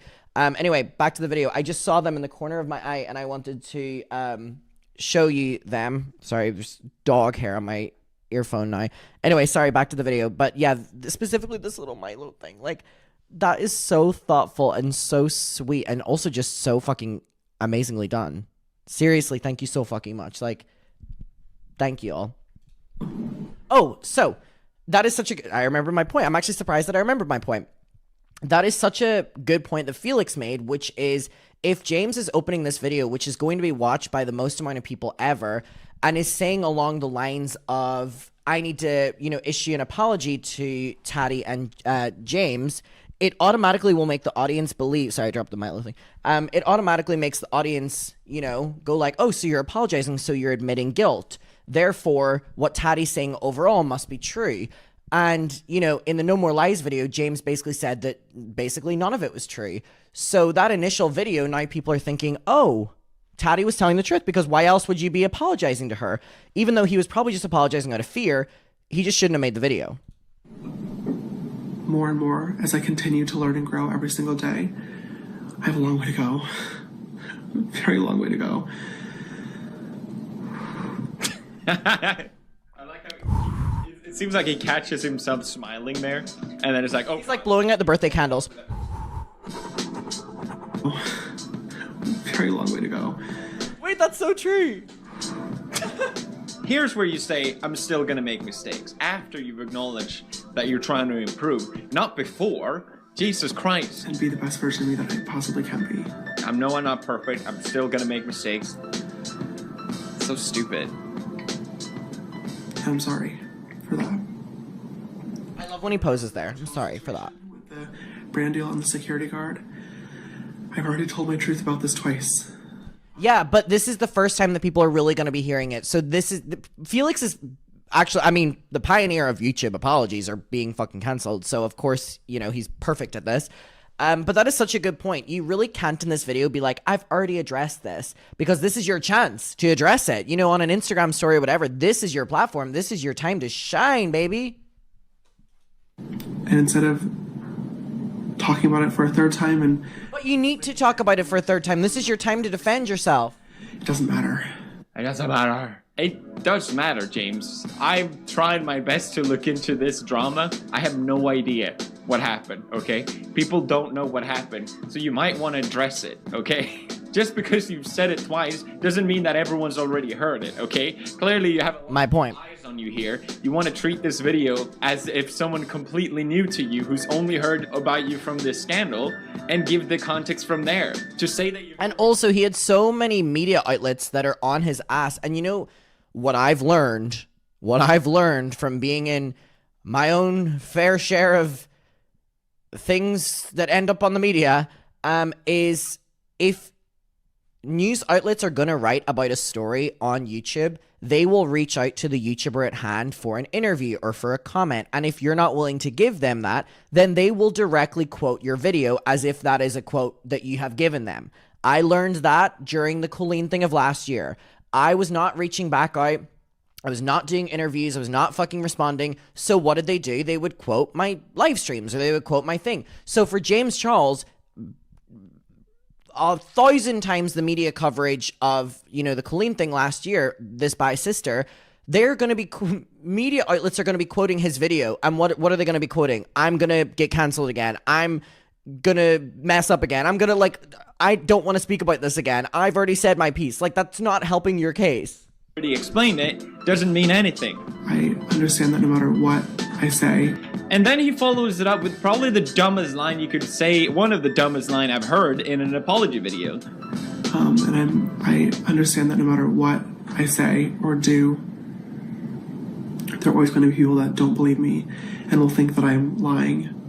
Yes, you're not wrong, but why on God's earth would you say that? That's like insulting these people that you're trying to persuade in your apology. That's also an interesting point, which is basically like you're setting the audience up to not believe you because you're basically saying that, well, you're not going to believe me anyway. You that are gonna look at you extremely critically and to say, doesn't matter what I say, you're not gonna believe me anyway. Like, yes, technically you're not wrong. People are very riled up right now, and in a way, it probably doesn't matter that much what he says. But at the same time, to say that is such a dumb idea. There's plenty of things that, yes, technically you're right, but to say that in this context is a bad idea. It's a bad idea, James. And that's okay. At this point, the truth really does not matter. But it does. Following up, the truth doesn't matter. You're all just so wrong about me. Then tell us. Tell us. People don't know. They haven't heard you talk about these things. He talks about how... I feel that even if Felix didn't reach out to James Charles privately, I think he's saying enough in this video where if I was James Charles in this situation, I'm hearing PewDiePie be like, no, you need to tell us this. You need to tell us that. You need to stop apologizing for this. You need to double down on this. You need to, not say that. So I think even maybe these videos are enough because, I mean, No More Lies was created after this video, maybe like a couple days after or something like that.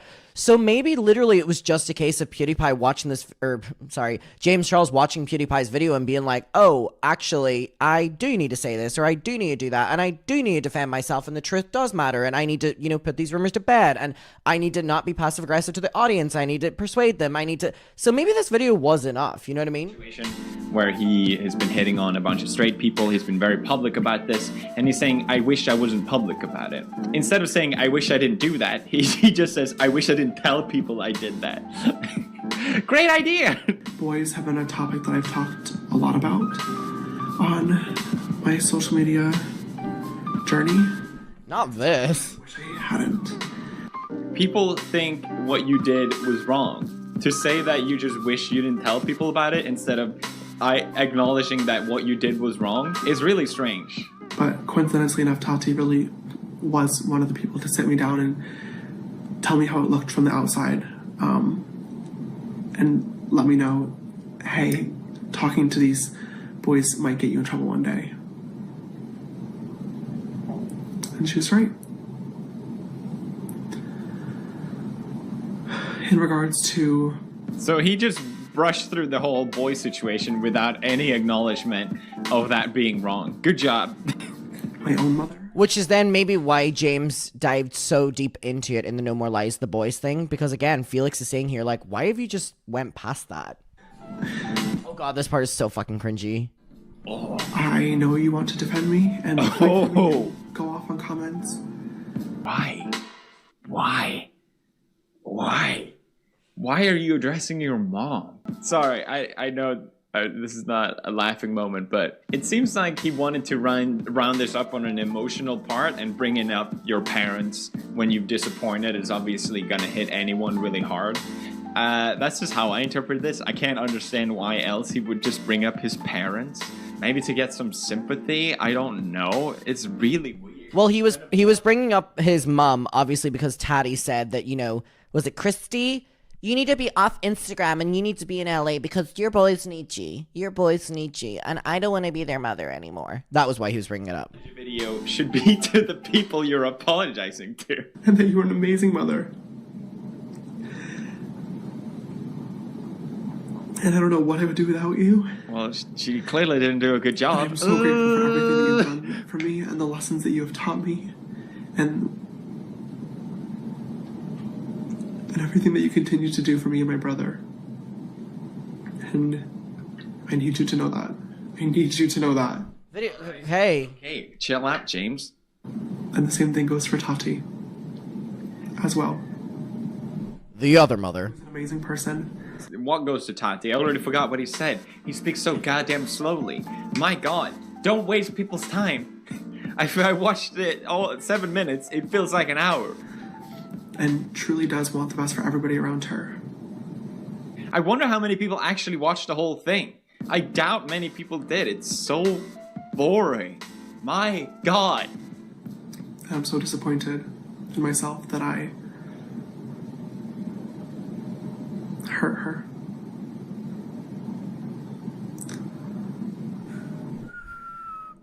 Yeah, I mean, with this new perspective that Felix has given, Yeah, that is true. The more that he apologizes to Tati and the more he brags about how great she is and she's an amazing person and stuff, the more to the audience that will make us be on her side. Like, he's actually making us be on her side. It's such a good point. End the video, James. A lot of times when I've had to address things in the past, oh my god, it keeps I've going. acted at an impulse. Which is what this video was. Then what the hell is this? How is that an impulse?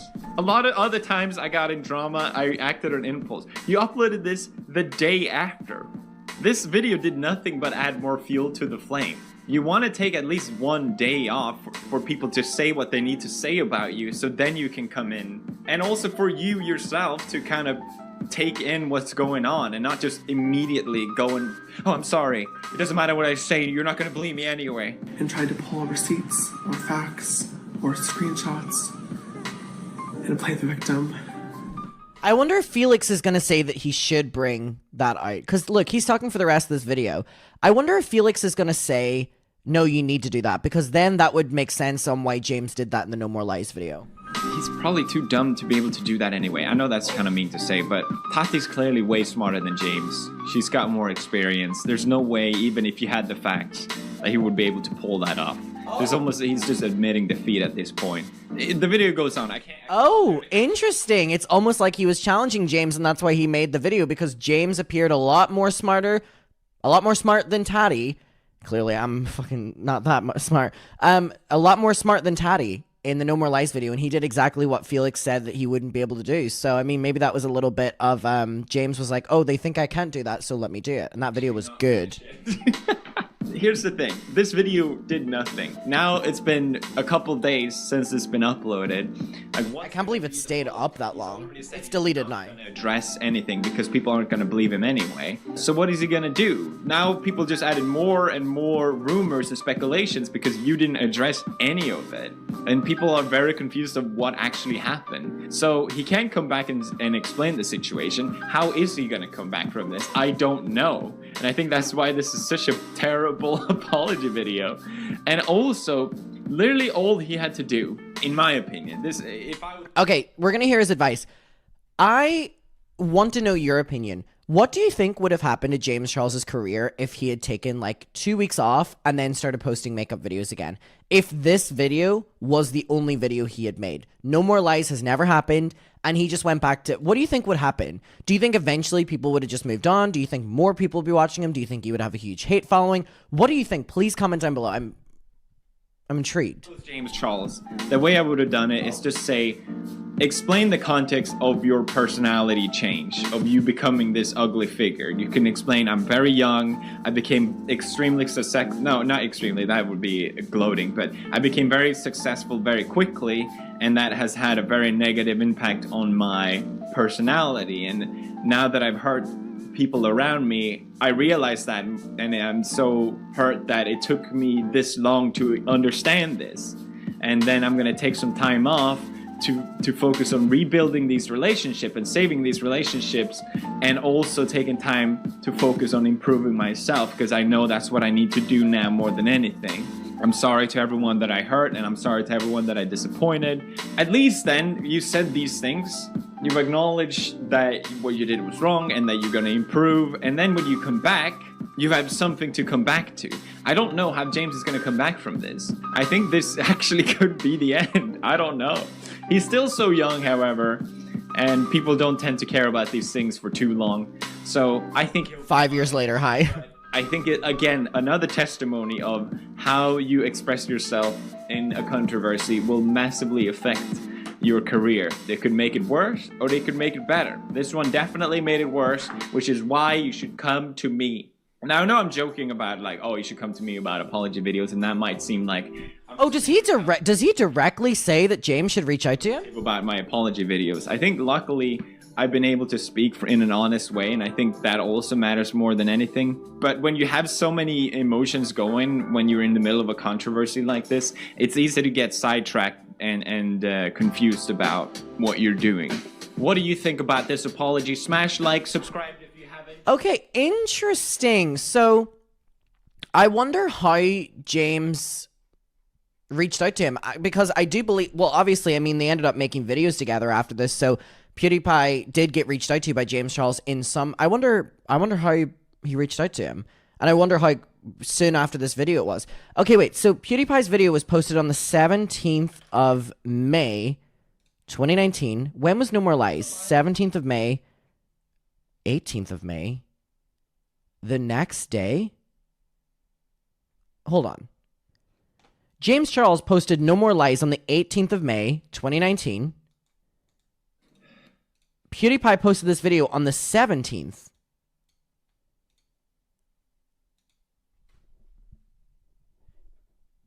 Do you think James Charles immediately responded to, like, PewDiePie? Or that they had been talking by this stage? Would he have been able to pull that video off in 24 hours? Because they were definitely talking.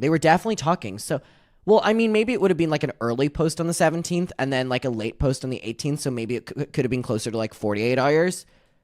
Huh, interesting. Let me know your opinion down below. I think that if James Charles did not have PewDiePie rooting for him, it would have been a different trajectory of his career. And I think as well, if No More Lies had or hadn't have happened, it would have changed as well.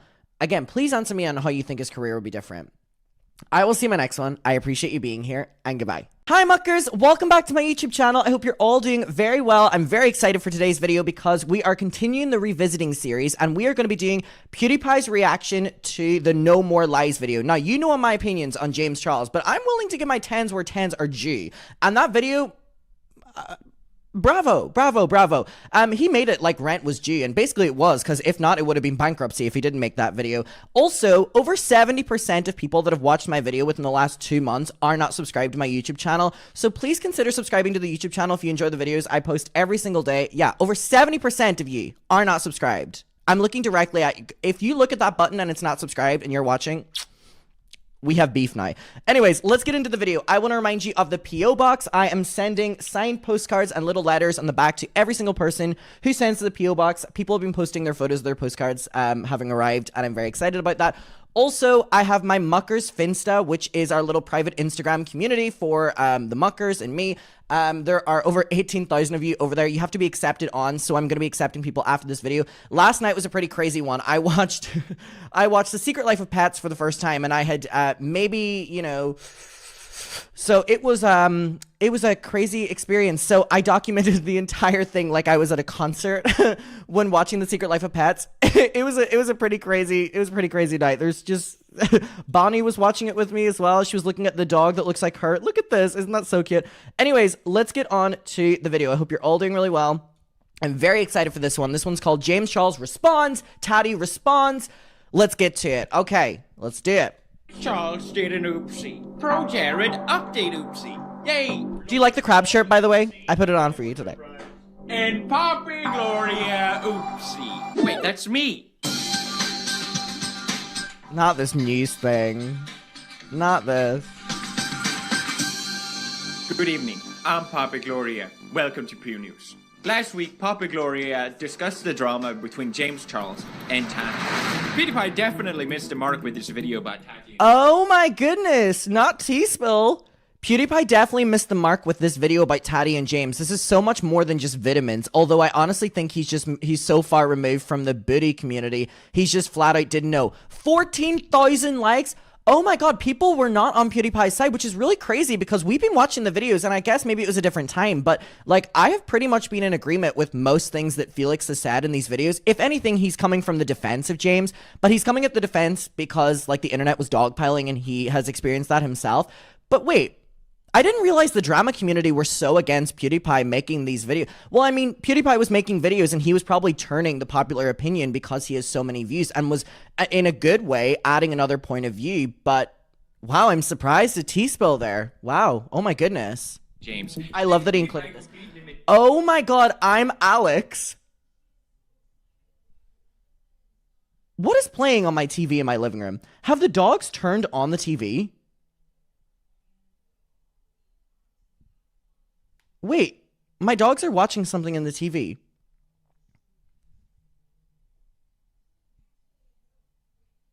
I think they're watching an Emily D. Baker stream. I don't know how they turned that on. I think Bonnie must have sat on the remote or something. I think she's watching a Emily D. Baker live stream right now. I literally think... I think my dogs have turned on an Emily D. Baker live stream. I think they have. Oh my god, I can't believe I'm Alex. I think PewDiePie completely missed the mark on the new video. James' friends provoked Tati publicly, hence her detailed response. Also, pressuring men into sex is a pretty big deal. I'm guessing he probably just didn't watch the video. 15,000 likes! Oh my god! Everyone was against PewDiePie! I'm surprised at this. The point of that video, PewDiePie video had no research. I really wish he did more research on YouTube drama. Do your research! I think PewDiePie did do it, read that back. Due to poor research that does not represent the hard-working, esteemed staff here at Pew News, we have decided to let go Poppy Gloria from our news team and is terminated immediately. Wait a minute. You can't fire me, I'm Poppy Gloria, goddamn! I can't believe everyone was so against him for these videos. Because if anything, again, he was just adding a different point of view. But I think his takes haven't been bad. If anything, he very clearly said that Tati did this video because she wanted to promote her brand, which I think we can all agree is the truth. And I think he also said that, like, James's videos were awful, like, in the same register. Like, I'm surprised at, like, I'm Alex and T-Spill. Interesting. Excited to... That's what's really interesting about revisiting this. What can my slogan be? I like ham. So what did I get? I mean, what did Poppy Gloria get wrong from last week? Well, people pointed out that James didn't delete the Sugar Bear hair Insta story and... Okay, but this doesn't matter. Wait, people are pissed at PewDiePie because he didn't include that James didn't delete the sponsorship. You're not allowed to delete sponsorships, guys. It's, like, legally in the contract. Like, I guess if you haven't done, like, social media, like, sponsorships, you won't know. But, for example, my Adam and Eve ones, which are, like, basically my only sponsorship, because I don't like taking on sponsorships that I don't think are good. And I'm not saying that to be like, ooh, blah, blah, blah. I just, like, genuinely, like, I get a bunch reach out to my emails, and I'm like, if I was to promote this, you'd be like, Adam, come on. Whereas Adam and Eve, we've worked together for so many years. With Adam and Eve, it's in my contract that the video has to stay up for, I think, a year or something like that. And for an Instagram story, it has to stay up for 24 hours. So, like, if James signed the contract, he had to do that. So, like, that's not necessarily his fault. Like, that's just a contract he signed. And when he apologized... It seems petty. 24 hours. Well, probably because there was some sort of contract. There was an hashtag ad on the upper left corner of his Insta story. Sponsorship. Probably because there was some sort of contract. Sugar Bear Hair is the biggest competitor of Halo Beauty, and SBH even dissed Tati in a reply. Well, it's almost like Poppy Gloria said that in the last video.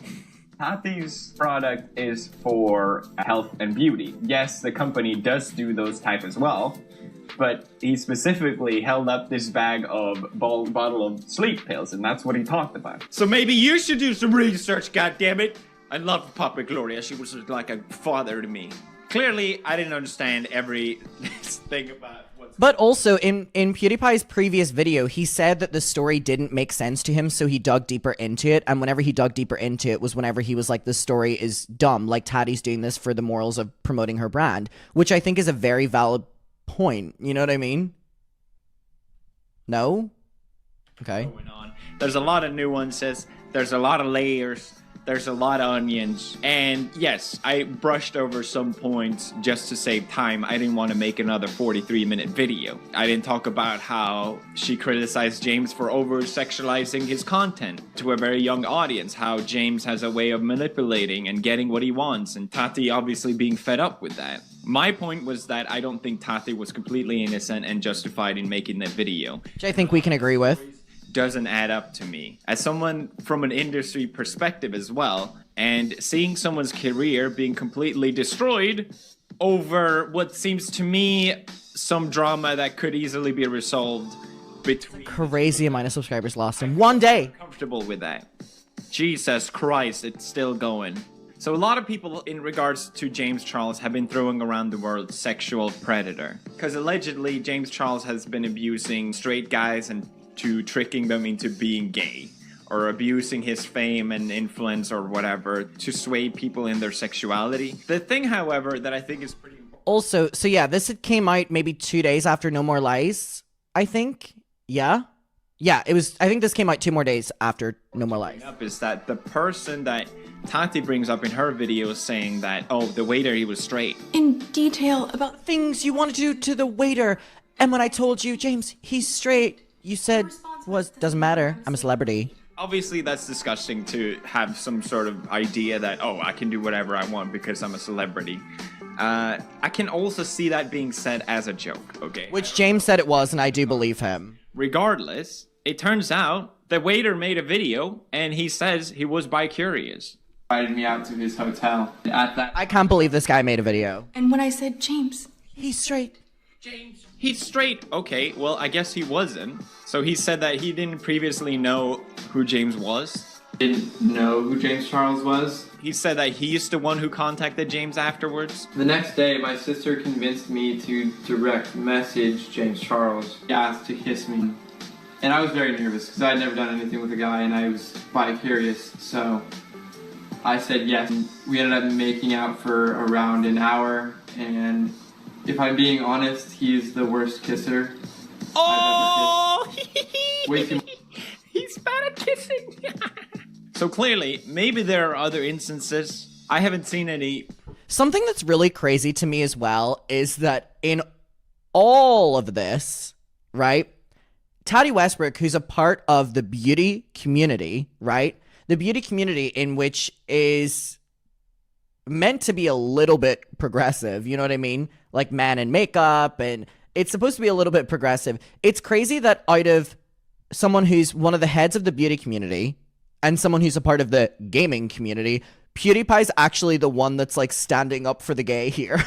Like Tati Westbrook did, you know, basically overstep her boundary, and she kind of made statements that were quite homophobic. You know what I mean? Like a lot of her statements, whether they, I'm not saying they were flat out homophobic, but a lot of like homophobic phrases and kind of the way she was setting it up. So the fact that PewDiePie is the one that's detailing how that's not actually true what she said, it's like, okay, you have someone from the gaming community who's standing up more for the gays than someone who's in the community on YouTube that has a lot of gays. Like, I'm not saying there's not gays in the gaming. There is a lot of gays in the gaming.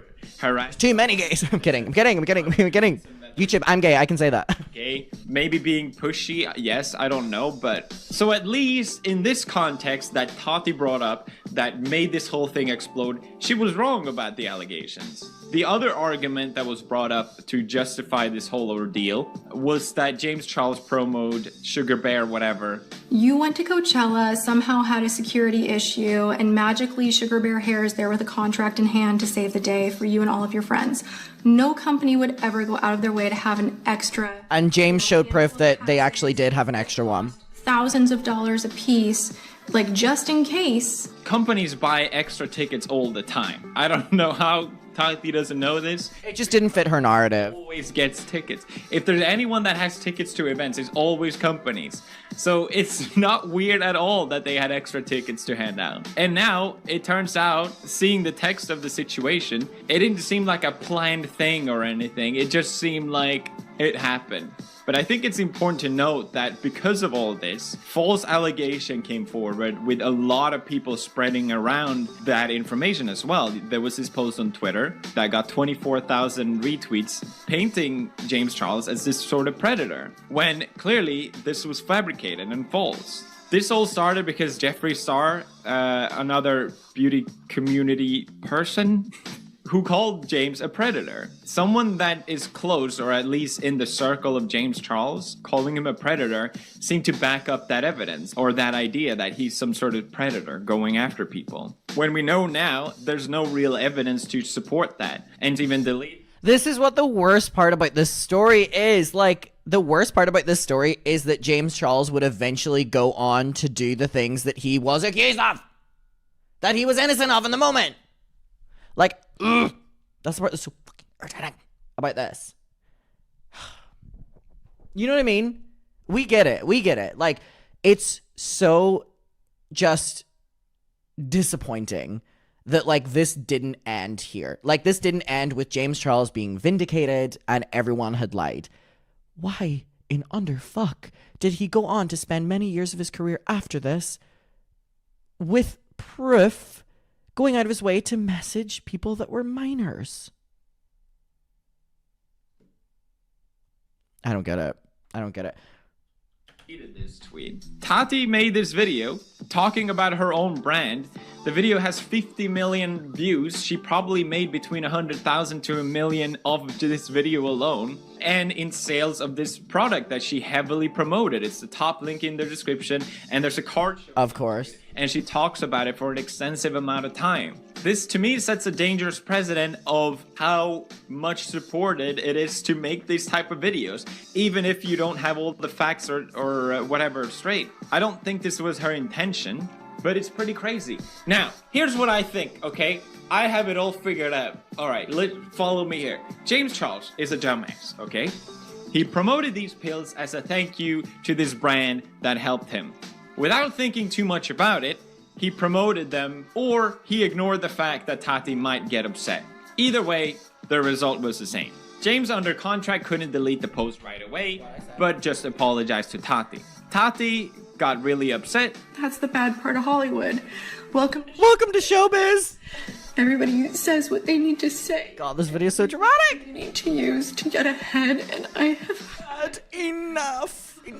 Tati is fed up with people walking over her, or at least people in the industry doing that to get ahead. So she realizes, oh, I'm gonna do that. I have to expose the fuck out of that James guy. I'm sick of him always getting what he wants. I'm sick of him getting away with bad behavior. He threw me under the bus, so now I'm gonna throw him under the bus. And instead of calling or talking to James or picking up his calls, she decides she's gonna do this video no matter what because she's had enough.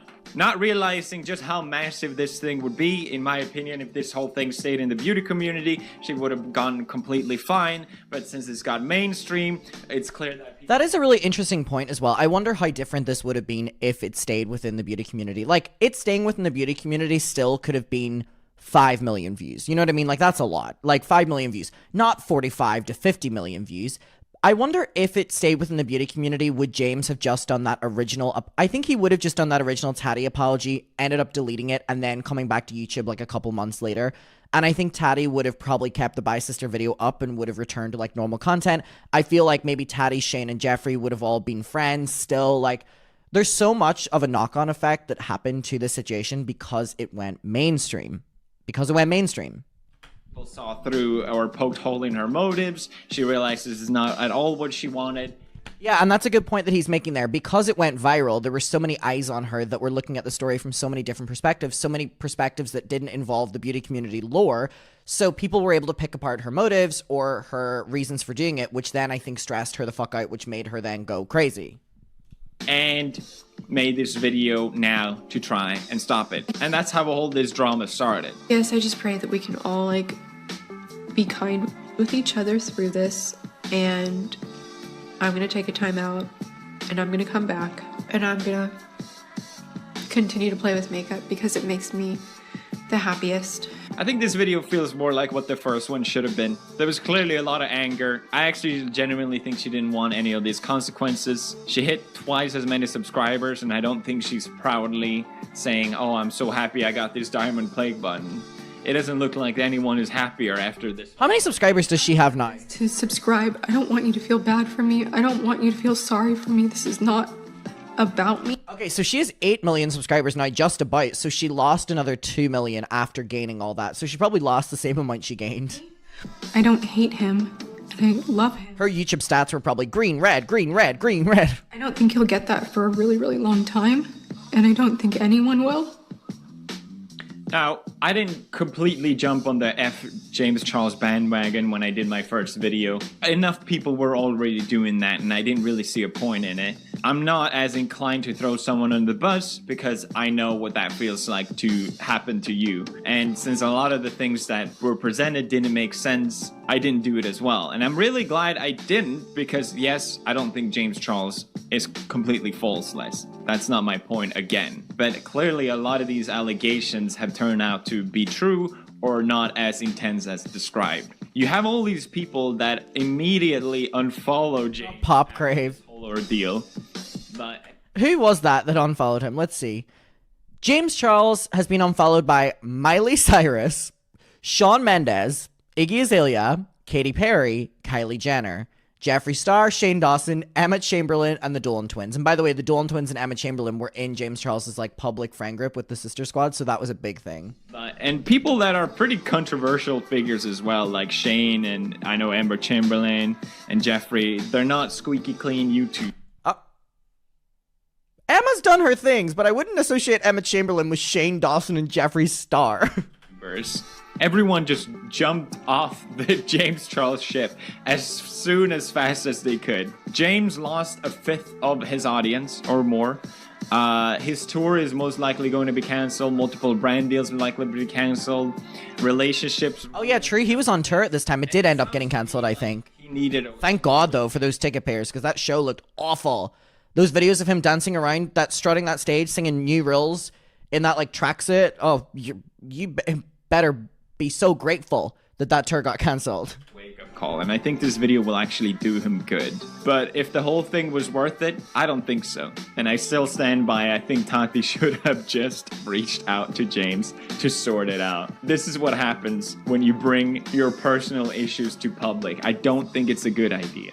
Next news. Good morning, actually. My name is Mary Hay. I was just about to upload this video, but James Charles uploaded his response video. No more lies. It's 41 minutes long. I'll try my best to summarize it because I think it's necessary to bring up. Basically explains the Coachella situation in very similar way of what I thought it was. For those of you who may not be familiar with Coachella, I do want to quickly clarify the different passes just because it kind of is important to this whole situation. VIP, although VIP, is still very, very open to the public. Artist passes, however, are passes that you cannot buy. The only way you can get a hold of them is through a brand getting them from the actual festival or through having a personal connection to one of the artists or bands that are playing. You went to Coachella, somehow had a security issue, and magically Sugar Bear Hair is there with a contract in hand to save the day for you and all of your friends. That leads me to believe that this was orchestrated beforehand, but he had an emotional conflict. It's also so self-involved for Tati to make all this about herself, right? Like, James is not thinking about you at Coachella. Because of me and promises he made to me behind the scenes. So he had to come up with a very clever story and didn't tell me right when he got back, but after. Despite what Tati said in her video, this whole situation was definitely not a big scheme that was orchestrated beforehand. It really did happen on the spot. The Sugar Bear Hair team texted me the proposal right away. No money was involved, and with no time to negotiate in a panic, I signed, and that was that on that. The thing is, James Charles, there's so much fucking money in the beauty community. I don't think he needed to orchestrate this whole thing just to promote a product. And I think that's why Tati focused so heavily on money in her video.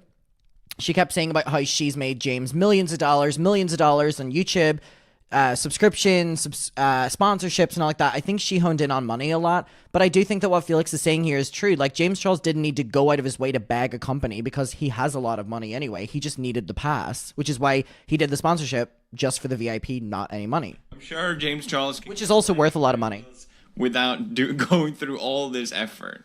It just doesn't make any sense. He showed the text of him reaching out to Tati before the post went up, and Tati says that it breaks her heart that he's promoting this brand. Look how much he's texting and how little she's writing back. James is trying to explain how this whole happened, but to be honest, I understand why Tati is upset. I didn't really get it in the beginning, but if you're working as a sole person on creating something and your competition is this bigger company, and to have your friend promo that company I can see how that's hurtful. But just like I agree, but I do think that he was promoting a product that she wasn't making. And I also think at the same stage, he showed proof of promoting her brand. Like you said, it wasn't a transactional friendship, so we'll leave it at that. Showed how she's shown so much support for James. James pointed out how he's shown a lot of support for Tati's brand as well. It's a very important launch to me because it is my best friend Tati. She's launching something new. I hated when he made these brother videos. Which are the real ones? Can I just say I love you guys for putting it. So this is the video that Tati said that Jeffree told her right before filming that James didn't want her to be there, wanted Nikita Dragon. Question on there. I just received my package from Halo Beauty. This is Tati's brand new. Again, I understand why Tati's upset, and I understand that there probably happened more between them for her to lash out to make this video.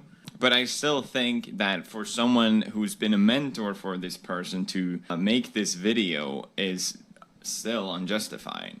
James also addressed the sexual assault allegations. I don't know exactly what to call it, but he states that he's a virgin. First of all, I'm a 19-year-old virgin. I talk about boys quite a lot on my social media networks. Clearly at this point, it is not acceptable anymore. And he addresses the allegations that he's using his fame for sexual favors or whatever. I'll never use my fame, money, or power to manipulate or get any sexual actions from a guy. That is disgusting. It is not me. He also addresses the I'm a celebrity line. I'm a celebrity thing is really incredibly frustrating to me because this is an inside joke that Tati is also participated in, and she twisted this to be something far worse than what it is.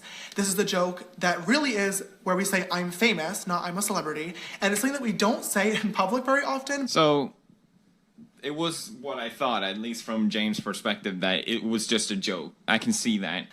He also addressed the waiter thing where Tati said that James was... Which also is so probably fucking annoying for James to have like a friend use an inside joke against you when out of context would look really bad, and the only way you can defend yourself is saying it's an inside joke, but we don't know if it's an inside joke, but I do believe him. And I think it's really fucked up she did that. And shows her morals. That was straight into being gay. About his sexuality, and he told me straight up that he was bisexual. Oh my god, you tried to trick. And this guy as well, the waiter, his first experience with a guy being blown up on social media is crazy. He wanted to dabble in the guy pool. The entire thing went viral.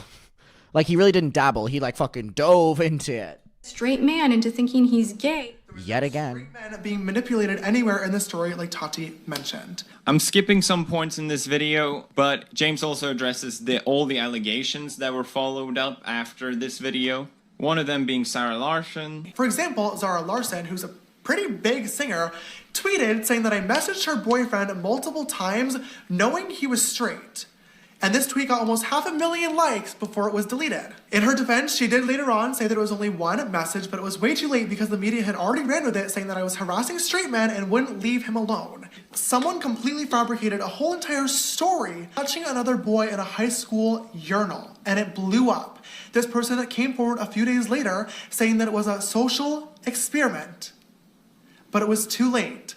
People also completely photoshopped Twitter DMs of me reaching out to these people. James also addresses Jeffree, who helped reinforce a lot of these allegations that were spread around. But I think this is where I'm ready to just check out because I don't really care for another person to get involved with more drama. I think James addressed the big allegations that were thrown against him, and I'm really glad that he stood up for himself. He also talked about how this affected him mentally, the problems with cancel culture. We're becoming okay with guilty until proven innocent instead of the other way around.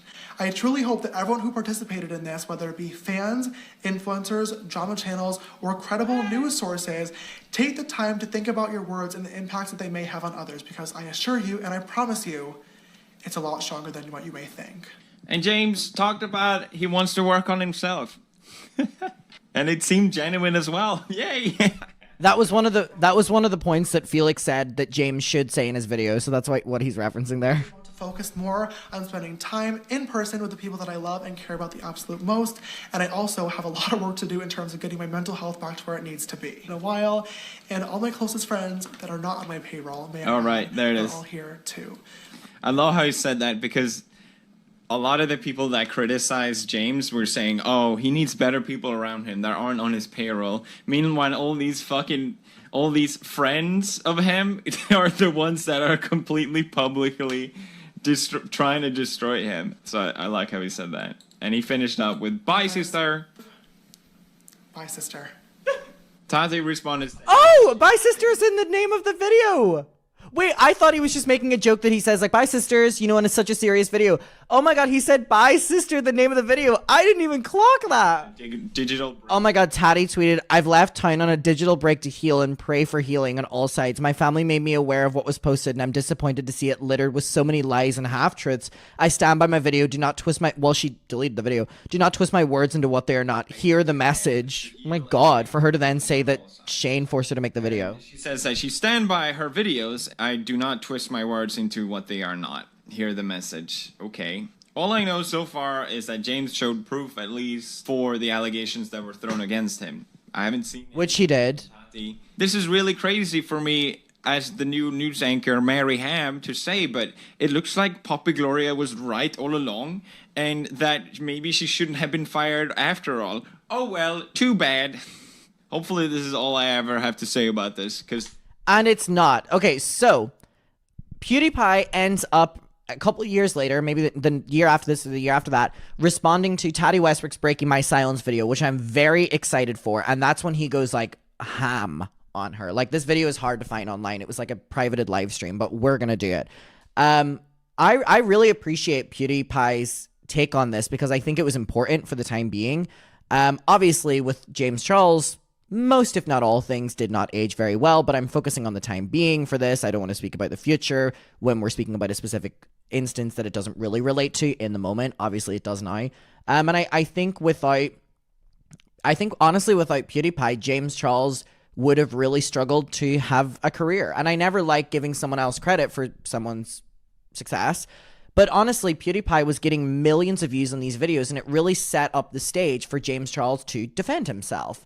And that was really important for his career. So, you know, James has a lot to thank PewDiePie for. Let me know your opinion on this one. I will talk to you down below. I appreciate you being here, and goodbye. Hi, muckers. Welcome back to my YouTube channel. Okay, today is another big one. So, we are at the end of our PewDiePie involvement in Bye Sister. We are rounding up with Dramageddon 2 right now. I think this is actually going to be our last one. And we're saving the big finale for PewDiePie absolutely coming for Tati Westbrook in the Breaking My Silence video. Now, this was on a live stream, which has been very hard to find. And I'm very glad that I was able to find it on Highlight of the Internet's channel. It's 50 minutes of pure PewDiePie being pissed off with Tati Westbrook. And as we know, by this time, PewDiePie had already filmed collabs with James Charles. After he had done the No More Lies video, PewDiePie was definitely on the defense of James Charles, trying to get the public to, like, not dogpile on him. So he was obviously then very against Tati. And this was the video where we've reacted to it. Tati Westbrook kind of put the blame on Shane and Jeffree, and PewDiePie was having none of it. And this live stream was a very big talking point whenever it happened in 2020, I think it was, or 2021. So we're going to jump into that. It is pretty crazy. Also, if you're not subscribed to the YouTube channel, please consider subscribing. Over 70% of people who watch my daily videos are not subscribed, so please consider hitting that button if you've been enjoying the Dramageddon 2 series I upload every day. And by the way, it goes without saying, P.O. Box is right here, sending signed art cards to everyone. And our Muckers Finsta is right here. I might stop accepting people after 20,000 followers for a little bit. So if you want to be involved in it, go over and request a follow to be pinned down below. Anyways, let's get into this video because it is a long one. Our next story follows the legendary battle between Tati Smutty. By the way, the music gets better. It's just at the start. And on the sidelines, Jamie Shirley. Yo. Alright, let's watch this fucking video. Oh, that peace shirt she's wearing is just crazy. Hold up. So we're reacting. My nose is running like so much. Oh my god, let me get a tissue. We are reacting to PewDiePie reacting to Tati Westbrook. So this is a internetception, very, very, very beautiful moment. Oh, my nose is running. I have a little bit of a cold right now. I'm going through it. Don't worry, don't feel too bad for me. Only human at the end of the day. All right, Felix, let's get to it. Okay, here we go. This video is, as well, heavily monetized. You don't see it now, but I remember seeing like bing, bang, boom, boom, boom, boom, boom, mid-roll, mid-roll, mid-roll. Oh my god, look at that. 300,000 dislikes to 300,000 likes. Wow, oh my god, I remember. Yeah, she had completely split people with this video. And she says that all the AdSense is going to this like charity about spiritual awakening, whatever that is. I don't know. And I don't understand. I feel like I kind of want to dig into a little bit what this charity is. What do they do? They're a non-profit dedicated to helping underserved youth and children in juvenile justice system to realize their spiritual identity. It might be good. It might be terrible. I'm not going to bother finding out. Now, one thing that is really interesting to note during this time period is Tati Westbrook didn't talk about what was going on in the world at all, which had to do with COVID and the Black Lives Matter movement, which was very, very, very prominent in the media and very, very, very prominent in the world. I find it really interesting that she got so much backlash for not talking about either of those things. And in her video coming back, she does raise money, but not for anything that necessarily was needing money to be raised for it or attention. Like, everyone was begging her to use her platform to talk about Black Lives Matter, talk about COVID, and she comes back and she goes, I want to use my platform and I want to use this video to talk about spiritual awakeningness. Girl, fuck off. It just seems so, just don't put ads on it, okay? If you're making an exposed video, don't put ads on it. I remember also in her original video, she had ads in it, and she spent a good portion, a good-ass, big-ass portion, talking about her own fucking brand. It was so annoying. Spirit Ranch. You're going to the Spirit Ranch now. Oh my god, not the Dr. Phil reference. I do feel like spirituality, teaching that to kids could be a positive thing, depending on how. Very, very much in the details on that one. Alright, so I gotta watch this. Are you guys ready? We're ready, honey. God, this is such an inception right now. Let's do this. It's been a long time coming for me to share with you some. Actually, there was so much in those seconds, actually. Let me go through that again.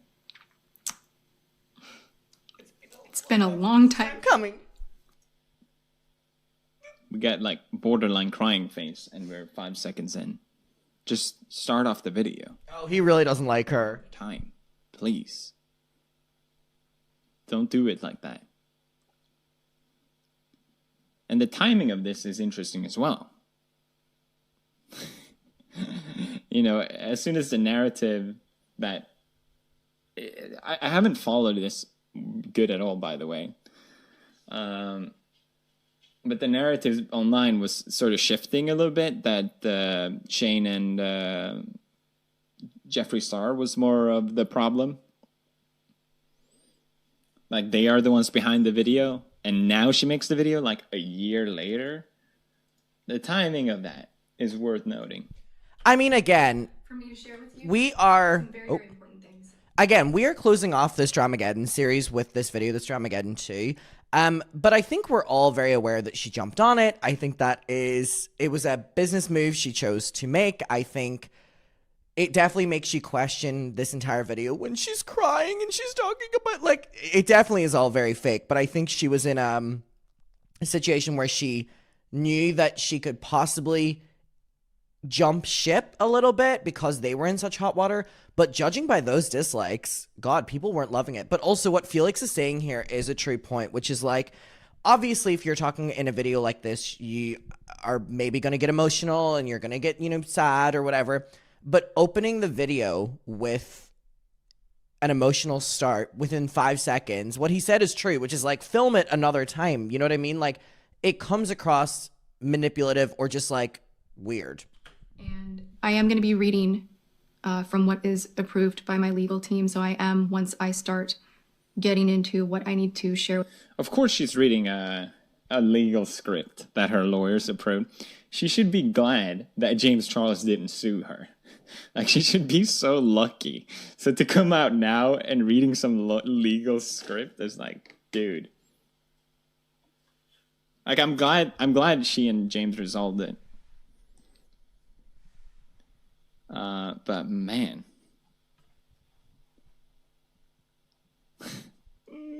Sorry, I know I'm really slow. I'm I'm not used to streaming like this. Okay. Also, we're very aware as well that Felix was very much so on James Charles' side here. Now, if James Charles was to come out and sue Tati Westbrook, it kind of begs the question, was there anything behind the scenes? Like, yeah, Tati walked back on it, but at a certain stage, I feel that, like, Tati was willing to put all her morals aside to just have peace again in her life. I'm pretty sure she would have been willing to defend anybody, predators included, just to kind of have that spiritual peace again in her life. So maybe that was the case because, again, Jeffree Star has allegedly shown people a voice memo of a victim, but then again has like went back and said that he didn't have anything. So it's like maybe there was some things behind the scenes back then. Obviously, you're talking about like a 19-year-old, but there still can be things, you know what I mean? Like a 19-year-old can still pressure people, or a 19-year-old can still make, you know, cross that boundary and stuff. Like you can still be doing that at 19, even though you're very young. So maybe with what we know about James now, you know, what we know about James now and the accusations that have, you know, followed him into his 20s and mid-20s, maybe that's the reason no legal things happen, because wouldn't you want to do this legally just so it even blew up in the media that you're taking them down for these defamation and lies and stuff? But maybe we don't know that it might not have been that easy to prove right or wrong. I don't know. With you guys today, what I feel is important to share with you. I won't be deviating, and it's at the advice of my legal counsel. So there's so much going on. I hate when she kept doing that legal counsel thing.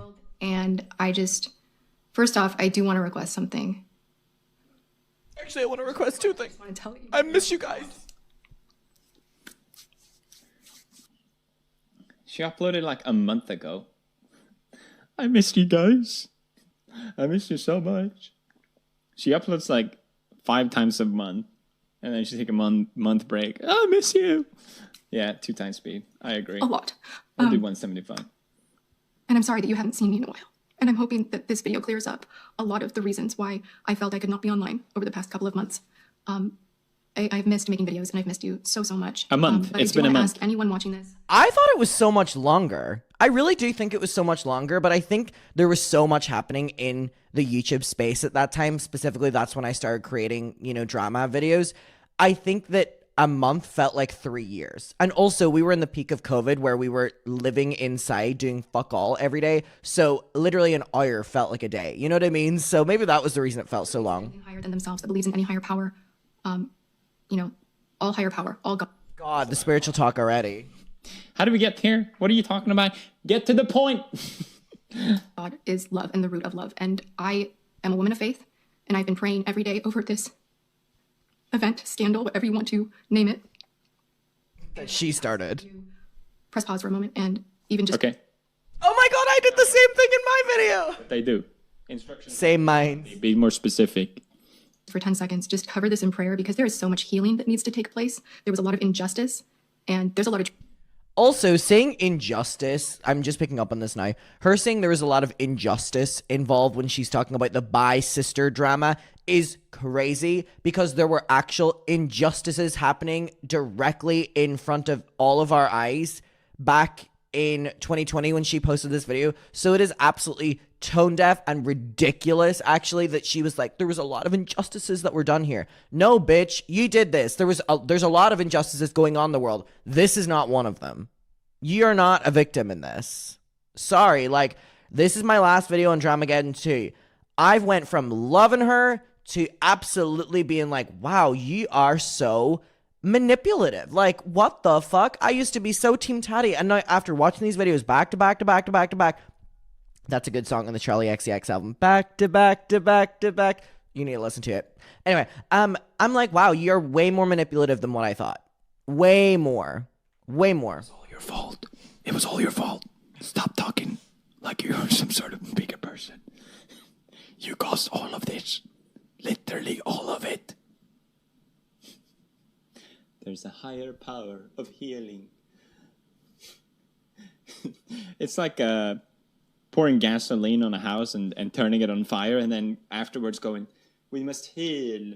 There is a higher power. Everyone Everyone, just take a moment. Take a moment, everyone. Sit down. Who lit the house on fire? Everyone just sit down and spiritual awakening. Because higher power. I need to preface this video with a bunch of fucking irrelevant. It is crazy that she's not even 2 minutes in and all she's talked about is God and stuff. And I don't wish harm or hate on anyone, and I just want to make that very, very clear. Ironic. It wasn't clear last video I saw of you, Tati.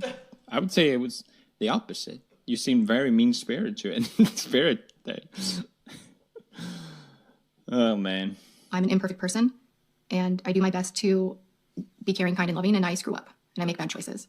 And I think that we all right now, we go online and it's really easy to make terrible choices, even with how you cast a vote on your what your opinion is of someone's news story, or whatever's going on in the world, or just anything you see in the media right now. Be mindful. We're made to feel like we have to follow the herd, and there are so many AI bots. Also, a really crazy comment to make in the wake of Black Lives Matter, where she goes, there's a lot of things in the media to make you feel a certain type of way. Like, again, when she had done no previous acknowledgement, and same with COVID as well.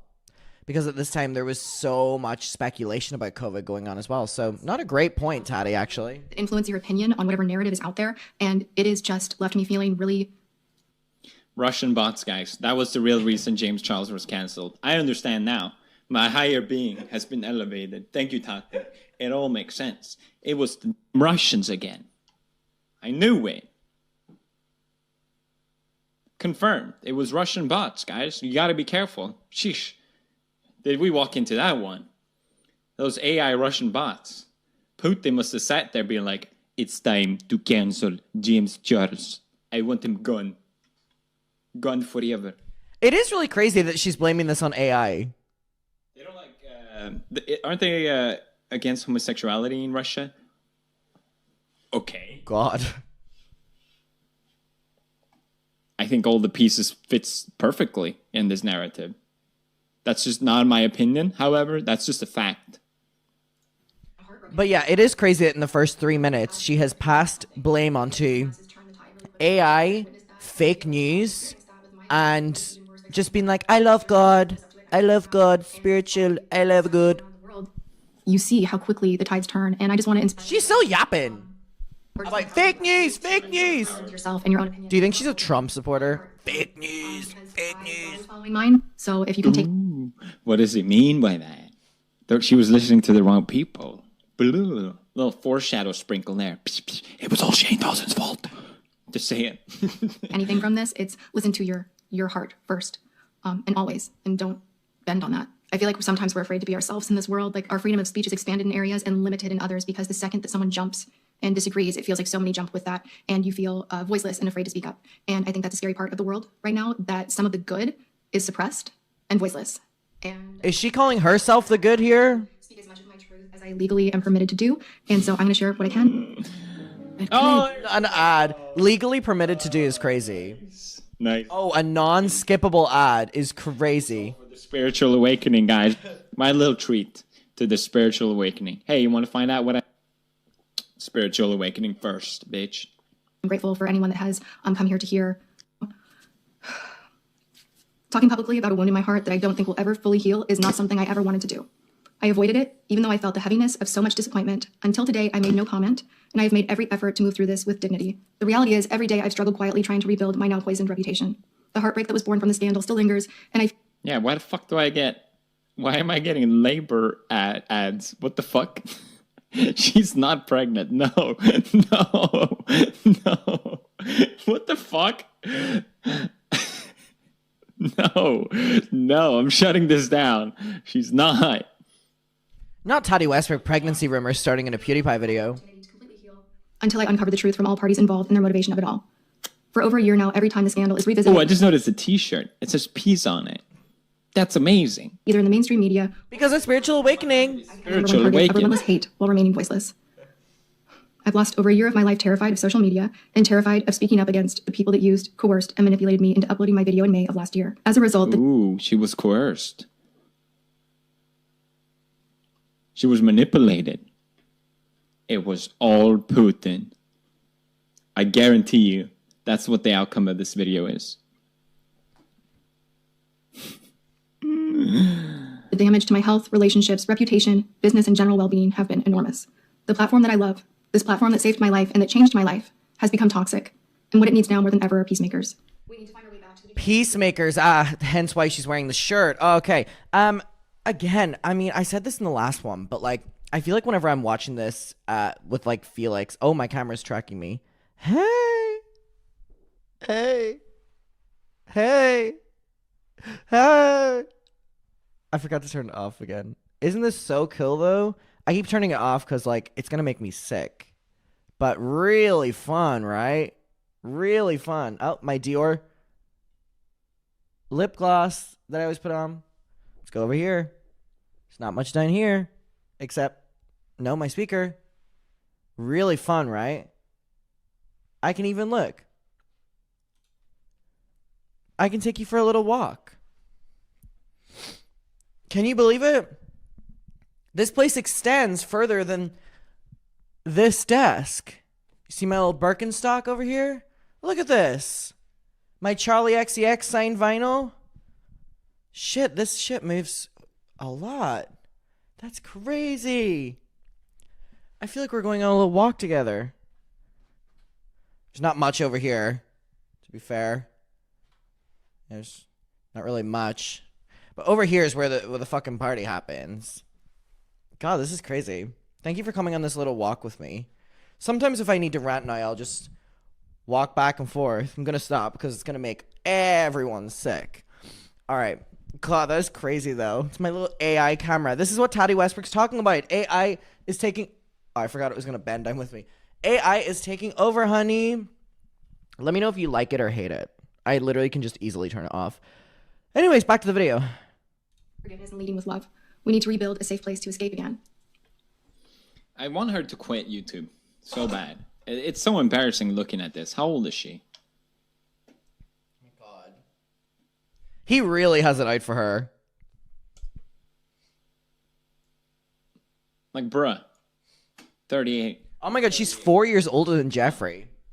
You fucked up. Jaclyn Hill's only 29, well, back then. She's young. I just want her to realize just how embarrassing this is. 38. She's almost 40. So what age is she now? Like 30? No. 41? 42? I think she's 42. What's her net worth? Not him looking up net worth. She'll be okay. Our world seems to be falling apart all around us. The Keemstar last thing we is need to do 47? is fuel No more way. hate by releasing my receipts and voice memos. But I know many of you are needing some answers. God, you don't hear about Keemstar these days. Apology for the role that I played. Also, by the way, these are my words. I did write this, and this is from my heart, but I am being careful here, and I think you guys understand why. Back in December 2019, after Shane and Jeffree's series ended, James Charles came to my LA home, and we compared DMs, texts, and stories about what had happened behind the scenes. We apologized to each other, forgave each other, and agreed to wait patiently until it was safe for me to share my story. Since that night... And again, I think that's really great, but I think that James Charles, you know, accepting her apology doesn't mean that the audience don't have to or don't have to as well, because the audience were so involved in this, and the audience, you know, made their opinions very clear. So like they have a right to be outraged or not care based on new revelations. You know what I mean? And that doesn't evade her criticism just because James Charles accepts her apology. You know what I mean? Especially when she's trying to put all the blame onto two other people. I'm glad they made up, though. That's nice of James, to be honest. That speaks more of him than anyone. I'm really glad James came out of this on top. There's some serious allegations towards him being a predator, which obviously didn't age well. Yeah, that was the narrative, wasn't it? James Charles is a predator. He's coming for your children. Boy, you better lock them up. I know Felix really doesn't cover drama anymore, but God, I would have loved for whenever all the James Charles stuff was coming out again, for Felix to have done a video on it, because again, the thing that all of us talk about, which is just like, it's so infuriating that it aged so badly, that everyone was rightfully so happy for James Charles, you know, getting out of Bye Sister on top, but then years later, it was just kind of like everything manifested and became true. It's like, what the fuck? So, yeah. James Charles has repeatedly said that he wanted to be beside me for this video. But I felt it was important that I do it alone. Because he deserves my first apology. And I am really sorry, James. And I've said that privately, but I want you to hear it publicly. I'm sorry, James, for trying to ruin your career forever, indefinitely, over some vitamin gummy bears.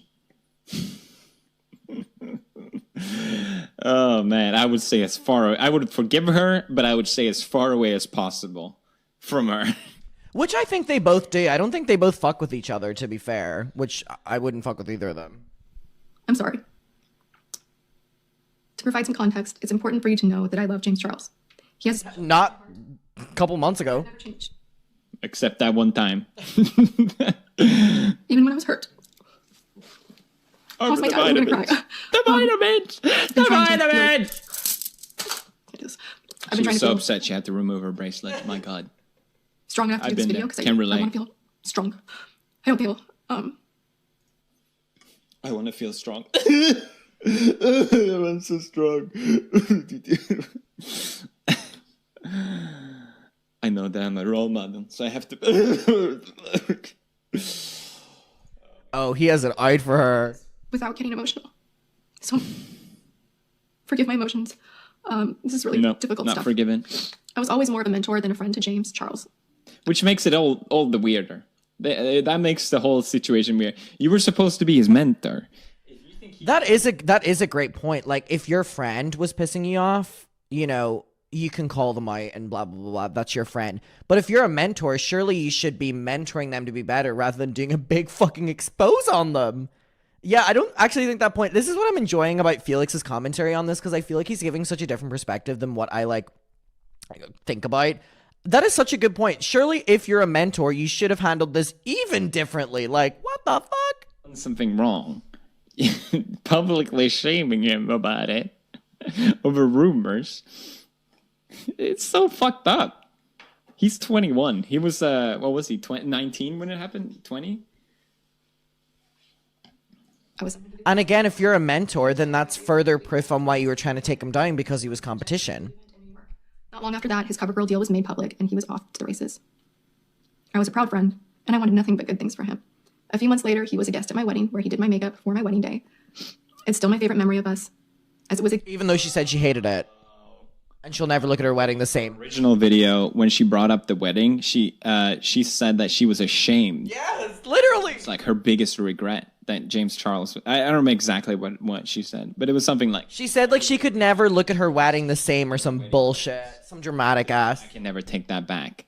And now she's saying the opposite. It was the best of her life. Whenever it's convenient, I suppose.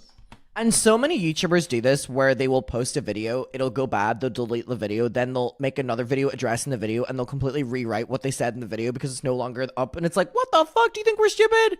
It's like the craziest deja vu. Like, I think I've seen this story before, and I didn't like the end. Like, a gift getting to know him before all of the success.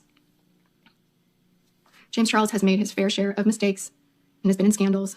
We all have, but I always believed in him, as he had a rare ability to improve himself through any situation. In the past, if I was upset, it never lasted long. He is gifted with turning pain into strength, and I've always admired that. However, prior to the scandal last May, so she goes, I wanted to give him the ultimate challenge. I was frustrated with what I perceived as a progressing sense of entitlement, and I felt that he was... So I reached out to him, and I talked to him about it, because that's my role as a mentor, and I'm 20 years older than him.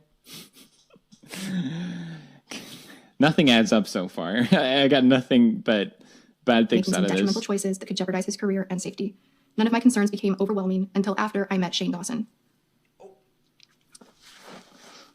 When I made my video, I expressed my opinions about James Charles's behavior. I expressed how much a specific decision he made that I... Wait, sorry, did she mention Shane? Until after I met Shane Dawson. Shane Dawson's fault. It was all Shane Dawson's fault, guys. This is Putin, and then behind Shane Dawson, and then behind Tati. That's how that happened. When I made my video, I expressed my opinions about James Charles's behavior. I expressed how much a specific decision he made that I perceived as betrayal hurt me. I was very worried and heartbroken, but I did not lie in that video. I never called James Charles a p***er, and I never said that James Charles was a danger to society. My video was... I never specifically. It's important to say this in front of the camera so the jury can hear. I was about to say, this does feel very legally, like, for the record, I have never, that's literally what she just said. But also, remember the tweet that Dustin Daly had sent, or the Instagram reply or something that Tati had done that Dustin Daly sent me? She literally had said there something about, like, predatory behavior. So she's not even telling the truth here. But also, you don't need to specifically say the word if you're implying it very heavily in your video. That sentence is such a clear myself from any legal implication lawsuits. I never actually called him a predator. I never used those exact words. You said that he was trying to exploit straight guys' sexualities into being gay. You may have not used the word predator, and that was something that spiraled out of control afterwards. But she still did it. You definitely helped contribute to that. It would not have popped up out of nowhere. Not made with any malice. I did not publicly air any. Not made with malice. She said that with a straight face. Can you believe that? Accusations that were being made behind the scenes. While I was definitely upset that he had accepted a sponsorship from the biggest rival to my brand, Halo Beauty, I did not make my video. Not another ad. Fucking ad. Get rid of what you don't need. Try. Oh my god, this video is so ad. Oh my god, there's so many. I made it as a result of all the poisonous lies that were fed to me by Shane Dawson and Jeffree Star. James Charles' Sugar Bear Hair sponsorship. I also can't believe Felix doesn't have YouTube Rat. Not even registering. Is she blaming Shane again? And all of the drama that had kicked up afterwards. That was just my breaking point. Yes, I'm a grown woman. I'm smart. You don't act like it. Okay. Just saying. I haven't seen any of that. It's funny because I remember in my original video, I was like, it seems like she knows how to manipulate her own audience. And since this became so much bigger than her own audience, it became open to the whole internet. It was so easy as an outsider to look at what she's saying and just with a more critical eye and pick apart and being like, I can tell you're not being sincere. I can tell what you're trying to do here, bringing up your brand. I can tell what you're insinuating by making these claims. She's trying to act smart, but she's really not. That's a good point as well. We talked about this where, I think that she thought this was going to go viral, but only go viral within the beauty space. So whenever it went mainstream, it was, out of her control. But I also think that that's a really good point on why this video is so... This video, like, Breaking My Silence is a really bad video. Like, even by manic Tati Westbrook in the state she was in, like, it is a bad video. And that's a good point that Felix makes because it kind of further alludes to the fact that she's trying to address the general public who are watching this, but she's also trying to, like, keep her audience, Shane and Jeffree, but then she's also trying to make these big claims for the media to, like, hear. So I think she was just trying to appease everyone in this video, and it didn't land for... It didn't land for absolutely any of the audiences. I think, again, this went so far beyond her control, and she was really struggling with the concept of having to cater to so many people. And the fact that she's doing the exact same thing is just crazy to me. It shows that she's learned nothing. I can usually spot deceit and manipulation a mile away, but my guard was down from being heartbroken, and I allowed myself to be worked by Shane, Jeffree, and others. So she allowed herself to be, what did she say, worked? Worked by Shane and others? There are others involved. Ooh. My video went up. I was never served a lawsuit or any cease and desist letters. Another legal letter. When it happened, I was never actually sued.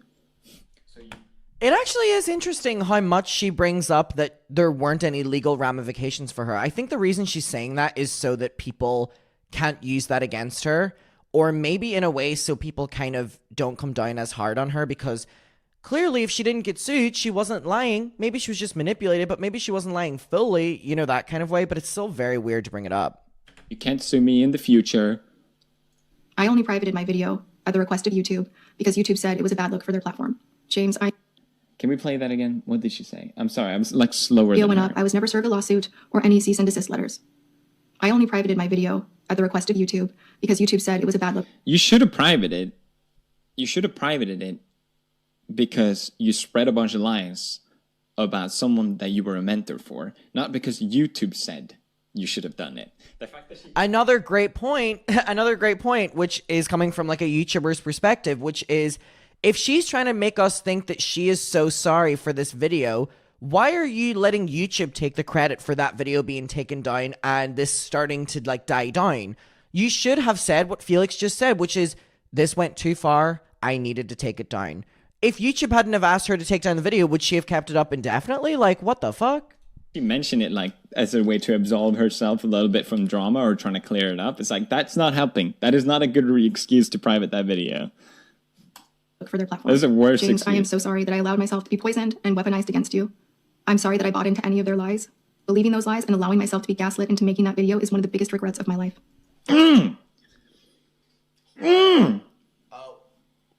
That is not an apology. That is shifting blame. An apology is owning up to what you did. I would never accept this apology. Makes me so angry. Saying I'm sorry because other people made me do this thing, that's shifting blame. That is not an apology. That is not an apology at all. And my God, the amount of times I heard the word gaslit the past fucking weeks. For their platform. James, I am so sorry that I allowed myself to be poisoned and weaponized. James, I am so sorry. We hear this so often though, where people will say, I'm so sorry for, and then it'll be, I'm so sorry for you feeling that way. I'm sorry for them making me feel that way. And it's like the most, when someone says that to me in person, I just want to punch the shit out of them. I'm like, fuck you. Video. I was angry and upset, and I would have never realized how much impact it would have if it had. If I knew, I would never have uploaded that. I was angry and I was upset and I was hurt, but it's something that I should have resolved with you privately and not made public to the internet. I am ashamed that I made this decision out of anger, but I hope moving forward, we can move forward with love. No? Is that so fucking hard? I'm sorry I was being gaslit by other people. I am so sorry. That is not an excuse. That is not a sorry. Come to me, all right? No one has reached out. Not a single fucking person. And Shane's apology video was so fucking bad too. What? Here's what I'm thinking as well. If Tati Westbrook had made this video and not brought up Shane and Jeffree and just did, you know, I shouldn't have done it. I was so wrong. James, I'm so sorry. We've made up now. I wonder if she would have gotten a bigger welcome back to YouTube, because clearly Shane and Jeffree were going through it and clearly she jumped on that. But still, the public perception is 50-50 right now. So I want to ask you a question. If she had not mentioned them and just fully taken responsibility, do you think she would have gotten less dislikes or not? Do you think that was the polarizing thing for people, or the polarizing thing was just that they were like over her? Like, what do you think? Why does no one listen to me?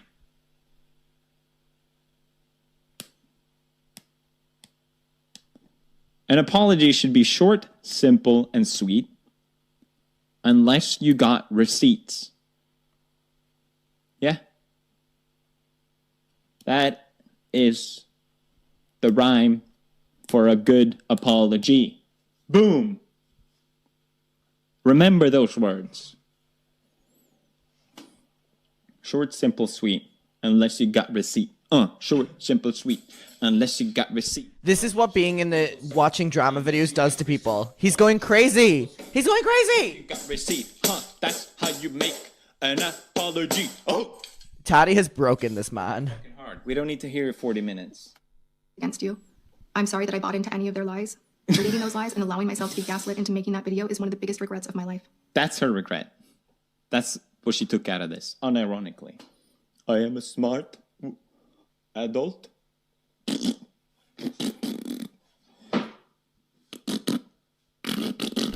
Also, yeah, her phrasing here is literally like, she's like, James has forgiven me, but I'm sorry again that happened, or that, but it's never like, and her saying, my biggest regret is being manipulated by them. That, if you like decode that is not taking any blame. You're saying that you're sorry that you got manipulated by someone, not that you're sorry that you did it, regardless of that. Her phrasing is crazy here. But then again, she had her court-appointed script, right? That's what I got out of that. Okay? I should have tried harder to reach you over those concerns in person. Yeah, try harder.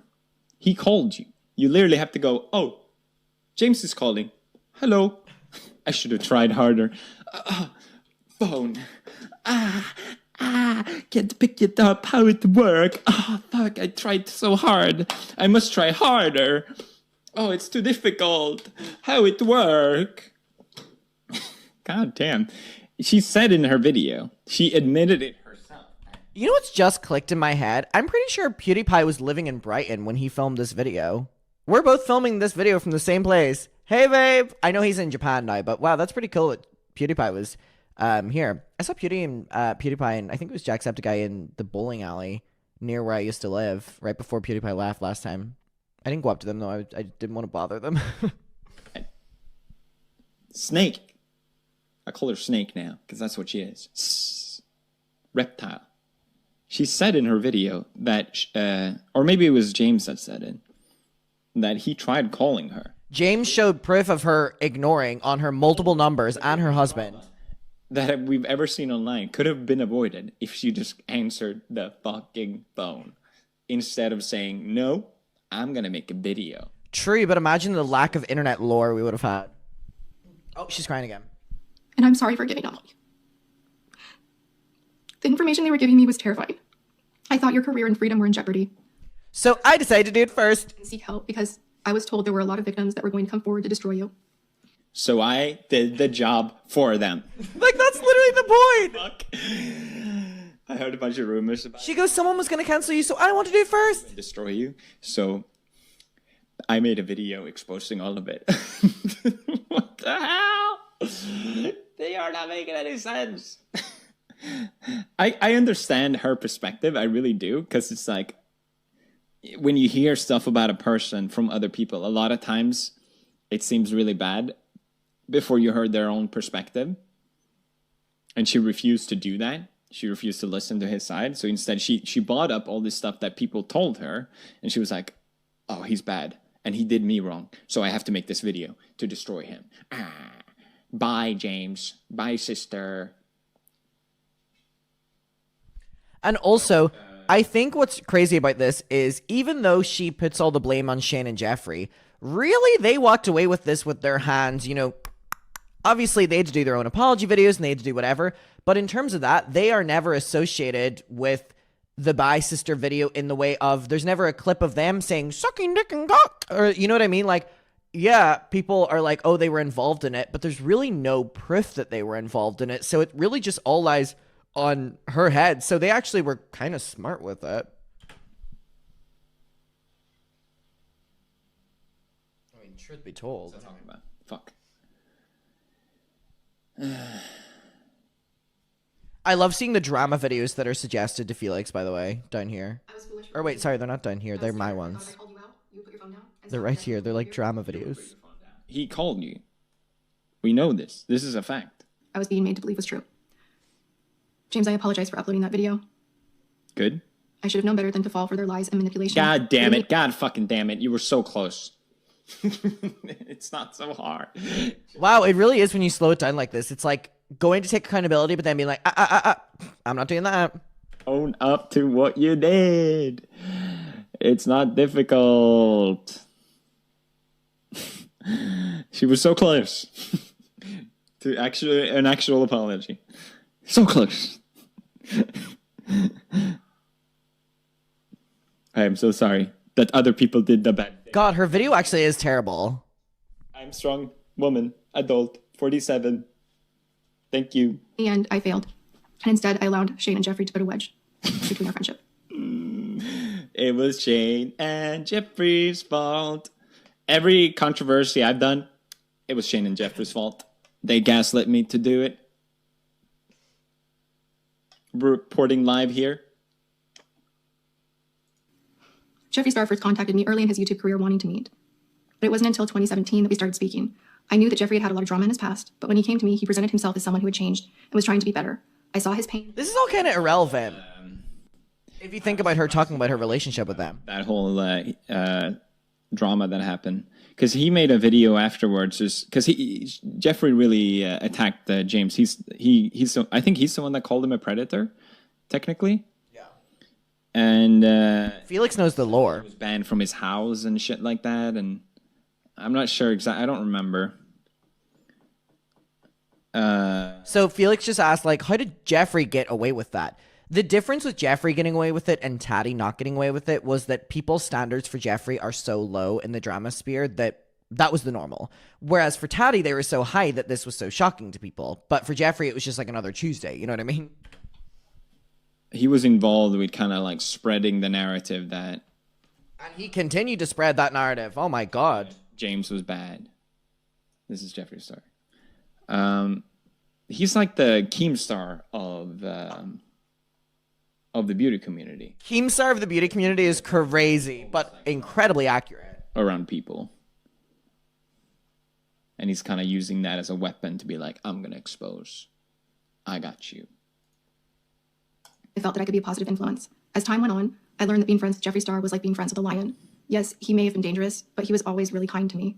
From time to time, I would see improvements, which were followed by setbacks thereafter, but overall, I thought he was growing as a person. And again, I thought I could be a good example for him. I tried so hard to make him pure. My goodness in my heart was not enough. I was so foolish. I was such a fool. It is such a superiority complex she has. It's crazy. We're never going to get through this video. I even tried to get him involved with my favorite charity, Diverting from Script. P.S. I am going to be speaking on... Diverting from Script is crazy. Making him donate to charity. I've seen, I don't like Jeffree Star, but I've seen him donate to charity. He doesn't need you to do that. In his defense, like, what the fuck are you on about?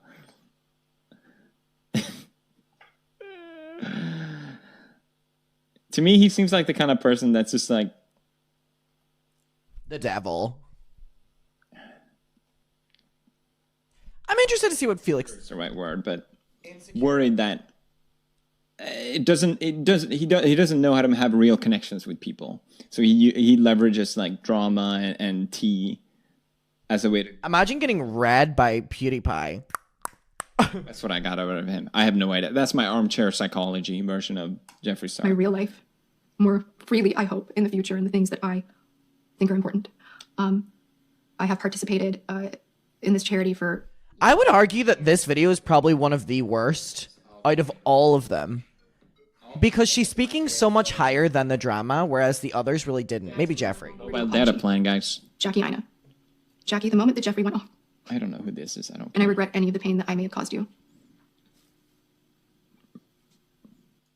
I think we can cut it forward a little bit. But I always heard from him when he was involved in drama or when he had a new launch about to happen. Though I recognized this pattern, any suspicion that I had of being used was clouded by the hope that he actually cared for me. About how much dirt he held on other brand owners and members of our YouTube community. To understand that we need to forgive the people that he is holding hostage with. He's holding them hostage, guys. What is she referencing? There must be more tea coming up. Veiled threats of exposure. We need to trap people. I started wanting to apologize for James Charles' behavior at dinner. To me, that James was all he wanted to talk about. I even met with Jeffree in his killer merch offices in March to discuss Jeffree developing and managing my merch. And as we were touring his warehouse that was filled with sisters' apparel, it seemed that all he could do was speak poorly of James Charles. Over the next few weeks, Jeffree began talking to me about how Shane Dawson was a big fan of mine and wanted to meet me, and how I should be involved in their docuseries. Eventually, Shane reached out to me by text and started DMing me on Instagram. Shane said I was the queen of makeup reviews on YouTube, that I was his favorite beauty channel, and he wanted me to teach him all about makeup. I didn't know much about Shane Dawson. I knew that he was... And so they gave her compliments, so she loved them! Well, not anymore. Shane is canceled, okay? Poppy Gloria, queen of YouTube. Say it. Oh! King of YouTube, get the fuck out. I didn't watch much of anything else other than Jake Paul series and, of course, the series with Jeffree. In all honesty, I was looking forward to meeting Shane. I had actually hoped he would want to help me tell my personal story one day about all the pain and heartbreak in my life that led me to wanting to start my own YouTube channel back in 2010. Again, my favorite part about all this, I'm going to say this again because this is our last Dramageddon 2 video. Tati Westbrook spends this entire saga saying that people used her while in the same retrospect using everyone. Here she's saying, again, Shane Dawson, I thought he would want to do a series on me one day. She used everyone and then complained when they used her. Girl, it's the industry.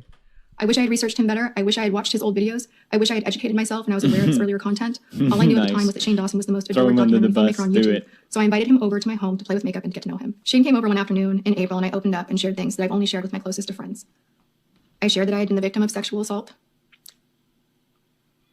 I spoke about my faith and told him how deeply I feel for others. He shared with me that he was an empath and that he could feel all of my pain. He pledged his unending friendship and loyalty to me forever in this life and in the next one.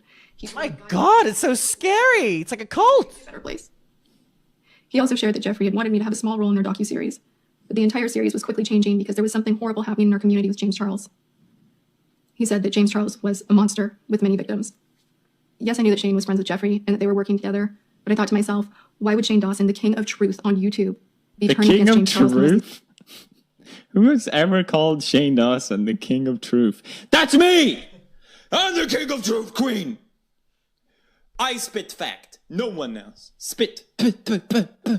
Left and right on the walls. The fuck? Bitch, what Things he was saying were true. Why would Shane sit in my home and spend so many hours telling me these horrific allegations if they were not true? Shane said that James Charles was a monster and that James Charles was hurting minors. Shane said he was planning to interview victims for the docuseries. He told me that something needed to be done to stop him from hurting more people. Over the course of the next few weeks, he and Jeffree fed me so much information that... Okay, armchair psychology on Shane Dawson. I believe her when she says that Shane like spread all this tea around James Charles. Like, ooh. I think what's crazy that we're seeing when we're reacting to the PewDiePie things is PewDiePie, from an outsider's point of view, has a very similar, if not exact same take as what all of what we do who are like in the sphere, knew what it was going on. Like we said that like, wow, her video is bullshit and she's not taking any blame and she's doing all this. However, what she's saying about these people, I do believe, but I just don't think good message, bad messenger, which again, we're saying is I believe, and PewDiePie is now saying he believes that everything she's saying about Shane is true, but does that evade her doing it? No. Because at the time, he was getting into the beauty community and all the tea and like, oh, we're so vicious. I feel like Shane still has that insecurity. Definitely for this one, he has that insecurity where he has to like talk shit about other people. I'm sure he's nice face to face, but he seems like the kind of person that talks shit. I never met him. I don't know anything how he communicates behind closed doors, but he seems like that. I believe it. We've got another one that believes it. That Shane talks shit about James. I definitely believe that. That is not an excuse to make the video, though. That I felt sick. Almost every day, there was more information and new allegations. Eventually, I started believing what they were saying because they said they had evidence. By the time the drama around James Charles... But what's crazy is she was never shown the evidence, and she still made the video. And to Shane's credit, in a weird way, I mean, the whole internet bought it too for a while. Until they heard James' perspective, everyone was on board. So it wouldn't be that weird to be part of that tea, you know? Oh my God, we know this, you know? It's not a good excuse, but I can at least understand it. Of Sugar Bear hair reached its peak, I was beyond gaslit. Shane Dawson didn't just know about my sister video. He offered to help edit it. He even offered to design the thumbnail and help title it. I declined his offer. Crazy. And reinforced for me that he was telling the truth. Why else would he jeopardize his career? Okay, yeah, but the audience wouldn't have known that Shane would have edited the video unless there was a fucking credits reel at the end saying edited by Shane Dawson, you know what I mean? So he wasn't pledging to be a part of the video. He was just pledging for you to get it out as quick as fucking possible. Making a thumbnail for someone is not a jeopardy of career. What are you talking about? In mind that up until this point, I didn't even know I was making a video. So how is it that so many editorial outlets knew that something was coming? Because you were messaging drama channels. You said that you were going to... You said in your video that you reached out to 2 drama channels. Because you message drama channels. Full disclosure, I spoke to 2 drama channels. That's why. Were you gaslit to forget about it, maybe? I struggled with the decision to film my video for days. The night before I did film, Jeffree sent me what he claimed was an audio file from an alleged victim and told me to listen to the pain in their voice. The audio was clearly a small portion of a larger conversation. It wasn't enough for me to contact the authorities. It was enough to scare me. So I made the video. Oh, here we go.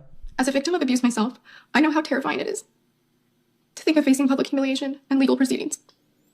I feel nothing. It wasn't my place to contact. You think watching someone, a woman cry would make you feel like, oh, all right, I feel bad. No, nothing. I got nothing. I like to think I'm somewhat empathetic. Yeah, nothing. I feel nothing. watching this. Even when people are too dumb for their own sake and they kind of mess up, at least then I can sympathize. I can't. I physically can't. Number one Tati Westbrook hater. Contact authorities or the alleged victim. And I made no mention of it in It's my like video. playing Last of Us again with Abby, yeah. The night before posting my video, Bye Sister, I texted Shane sharing my concerns for James Charles, that he was out of the country on the high floor of a hotel and I was afraid for him hurting himself. Shane texted me back and said that I should not be nervous about the 50th floor, that James Charles was a narcissist and that he would never do that. The day the video went up, Shane requested to come over to my home and film and document what was happening. I declined. After a few days of Jeffree fanning the flames on Twitter, no victims appeared as they had stated would happen, and no evidence came forward as they stated would happen. The last time I spoke with either Jeffree or Shane on the phone was the night before Jeffree's Never Doing This Again video. Shortly after, the relationship dissolved entirely, and I was so confused. Do you believe that she wasn't talking to Shane and Jeffree after she posted the video? So we're to believe that they were tweeting her for every 1 million subscribers she gained, but yet they didn't text her individually or see her in person. Like, I'm sure Shane and Jeffree were minding their own business, doing their own thing. She had posted the video. They could be like, fuck off, Tati. But I don't believe that they weren't talking behind the scenes from Bye Sister to Never Doing This Again. I don't believe it. Bought into the conspiracy theory that what happened was all a social experiment, and that maybe James Charles was even involved, and that there was going to be a big reveal in Shane's docuseries. Yes, that would be so good. And I would be the fool who fell for it. Shane never reached out to check on me, and he never shared the trailer with me. Shane, that would be so good. The last time we spoke on the phone was before Jeffree's apology video, and I asked him to not include the drama in the series. He only texted me after the trailer was live with an audio message telling me to not worry about it. The drama was only going to be 1 episode. For the next few months, I was tormented with subtweets and innuendo that there was a huge drama around the corner. I felt that I was a liability to them and that I knew too much, so I put all of my text messages and other files on a hard drive and told a few people that I was afraid for my life. Ooh, afraid for her life. What the fuck? I mean, it was a big thing. People get crazy. Never underestimate what the internet will do. And had given everything. Fair, but she's insinuating Jeffree was gonna hitman her. My mental and physical health suffered. My businesses suffered. It was all I could do. Oh, what a shame. You did such a good plug in the other video. Pull myself together for the launch of Tati Beauty. This part's so bad. It helped me so much to everyone that came, because I felt like I didn't have community anymore. And I was too ashamed to even think about inviting anyone from my community. And I'm so grateful to my subscribers that showed up for me. And I just hope that you're still there. No, I'm not. I'm gonna have a heart attack. Jesus. Stop filming. My God. I want to be strong. I have a heart attack. A little dramatic, don't you think? Don't want to be mean or anything, but that's a little dramatic. Don't you think? All right, we're almost through it. Last fall, I became so afraid to stay in my LA home that I both filmed a lot of videos and I left town in October to get away from it all. She fled the scene. I was so upset that I continued to lose weight. I couldn't sleep. And slowly I don't think she's fake crying. I think she sees herself as a victim. It's very easy to cry if you think you're a victim. You don't even have to try at all. It just comes naturally. That's a good point. If she has persuaded herself that she was the one who was done wrong in this, not James, then maybe that's why she's able to get emotional so quick. in 2019.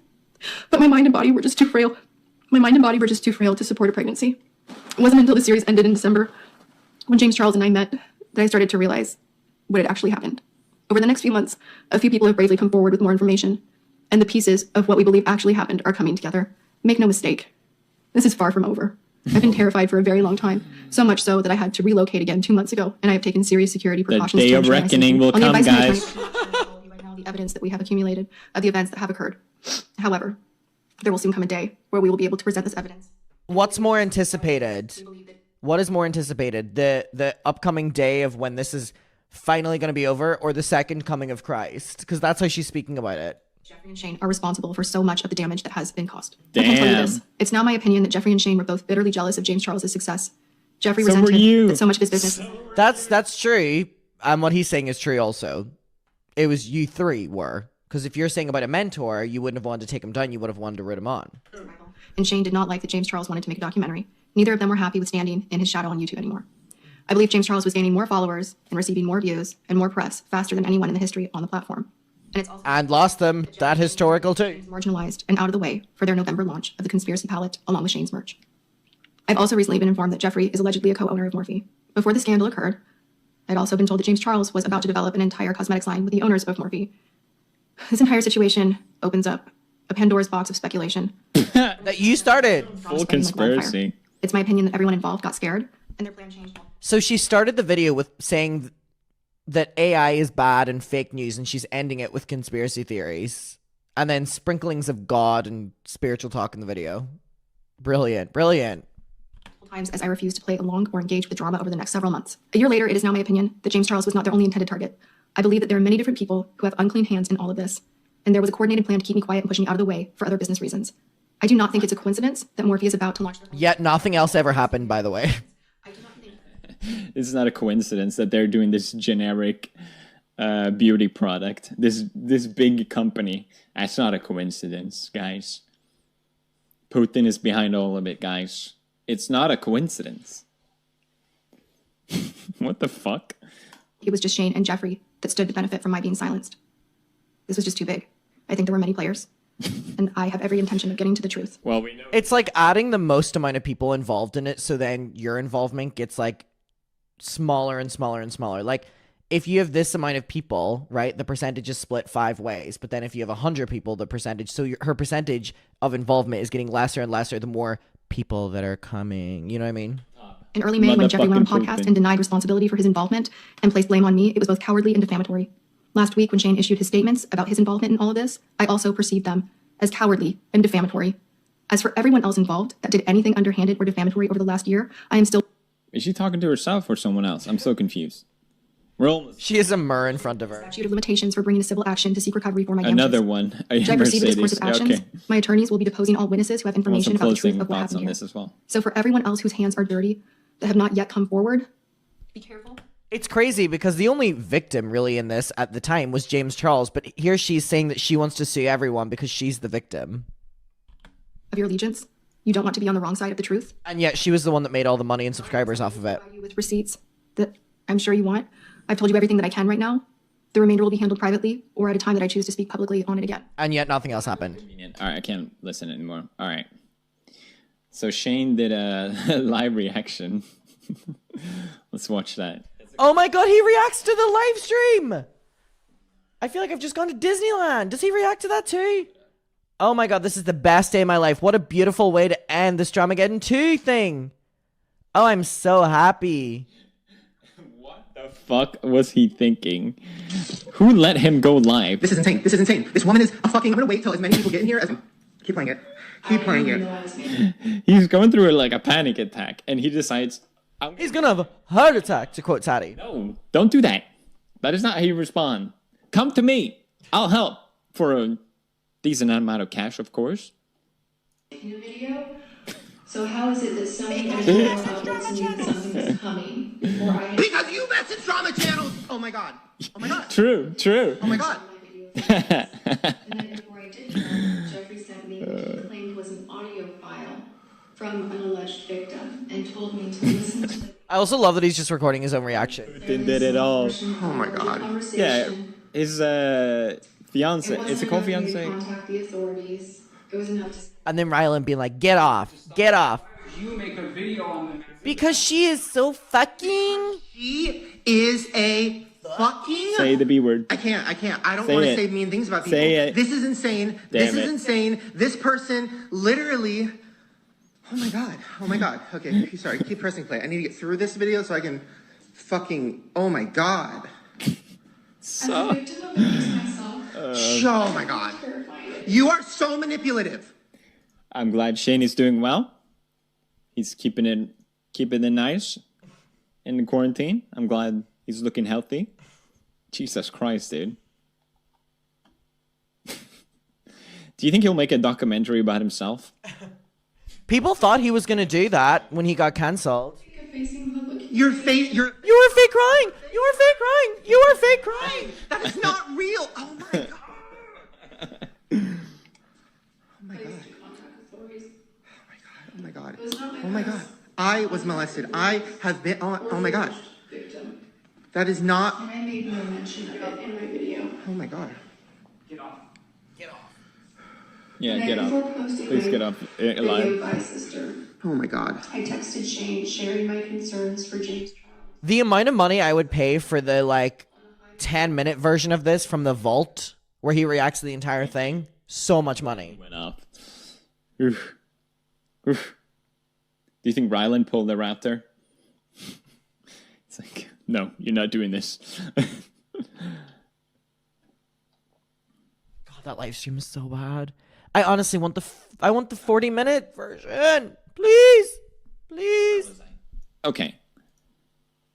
That was not an apology from Tati. That was just shifting all the blame to Shane and Jeffree Star. And I don't doubt the fact that they told her, like, oh, he did this, or spilled a bunch of tea around him behind the scenes. I don't doubt that at all. But the thing is, what you upload on your channel is 100% your responsibility. The fact that she put that on someone else blows my fucking mind. She calls herself a strong woman and all these words, and she's fucking 37 or whatever, and she's still shifting blame when it's convenient as well. Like, now that people are already buying into this idea, oh, it was Shane and Jeffree's fault, then she comes out of nowhere, and it's fucking bullshit. You know, it blows my mind.